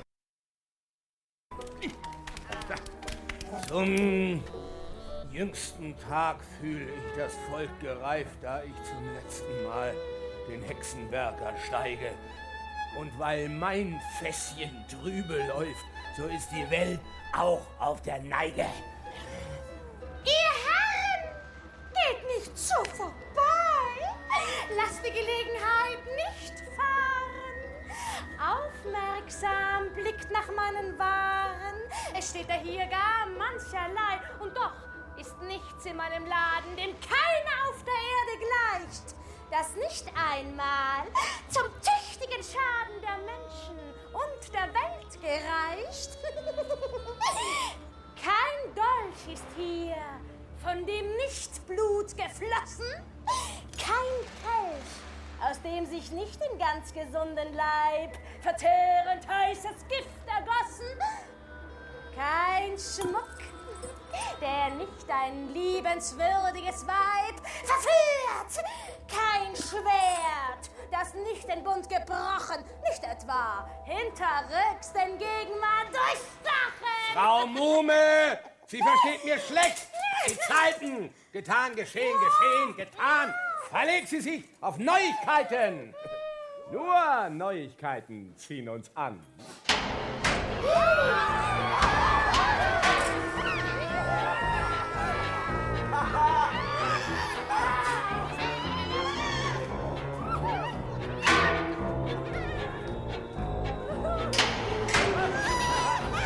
Dass ich mich nur nicht selbst vergesse, heiß ich mir das doch eine Messe.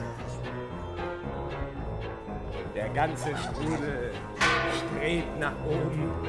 Du glaubst zu schieben und du wirst geschoben. Wer ist denn das? Betrachte sie genau. Lilith ist das. Wer? Adams erste Frau. Nimm dich in Acht vor ihren schönen Haaren, vor diesem Schmuck, mit dem sie einzig prangt. Wenn sie damit den jungen Mann erlangt, so lässt sie ihn so bald nicht widerfahren. Da stehen zwei, die Alte mit der Jungen. Die haben schon was rechts gesprungen. Das hat nun heute keine Ruhe. Es geht zu neuem Tanz. Nun, komm, ihr greift zu.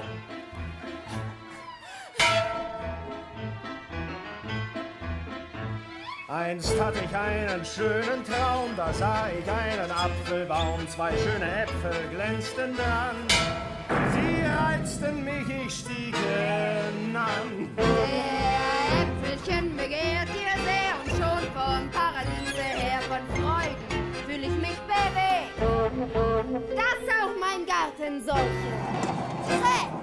Als an ich einen Wüstentraum, da sah ich einen gesteinten Baum, der hat ein ungeheures Loch. So großes war gefiel mir's doch. Biete meinen besten Trupp, im Retter mit dem Pferdefuß, ein Herr einen rechten Frock bereit, wenn er das große Loch nicht schuld an. Verfluchtes Volk! Was untersteht ihr euch? Hat man euch lange nicht bewiesen? Ein Geist steht nie auf ordentlichen Füßen. Nun tanzt ihr gar, uns anderen Menschen gleich. Was will denn der auf unserem Ball? Hey, der ist eben überall. Was andere tanzen, muss er schätzen. Kann er nicht jeden Schritt beschwätzen, so ist der Schritt so gut als nicht geschehen. Am meisten ärgert ihn, sobald wir vorwärts gehen. Na was? Ihr seid noch immer da? Nein, das ist unerhört. Nun verschwindet doch! Wir haben ja aufgeklärt! Das Teufelspack, es fragt nach keiner Regel. Wir sind so klug und dennoch spukt's in Tegel.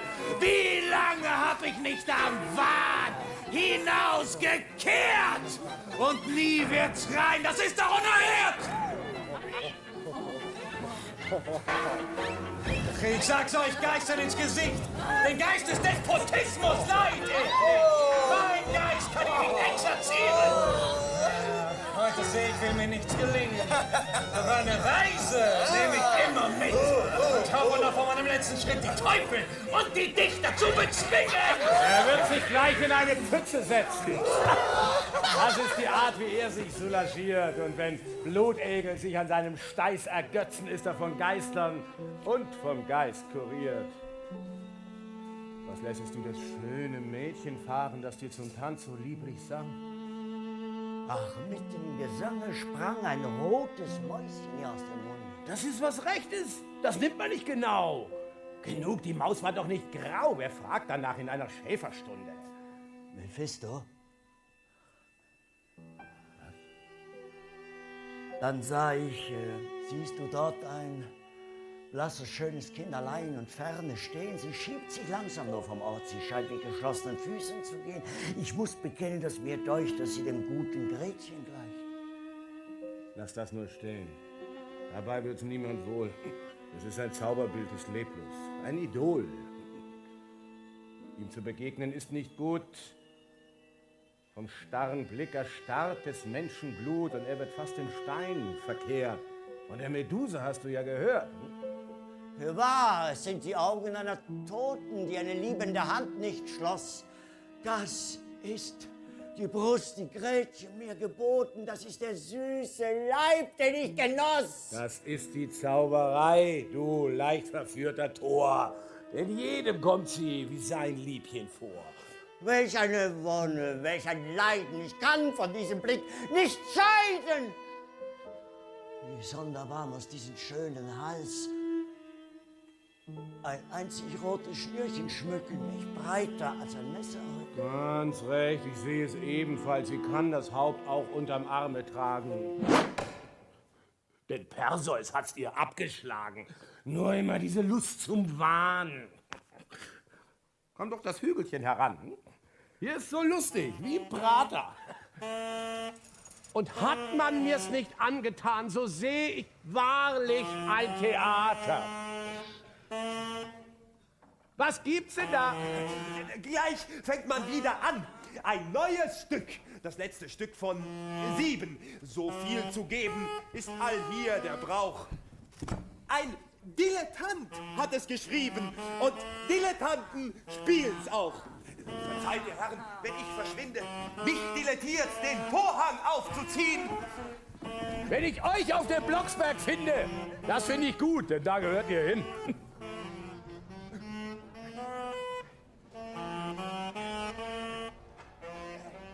Heute ruhen wir einmal. Miedings wackere Söhne, alter Berg und feuchtes Tal, das ist die ganze Szene.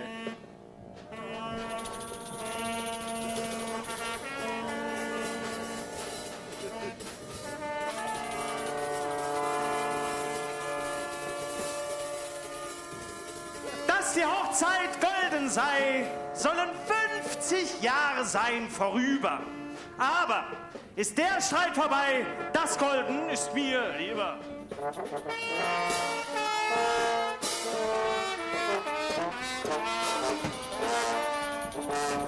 Seid ihr Geister, wo ich bin, so zeigt's in diesen Stunden.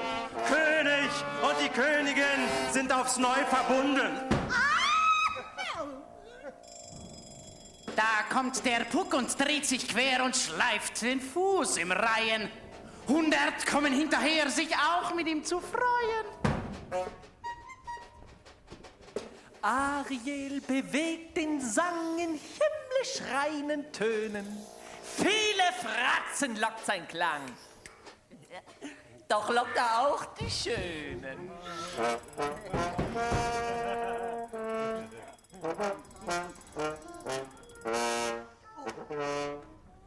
Gatten, die sich vertragen wollen, lernen's von uns beiden. Wenn sich zwei lieben sollen, braucht man sie nur zu scheiden. Schmollt der Mann und grillt die Frau, so fasst sie nur behende, führt mir nach dem Mittag sie und ihn an Nordens Ende. Orchester tutti fortissimo! Fliegenschnauz und Mückennas mit ihren Anverwandten, Frosch im Laub und Grill im Gras, das sind die Musikanten. So! Seht, da kommt der Dudelsack, es ist die Seifenblase. Hört den Schnecke, Schnicke, Schnack durch seine stumpfe Nase. Schnecke, Schnicke, Schnack, Schnecke, Schnicke, Schnack, Schnecke, Schnicke, Schnecke, Schnicke, Schnecke, Schnicke, Schnack. Spinnenfuß und Krötenbauch und Flügelchen im Lichtchen. Zwar ein Tierchen gibt es nicht, doch gibt es ein Gedichtchen.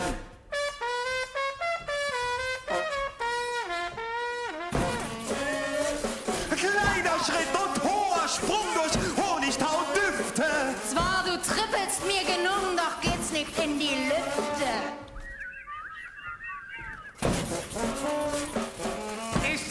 Maskeraden, sportsonnig den Augentraum? Oh, woran den schönen Gott auch heute hier zu schauen? Keine Klauen, keinen Schwanz. Doch bleibt es außer Zweifel. So wie die Götter Griechenlands, so ist doch ihr ein Teufel. Was ich ergreife, das ist heut für wahr nur skizzenweise. Doch ich bereite mich bei Zeit zur italienischen Reise. Italia, Italia! Ach, mein Unglück führt mich her. Wie wird nicht hier geludert? Und von dem ganzen Hexenheer sind 2 nur gepudert. Der Puder ist so wie der Rock für alte und graue Weibchen. Drum setz ich nackt auf meinen Bock und zeig ein derbes Leibchen. Wir haben zu viel Lebensart, um hier mit euch zu maulen. Doch hoffe ich, seid ihr jung und zart, so wie ihr seid, verfaulen.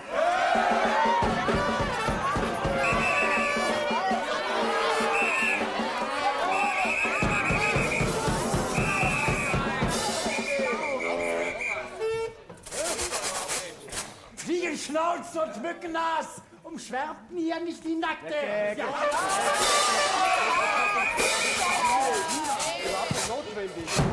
Aus dem Laub und Grillengras, so bleibt doch auch im Takte. 1, 2, 3, 4. Gesellschaft, wie man wünschen kann, wahrhaftig lauter Bräute und Junggesellen, Mann für Mann, die hoffnungsvollsten Leute. Und tut sich nicht der Boden auf, sie alle zu verschlingen, so will ich mit Behände blau gleich in die Hölle springen. Als Insekten sind wir da mit kleinen, scharfen Scheren. Satan, unseren Papa nach Würden zu verehren.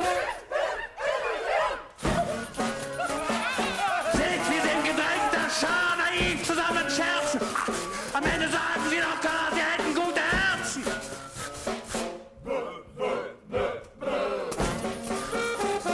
Ich mag in diesem Hexenheer mich gar zu gern verlieren. Denn freilich diese wüsste ich eher, als Musen anzuführen. Mit rechten Leuten wird man was kommen. Passe meinen Zipfel. Der Blocksberg wie der deutsche Parnass hat gar einen breiten Gipfel.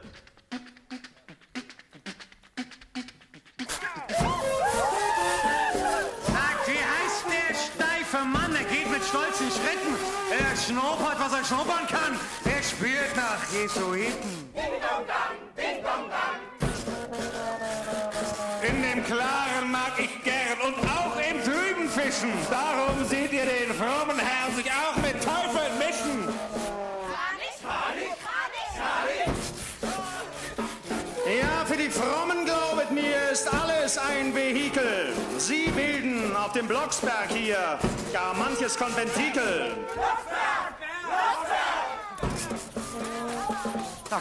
Da kommt ja wohl ein neues Chor. Ich höre ferne Trommeln. Nur ungestört sind im Rohr die unisonen Dammeln.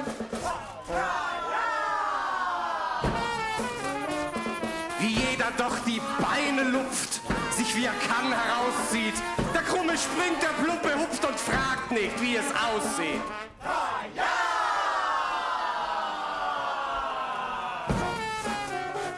Das hasst sich schwer, das Lumpenpack, und gäb sich gern das Restchen. Es einzieht der Dideldudel sagt, wie Orpheus leiert die Bestien.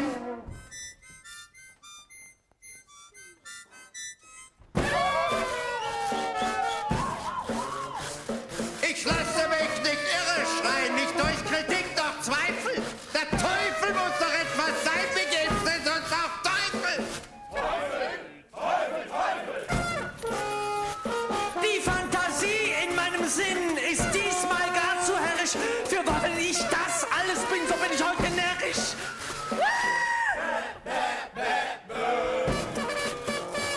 Das Wesen ist mir echt zur Qual und muss mich bass verdrießen. Ich stehe hier das erste Mal nicht fest auf meinen Füßen. 5 mal 7 ist 35. ich da und freue mich mit diesen, denn von den Teufeln kann ich ja auf gute Geister schließen.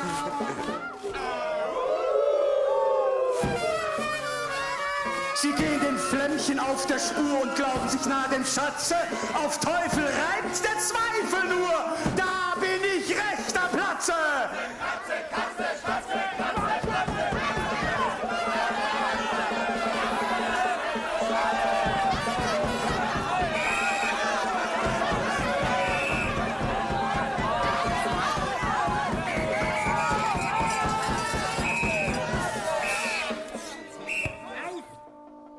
Frosch im Laub!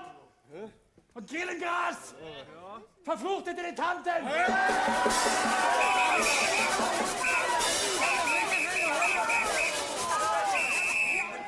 Fliegenschnurz und Mückennas! Ihr seid doch Musikanten!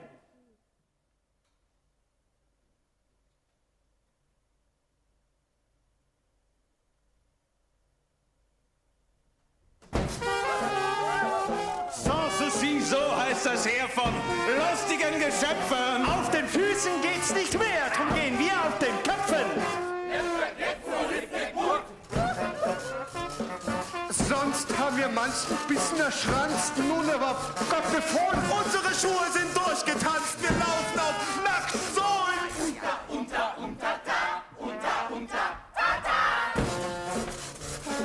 Von dem Sumpfe kommen wir, woraus wir erst entstanden, doch sind wir gleich in Reihen hier, die glänzenden Galanten. Aus der Höhe schoss ich her, im Stern- und Feuerscheine. Liege nun im Grase quer, wer hilft mir auf die Beine?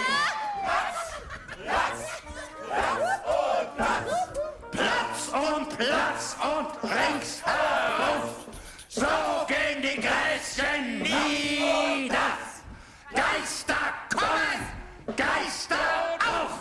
Sie haben plumpe Glieder. Tretet nicht so mastig auf wie Elefantenkälber. Und der Plumpst an diesem Tag sei der Derbe selber.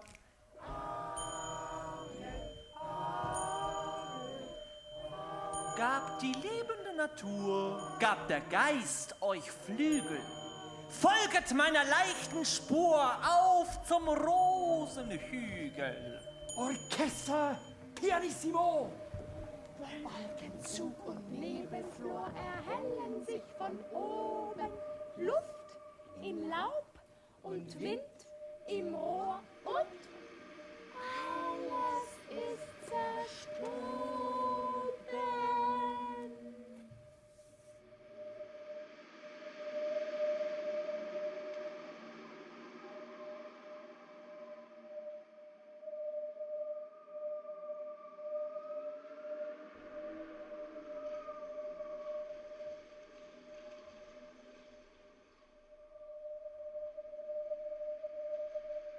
Im Elend, verzweifelt, erbärmlich auf der Erde lange umhergeirrt und nun gefangen als Missetäterin im Kerker, zu entsetzlichen Qualen eingesperrt.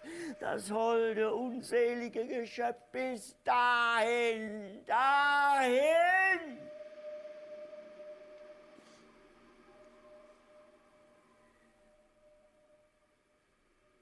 Verräterischer, nichtswürdiger Geist, und das hast du mir verheimlicht.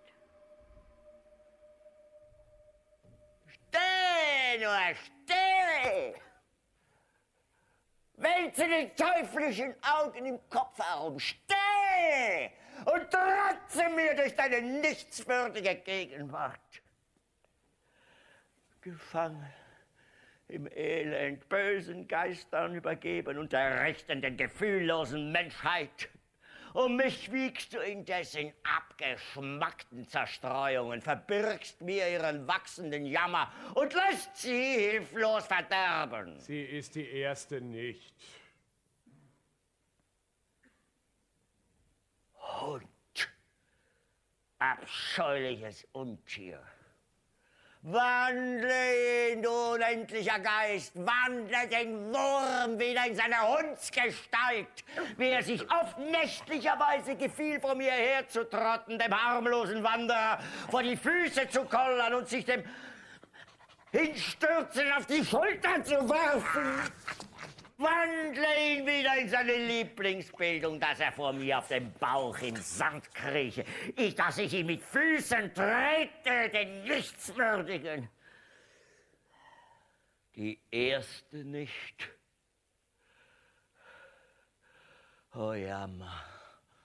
Von keiner Menschenseele zu fassen, das mehr als ein Geschöpf in die Tiefe dieses Elendes versank, das nicht das Erste genug tat für die Schuld aller übrigen in seiner Todesnot, vor den Augen des ewig Verzeihenden. Mir wühlte es Mark und Leben durch, das Elend dieser Einzigen. Du grinst gelassen über das Schicksal von Tausenden hin. Nun sind wir schon wieder an der Grenze unseres Witzes. Da, wo euch Menschen der Sinn überschnappt. Warum machst du Gemeinschaft mit uns, wenn du sie nicht durchführen kannst? Du willst fliegen und bist vom Schwindel nicht sicher? Drangen wir uns dir auf oder du dich uns? Leg schon mir deine gefräßigen Zähne nicht so entgegen, mir ekelt's. Großer, herrlicher Geist, der du mir zu erscheinen würdigtest, der du mein Herz kennst und meine Seele, warum an den Schandgesellen mich schmieden, der sich am Schaden weidet und am Verderben sich letzt. Endigst du? Rette sie oder weh dir. Den grässlichsten Fluch über dich auf Jahrtausende. Ich kann die Bande des Rächers nicht lösen, seine Riegel nicht öffnen. Rette sie! Wer war es, der sie ins Verderben stürzte? Ich oder du? Greifst du nach dem Donner? Wohl, dass er euch elenden Sterblichen nicht gegeben wurde. Den unschuldigen Gegner zu zerschmettern, das ist so Tyrannenart, sich in Verlegenheiten Luft zu machen. Bring mich hin, sie soll frei sein. Und die Gefahr, der du dich aussetzt? Noch liegt auf der Stadt Blutschuld. Von deiner Hand. Über des erschlagenen Städte schweben rächende Geister und lauern auf den wiederkehrenden Mörder. Noch das von dir! Mord und Tod über dich, Ungeheuer. Bringe mich hin, sag ich, und befrei sie! Ich führe euch. Und was ich tun kann, höre, hab ich alle Macht im Himmel und auf Erden. Des Wächters Sinne will ich umnebeln, bemächtige du dich der Schlüssel und führe sie heraus mit Menschenhand. Ich wache, die Zauberpferde sind bereit, ich entführe euch, das vermag ich. Auf und davon.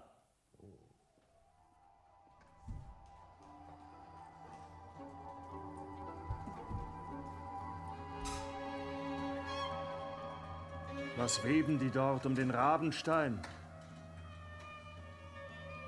Weiß nicht, was sie kochen und schaffen. Schweben auf, schweben ab, neigen sich, beugen sich. Eine Hexenzunft. Sie streuen und weihen. Vorbei. Vorbei.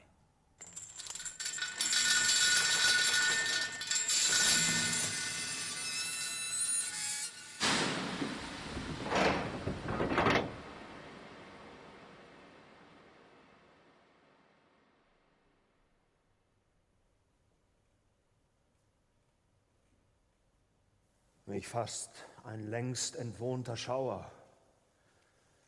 Der Menschheit ganzer Jammer fasst mich an. Hier wohnt sie hinter dieser feuchten Mauer und ihr Verbrechen war ein guter Wahn. Du zauderst, zu ihr zu gehen, du fürchtest, sie wiederzusehen, fort. Dein Zagen zögert den Tod heran. Meine Mutter, die Hure, die mich umgebracht hat. Mein Vater, der Schelm, der mich gegessen hat. Mein Schwesterlein klein hub auf die Bein an einem kühlen Ort. Da war ich ein schönes Waldvögelein, fliege fort, fliege fort. Sie ahnt nicht, dass der Geliebte lauscht, die Ketten klirren hört, das Stroh, das rauscht. Weh, sie kommen! Bitterer Tod! Still, still! Ich komme, dich zu befreien. Bist du ein Mensch, so fühle meine Not! Du wirst die Wächter aus dem Schlafe schreiben. Wer hat dir, Henker, diese Macht über mich gegeben? Du holst mich schon um Mitternacht. Erbarme dich und lass mich leben. Ist morgen früh nicht zeitig genug? Bin ich doch noch so jung und soll schon sterben. Schön war ich auch. Und das war mein Verderben. Nah war der Freund. Nun ist er weit. Zerrissen liegt der Kranz, die Blumen zerstreut. Fasse mich nicht so gewaltsam an! Schone mich! Was habe ich dir getan? Oh, lass mich nicht vergebens flehen. Habe ich dich doch mein Tage nicht gesehen. Werd ich den Jammer überstehen? Ich bin nun ganz in deiner Macht. Lass mich nur erst das Kind noch tränken. Ich herzte es diese ganze Nacht. Sie nahmen mir's, um mich zu kränken und sagen nun, ich hätte es umgebracht. Und niemals werde ich wieder froh. Sie singen Lieder auf mich. Es ist bös von den Leuten. Ein altes Märchen endet so. Wer heißt sie's deuten? Ein Liebender liegt dir zu Füßen, die Jammerknechtschaft aufzuschließen. Oh, lass uns knien, die Heiligen anzurufen. Sie, unter diesen Stufen, unter der Schwelle siedet die Hölle. Ah, der Böse! Mit furchtbarem Grimme macht ein Getöse! Gretchen! Gretchen! Das war des Freundes Stimme. Wo ist er? Ich hab ihn rufen hören. Ich bin frei, mir soll niemand wehren. An seinen Hals will ich fliegen, an seinem Busen liegen. Er rief, Gretchen! Er stand auf der Schwelle, mitten durchs Heulen und Klappen der Hölle, durch den grimmigen, teuflischen Hohn, erkannte ich den süßen, den liebenden Ton. Ich bin's. Du bist es? Oh, sag es noch einmal. Er ist es? Er ist. Wohin ist alle Qual? Wohin die Angst des Kerkers, der Ketten? Du bist es. Kommst mich zu retten? Ich bin gerettet. Nun ist die Straße wieder da, auf der ich dich zum ersten Male sah. Und der heitere Garten, wo ich und Marthe deiner warten. Komm mit, komm mit. Oh, weil ich doch so gerne, wo du weilst. Eile, wenn du nicht eilest, werden wir es teuer büßen müssen. Wie, du kannst nicht mehr küssen? Mein Freund, so kurz von mir entfernt und hast das Küssen verlernt. Warum wird mir in deinem Hals so bang? Wenn sonst von deinen Worten, deinen Blicken ein ganzer Himmel mich überdrang und du mich küsstest. Das wolltest du mich ersticken. Küsse mich. Sonst küsse ich dich.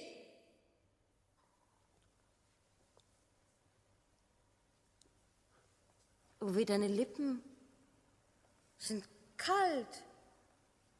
sind stumm. Wo ist dein Lieben geblieben? Wer brachte mich? Folge mir, Liebchen. Fasse Mut, ich herze dich mit tausendfacher Glut. Nur folge mir, ich bitte dich nur dies. Und bist du's denn? Und bist du's auch gewiss? Ich bin's, komm mit. Du machst die Fesseln los, nimmst wieder mich in deinen Schoß. Wie kommt es, dass du dich von mir nicht scheust?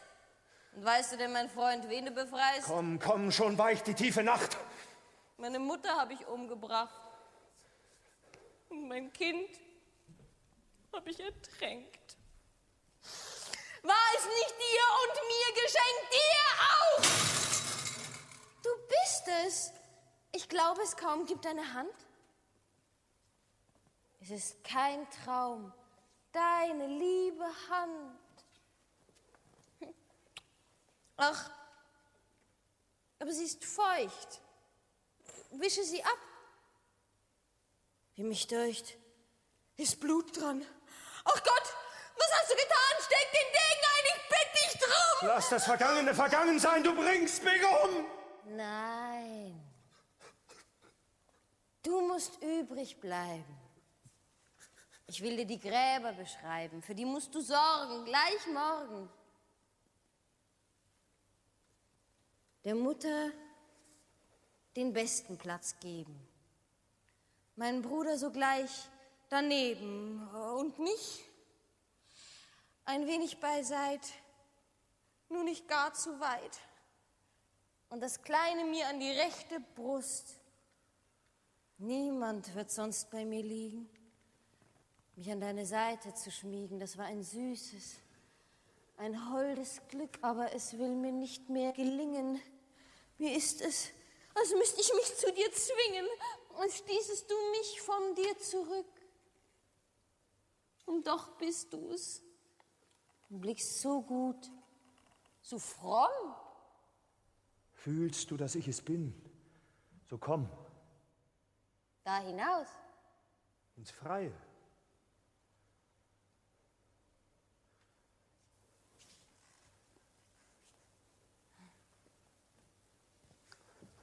Ist das Grab draus, lauert der Tod, so komm.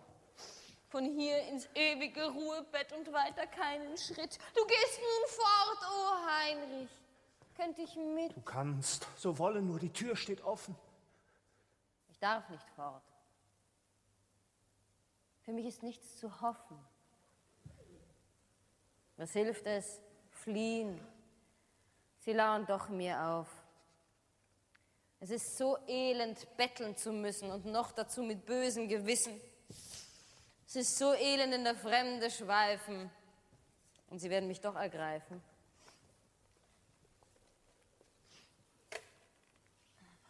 Ich bleibe bei dir. Geschwind, geschwind, rette dein armes Kind fort. Immer den Weg am Bach hinauf, über den Steg in den Wald hinein, links, wo die Planke steht, im Teich. Fass es nur gleich, es will sich heben, es zappelt noch. Rette, rette! Besinne dich doch. Nur einen Schritt, so bist du frei. Wo wären wir nur den Berg vorbei?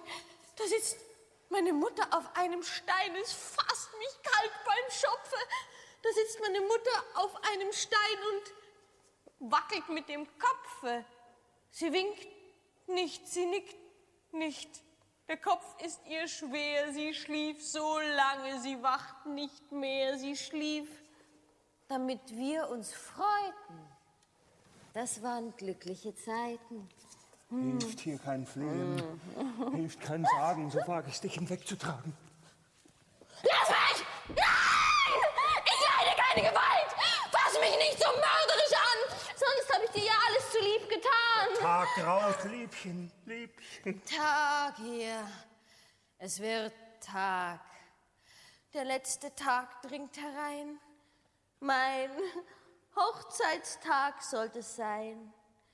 Sag niemand, dass du schon bei Gretchen warst. Wehe meinem Kranze. Es ist eben geschehen. Wir werden uns wiedersehen, aber nicht beim Tanze. Die Menge drängt sich. Man hört sie nicht. Der Platz, die Gassen können sie nicht fassen. Die Glocke ruft, das Stäbchen bricht, wie sie mich binden und packen. Zum Blutstuhl bin ich schon entrückt, schon zuckt. Nach jedem Nacken die Schärfe, die nach meinem zuckt. Stumm liegt die Welt wie das Grab.